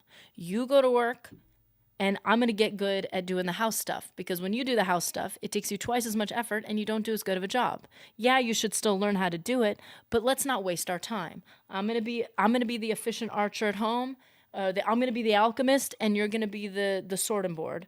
And you're going to be insanely good at it and conquer the world. And I'm going to be insanely good at it. And I'm going to give you all the potions you need and help you conquer the world. That's the ideal situation. But when that situation goes sour, the person without the ability to exist in the world independently is now left, if they don't have a support system, is like, they're left destitute, you know. Now, obviously, some of those people go to court and bleed the other person dry. I think that's wrong. I think there should be restitution, but then from then on, like, I stole your ability to go to school. And I'm not, again, this is a more traditional situation. You committed to me instead of going to school. You committed to me instead of building a career. You committed to me instead, and maybe that person would have been too lazy to do all those things. In that case, you're like, okay, you're just trying to steal money from people. It's so complicating, but it's like, that's why it takes, if you're going to bind your soul to another human being, you have to both be pure in your intentions, and you have to be both willing to work on it. It's like a separate job. The system is set up, we pretend women are still in the 1920s, that work from home isn't a thing, etc. Yeah, I think, if I'm going to be transparent, I'm in a more traditional situation, so I've experienced and seen firsthand the tremendous benefits and tremendous downfalls of it. But no matter what situation you're in, it's going to have amazing benefits and amazing downfall. Like, there's going to be, you put yourself in any situation. If you're single, you're going to have vulnerabilities. If you're married, you're going to have vulnerabilities. All those things. I have the assumption that women get as much toxic comments as men on the internet, but the difference is that the toxicity is focused on the fact that they are women. Oh, that's a deep conversation. The dynamics of human relationships have changed drastically. I wouldn't say that that's scummy at all. I think humans are realizing. I think you need to know what you want, and you need to look for it. And if you find a girl that wants a traditional life and you hate her for it, that's your fault. You chose her. You didn't determine that you were compatible enough before. And if you genuinely feel that strongly about it, just say, listen, I want to be in a working relationship with somebody where we're both working, and we're both taking care of our own house. We're both adults. We can both clean up our own junk. Then that's the life you want. And if you find somebody like that, but if you don't find somebody like that, it's not fair for you to expect that person to hate that person for it, or for them to hate you for it. That's not fair. They need to know, they need to choose well, and you need to choose. It's not just about, ooh, you cute and we are compatible. It's like, oh, there's all these, like, I think your concept of employment and stuff is just as much about compatibility. Surrogates become more common. Yeah, that's interesting. Most people drawing alimony will never go on to become we're never going to be surgeons. And most people paying alimony, we're never going to be surgeons either. But yeah, alimony is, I can understand why alimony is a thing, and I think in some cases it needs to be a thing, because but if you got married 2 years ago and you already had a career and you're gouging somebody for money, like, I've seen people get alimony because they're like, I need to maintain my lifestyle. Not, hey, we bought a really nice home together and I need to be able to afford it. That's okay. It feels frivolous, but it's fair. You're stuck in a home. You want to keep your home. I get that. But if you're like, I just want to keep up my lifestyle, like, and it's frivolous and it's not, it's like, oh, I've seen some alimony can be nasty. Well, it's, and to be fair with alimony and like the kid payments and stuff, people who pay for their kids, a lot of people aren't even paying those payments. Well, it's odd that any analysis or criticism of the ladies is labeled as toxic by default. If we're all equals, we're all subject to it. That is true. I like the Florida system, a 10-year maximum cap on alimony. Yes, I think that's reasonable. If I siphoned your ability to even support yourself eating, there should be, but a time limit I think is reasonable because there's unless if and alimony is when you don't have kids. I don't know the difference. Like I think like if you have kids to support, how do you support it? The whole thing is so complicating. It's so sad that human relationships are corrupted. I do believe women get toxic comments, and I do believe men get toxic comments. I used to believe that it was more equal than it is. Like, I was just listening to somebody talking about their experience at the gym, and it was a man saying, I watch the way men at the gym treat me and treat the other men around me, and I see the way they creep on my girlfriend, and that they pressure her, and they try to, like, bully her into things. And obviously he's there. He can do something about it. But I was like, oh, I didn't realize. And obviously you're taking people's word on it. But, like, I think that there is toxicity that women get. Probably from bitter men, not from all men. And there's toxicity women get from women. Like, where it's just because honestly, I honestly thought it was just women whining. And I think there's so much legitimate stuff where people get criticized solely on the fact that they're female. And they get taken less seriously, or they get accused of things just because they're women. I've seen that. And I've seen it enough to where I'm like, oh, it is a real thing. The problem is, now you have a bunch of people, a bunch of women saying, that's what's happening to me. It's like, no, that's legitimate criticism. Whenever you have real victims in the world, you have a whole nother group of people that rise up saying, see, I'm the victim of that. And you're like, no, you're not. It exists in the world, but you're not a victim of that. You know? I'm just being called this because I'm this. I'm just being told that because I'm that. No. Alimony is paid to the spouse. Child support is separate. Oh, okay. Alimony is spouse. Child support. Thus its name, child. That's one positive of the ubiquity of cell phones. We're getting more raw data and getting more personal data. I've realized that I am less weird than I thought I was, and I'm less special than I thought I was. I'm less unique. The experiences that we all thought were like, oh my gosh, it's just me. I'm just so quirky. No, you're not. That is everybody in your generation. That is so many people. Pirate Software talked about how people who don't critically manage their expenses are like goldfish put into a too big of a tank. They grow to the tank, yes, only to make sacrifices when things go south. See, I think that's nailing it, 100%. It's like here's the girl version of it.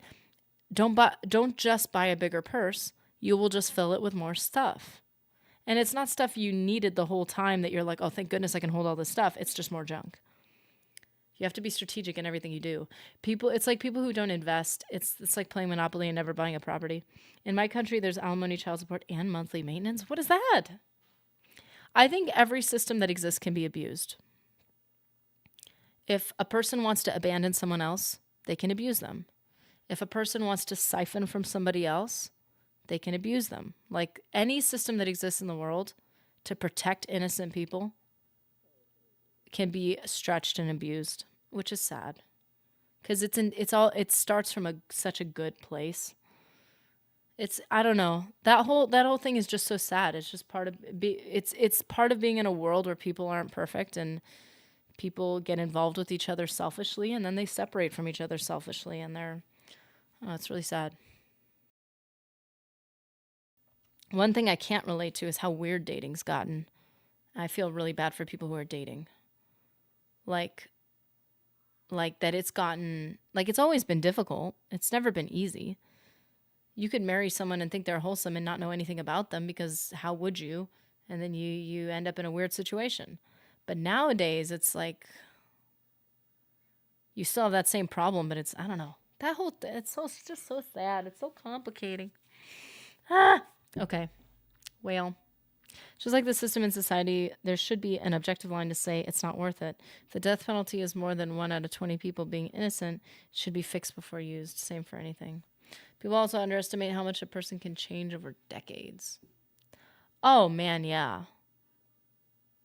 Yeah, when you become friends with someone you don't know, or married to someone, you only know the surface. You don't know everything.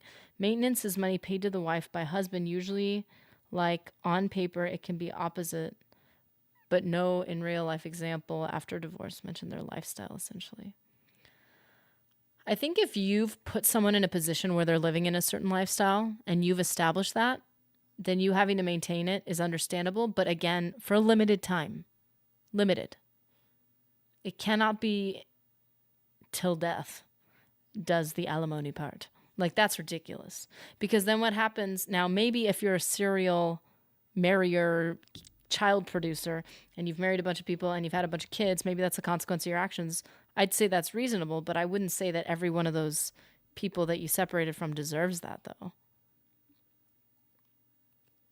No one's entitled to a lifestyle. I think what can happen, I think in the most innocent scenario, is that somebody has set you up. Like, for instance, a husband buys his wife a car. He's like, I'm amazing. I have so much money. Here's your car. It's in your name. I'm leaving you. That wouldn't happen quite like that. And then she's like, I'm stuck with this car that I got to pay insurance on. I got to pay, like, maybe the market got really bad for used cars for a while, to the point that used cars cost as much as some of the new cars. It was really bad. And in that scenario where you're like, it would just be better for me to maintain what I have.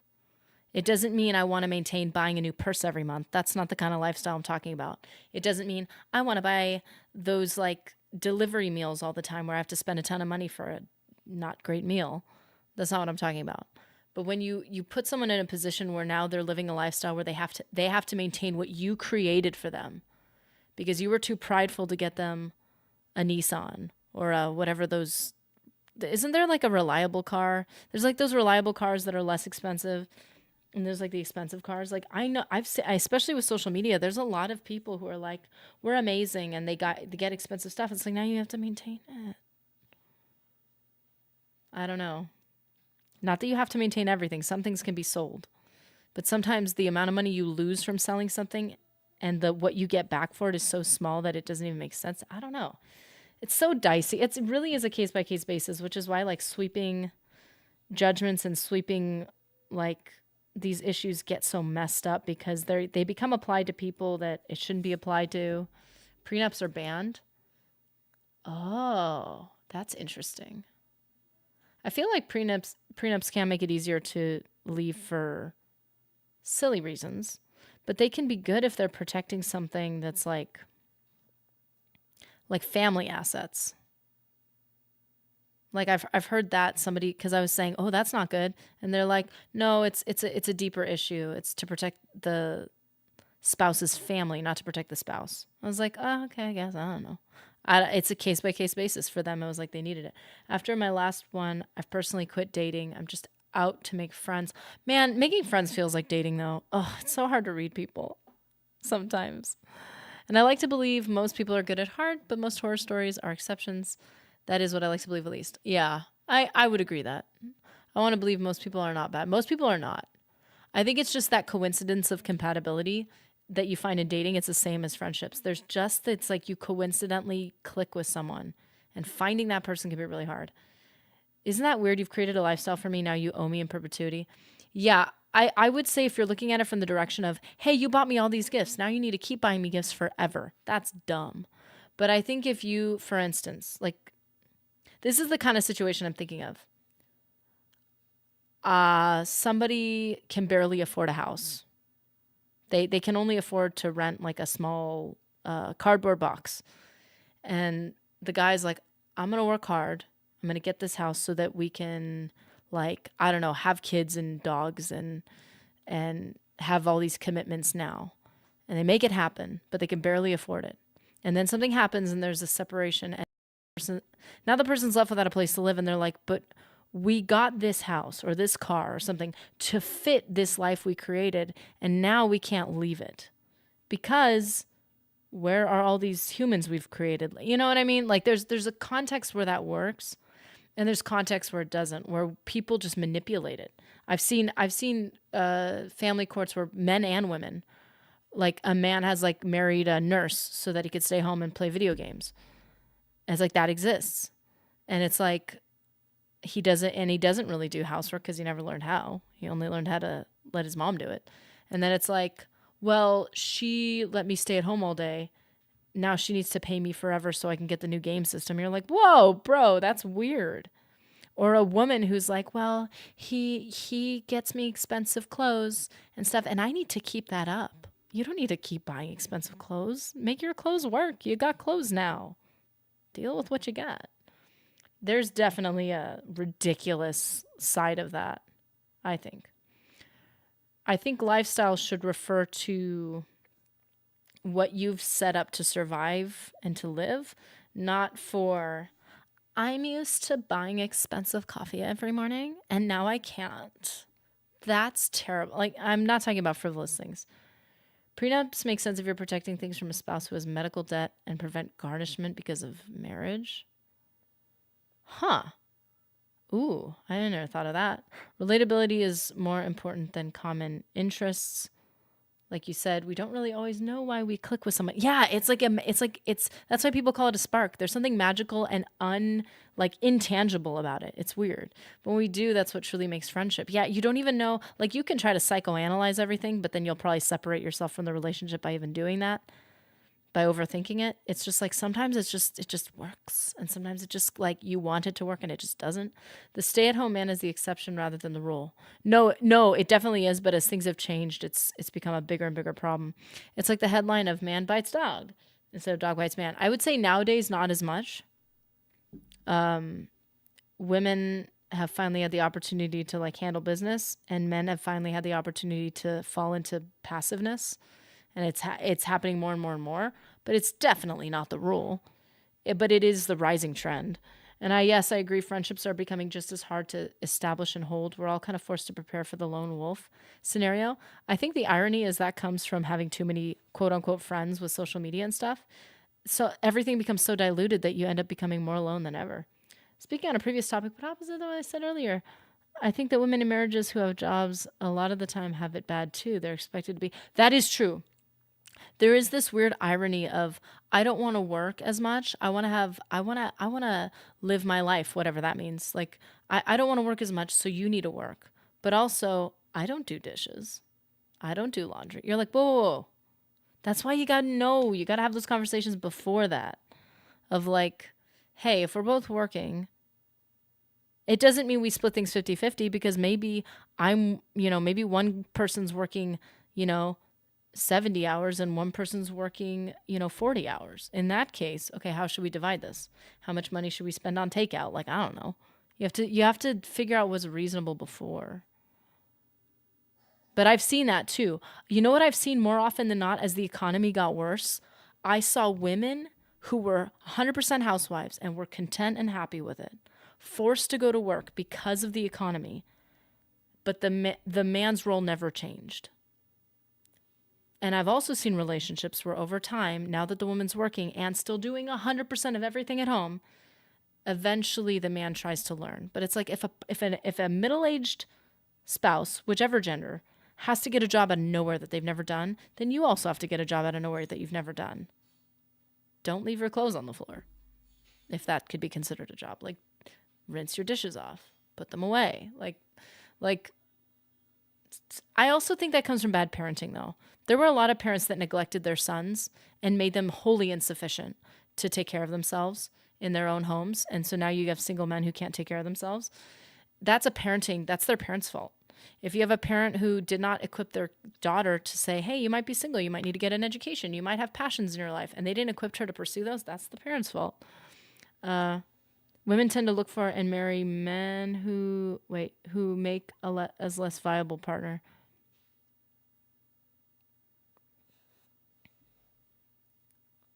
I need to reread that. Women tend to look for and marry men who are of the same economic level or higher. They tend to, although I found that that's changed a lot too in just personal experience, where women now are just like, he's cute and he's nice to me. I don't have a problem with men who make less or have a certain economic level. I have seen where it's like the person has no... This is true for both sides. If you marry a man or a woman who has no motivation or ambition, and then you wonder why you're stagnating in life, it's like, but that's what yeah, he's chill. She's really cool and chill.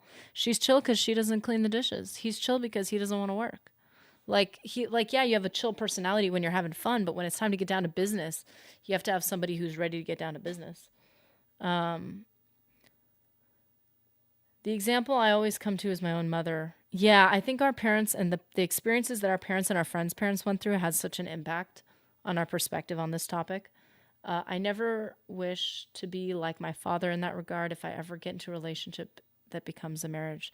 Yeah, learning from like what you've seen. Are they working the same sort of job? I mean, if he's a lineman repairing electrical lines and she's a clerk, let's not pretend they're jobs. Exactly. But there's also like how much time you have.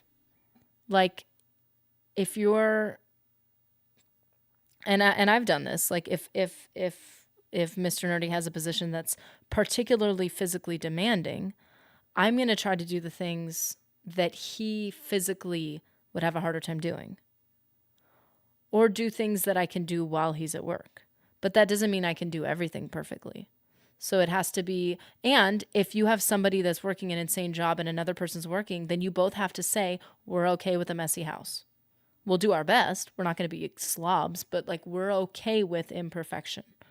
You know, that's another thing you have to understand. Like you have to, and if you have somebody that's saying, and if you have a woman too, women do this because they're like, well, if women can do it, then men can make the house look perfect. I've seen women do that where it's like, I'm probably a divorce court thing or something, but it's like, I work 80 hours as a nurse or like some insane like schedule. And she's like, and I come home and the house isn't perfect. It's like, well, if he's working too, it's not going to be perfect. You should have known that from the beginning. Like that should be part of the agreement. We know this isn't going to be perfect. We're okay with it. Yeah. I would hate my other half to have to stay at home. In my mind, as a man, I don't like have an option. I have to work. It's what's expected of me. I could be wrong, but I see women as like having a choice. Yeah, I guess it just depends on who you get married to. Some people don't want their spouse to have a job at all. Maybe it's because they want their spouse to have an easier life. Maybe it's because they want their spouse to be able to get to pursue what they want to at home. Or maybe it's because they want their spouse to not be able to ever leave if they should. You know, there's all sorts, these are all like case by case things. If we look at the overall trend, not our personal anecdotes, that's where the truth is going to be found. Yeah. I have seen, though, anybody who has any power will use it against you. If a person knows that you can't financially support themselves, then they know that they can not be the best person in the world because you can't go anywhere. You know, like that's, I would say, incredibly common. But the other person can do that too. The other person knows that you can't cook yourself a decent meal. So maybe if they're bitter, they don't cook you a meal. You know, every person can do that. So I can't pretend it's only on one side. I would say it is biased to, I would say it's very factual. And in a world that doesn't acknowledge what Mr. Anderson's saying, it has to be said. But I think both things happen. Perfection is an illusion. Yeah, not perfection, but just being reasonable and realistic. People want it and it makes them miserable. Like the old saying, comparison is the thief of joy. Yes. Yes. Besides, you can only compare yourself most of the time to someone's highlight reel, not their reality. They're both in the same line of work, school teachers. Oh, nice. Yes. If someone has power, they will use it against you. It's the best reason to advise people to never sign a marriage license. Oof. Ouch. There's another thing, though. I see people who just want to stay home as having no ambition. It can be, but it might not be. Just like saying, no want in their life, I love someone who has their own vision. See, like sometimes that might be what inspires you. It's like, oh, they have their own thing and they get excited about one thing. I get excited about something else. We come together, we talk about it. And then we both have like motivation. Some people who want to stay home, it's because they don't want to do anything. Some people who want to work and be the only provider, it's because they want to make sure that if they do something terrible, that the other person will never leave. Like, those things happen all the time. It's just whatever power you happen to hold. If I have the power to sit around all day, I might use that power. If I have the power to say, well, it's my money and I'm going to decide how we spend it, and the other person's like, I don't make any money, so I'm completely imprisoned financially. And like that's like I would have been making money if I wasn't imprisoned to somebody else's job, you know? Isn't that attributing motive to malice without knowing someone? No. I'm talking about when you're in a relationship with someone you know so well that you see. I'm not talking about looking at an outside scenario and accusing someone of something if I don't know them. I'm so sorry if it came off that way. Absolutely not. also with what she was saying, that is just perception. Some people have seen how people who stay at home, men, women, whoever, just sit around and do nothing all day. And so they assume that anybody who wants to do that's just because they're lazy. That's not true. Maybe the person thinks their wife would do a better job raising and teaching their kids than a blue-haired teacher with another. Yeah, that's fair. I would say specialize, but then also you have to marry someone that then wants to do that. You can't marry somebody that doesn't want that life and then get bitter at them for not wanting that life. That is your fault for marrying that person. Some people are not born with passion for anything. Yes. And that's scary on both sides. So ambition is never there. Oftentimes those people are forced to work anyways. When you have a person working who's not ambitious for their job, it is not a good situation. And you can suffer a lot of failures in life for that. If you have somebody who wants to stay at home with their kids and they have no ambition, they can become a very neglectful parent. And that's not a good situation either. Yeah. You have to have two people who are ambitious, but reasonable and balanced and willing to sacrifice their ambitions at times, willing to pursue their, So basically, let's all just be perfect people, okay? That's what we're leaving. That is our lesson for the day. Just be perfect. And if you ever marry somebody, make sure they're perfect, and then there's no problems. Then you never have to get mad at them for their imperfections, and they never have to get mad at you for your imperfections, because you guys are both perfect. That is why I created my perfector class in Oblivion, so no one can criticize my intelligence, my strength, you can criticize my personality. That is a little nerfed, but that, it's not as important. It's about the heart. If you want to eat, you need to work. That's an idea as old as some part of the Old Testament. That is a very old idea, and I think very accurate. And from my perspective of my life, if you want to eat, you want to work. And if you want to have a good community, you need to work well enough to be able to take care of people, not people who are abusing your care, but to take care of people. Like, I want to be the type of person that can be relied on to help other people. But that requires so much extra work. So I understand that might not be realistic. They're all hypothetical too. I'm human. I also believe humans are emotional creatures, not rational ones. Fair. Someone I love so much, but they're opposite of my ideals. My love for them. Almalexia would override. I don't know. I think eventually everything comes down to your, what do you call them? Your ideals. But I don't know. I'm more of a loner, I suppose. I worked hard so I could remove myself from a community and live apart. Yeah. I think a community can be very draining. And I think loneliness at first can be great, but can be also very draining. I don't know. Well, guys, dude. See, this is not Morrowind. It's just philosophy. And we will use Morrowind as a catalyst for philosophy. Sorry for not relabeling this just chatting for Twitch. I think that's typically something they do. But you know what? I think it's good. It's good for separate ideas to converge on each other. Because life is complicating and hard. Don't confuse being alone with being lonely. I think, yeah. Yeah, it can be. I think if long enough.